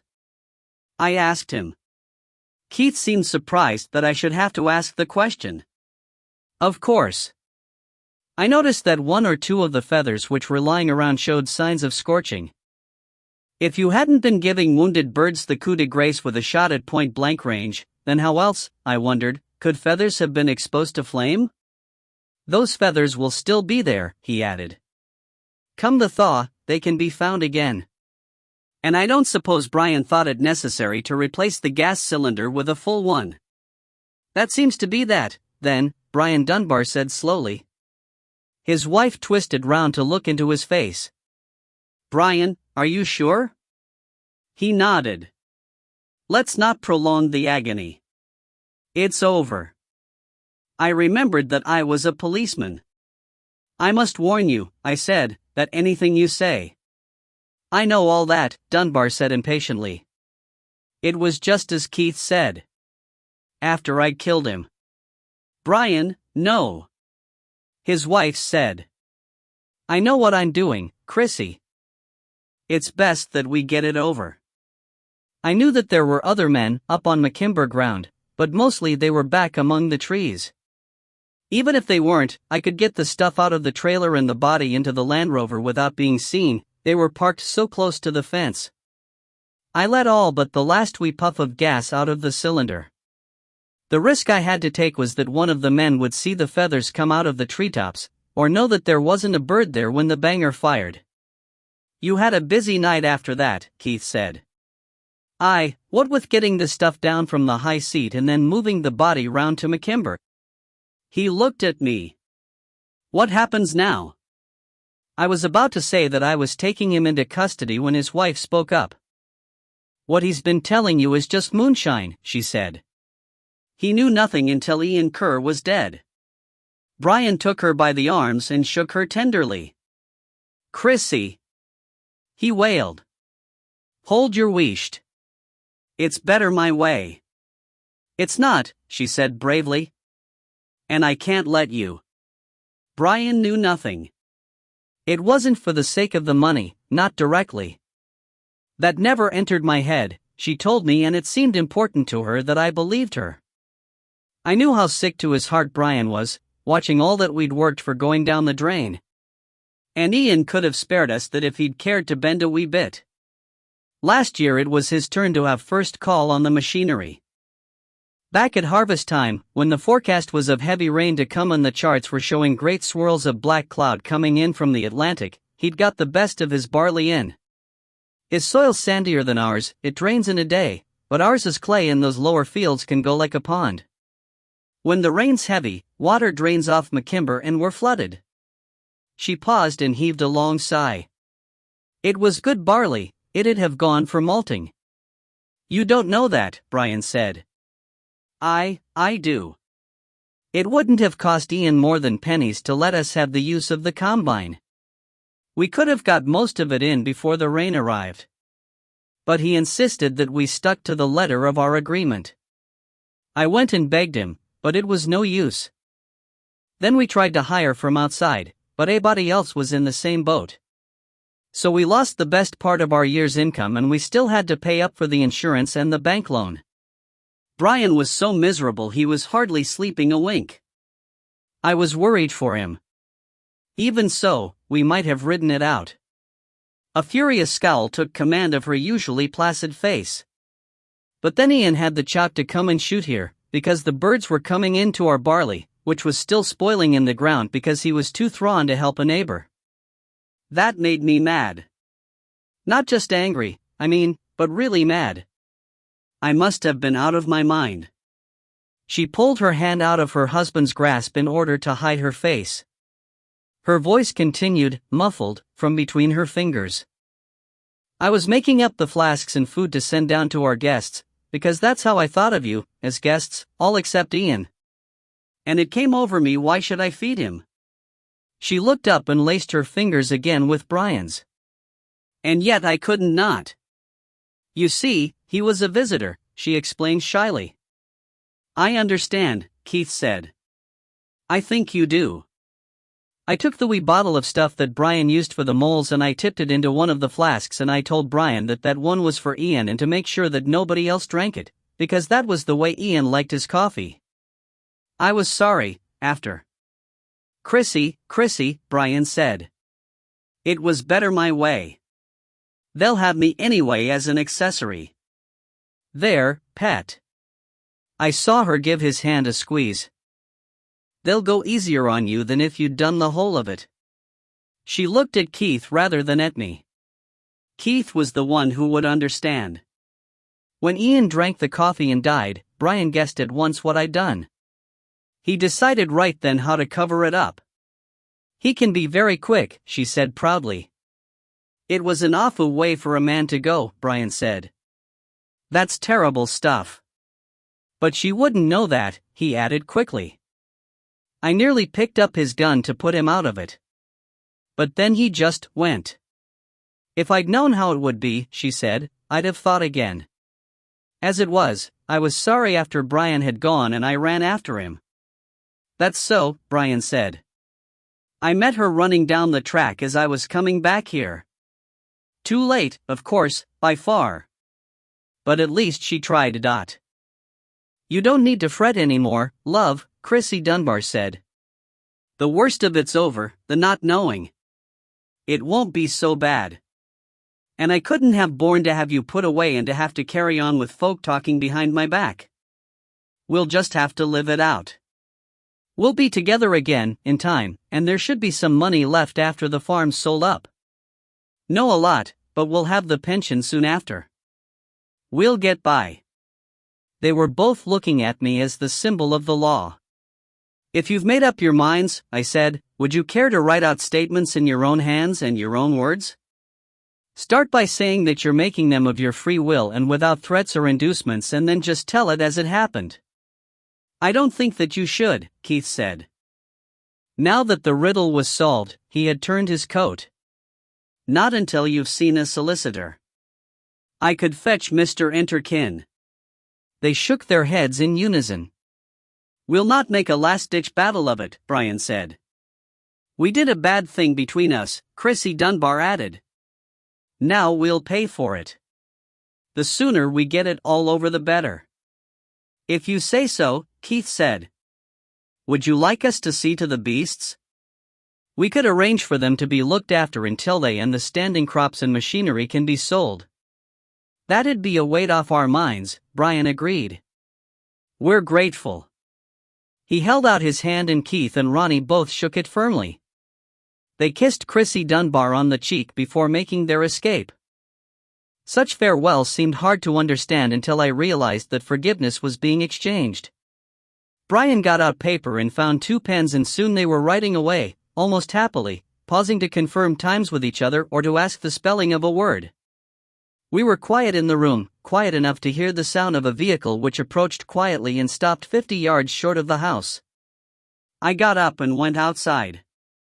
Chief Superintendent Monroe was approaching the house on foot, walking softly. "I was told that you were here," he said. "There had to be a reason." "There is," I said. "Mrs. Dunbar killed Ian Kerr and Mr. Dunbar transported the body. They're writing out their confessions now." Mr. Monroe managed not to smile, but I could see the enjoyment flooding through him. "Very interesting," he said. He lowered his voice. "Superintendent McHarg is busy at this very moment, harassing Hempai Wright and Mr. Youngson. We'll give him a little more rope. Once I hear over the radio that he's brought them in, then we'll move.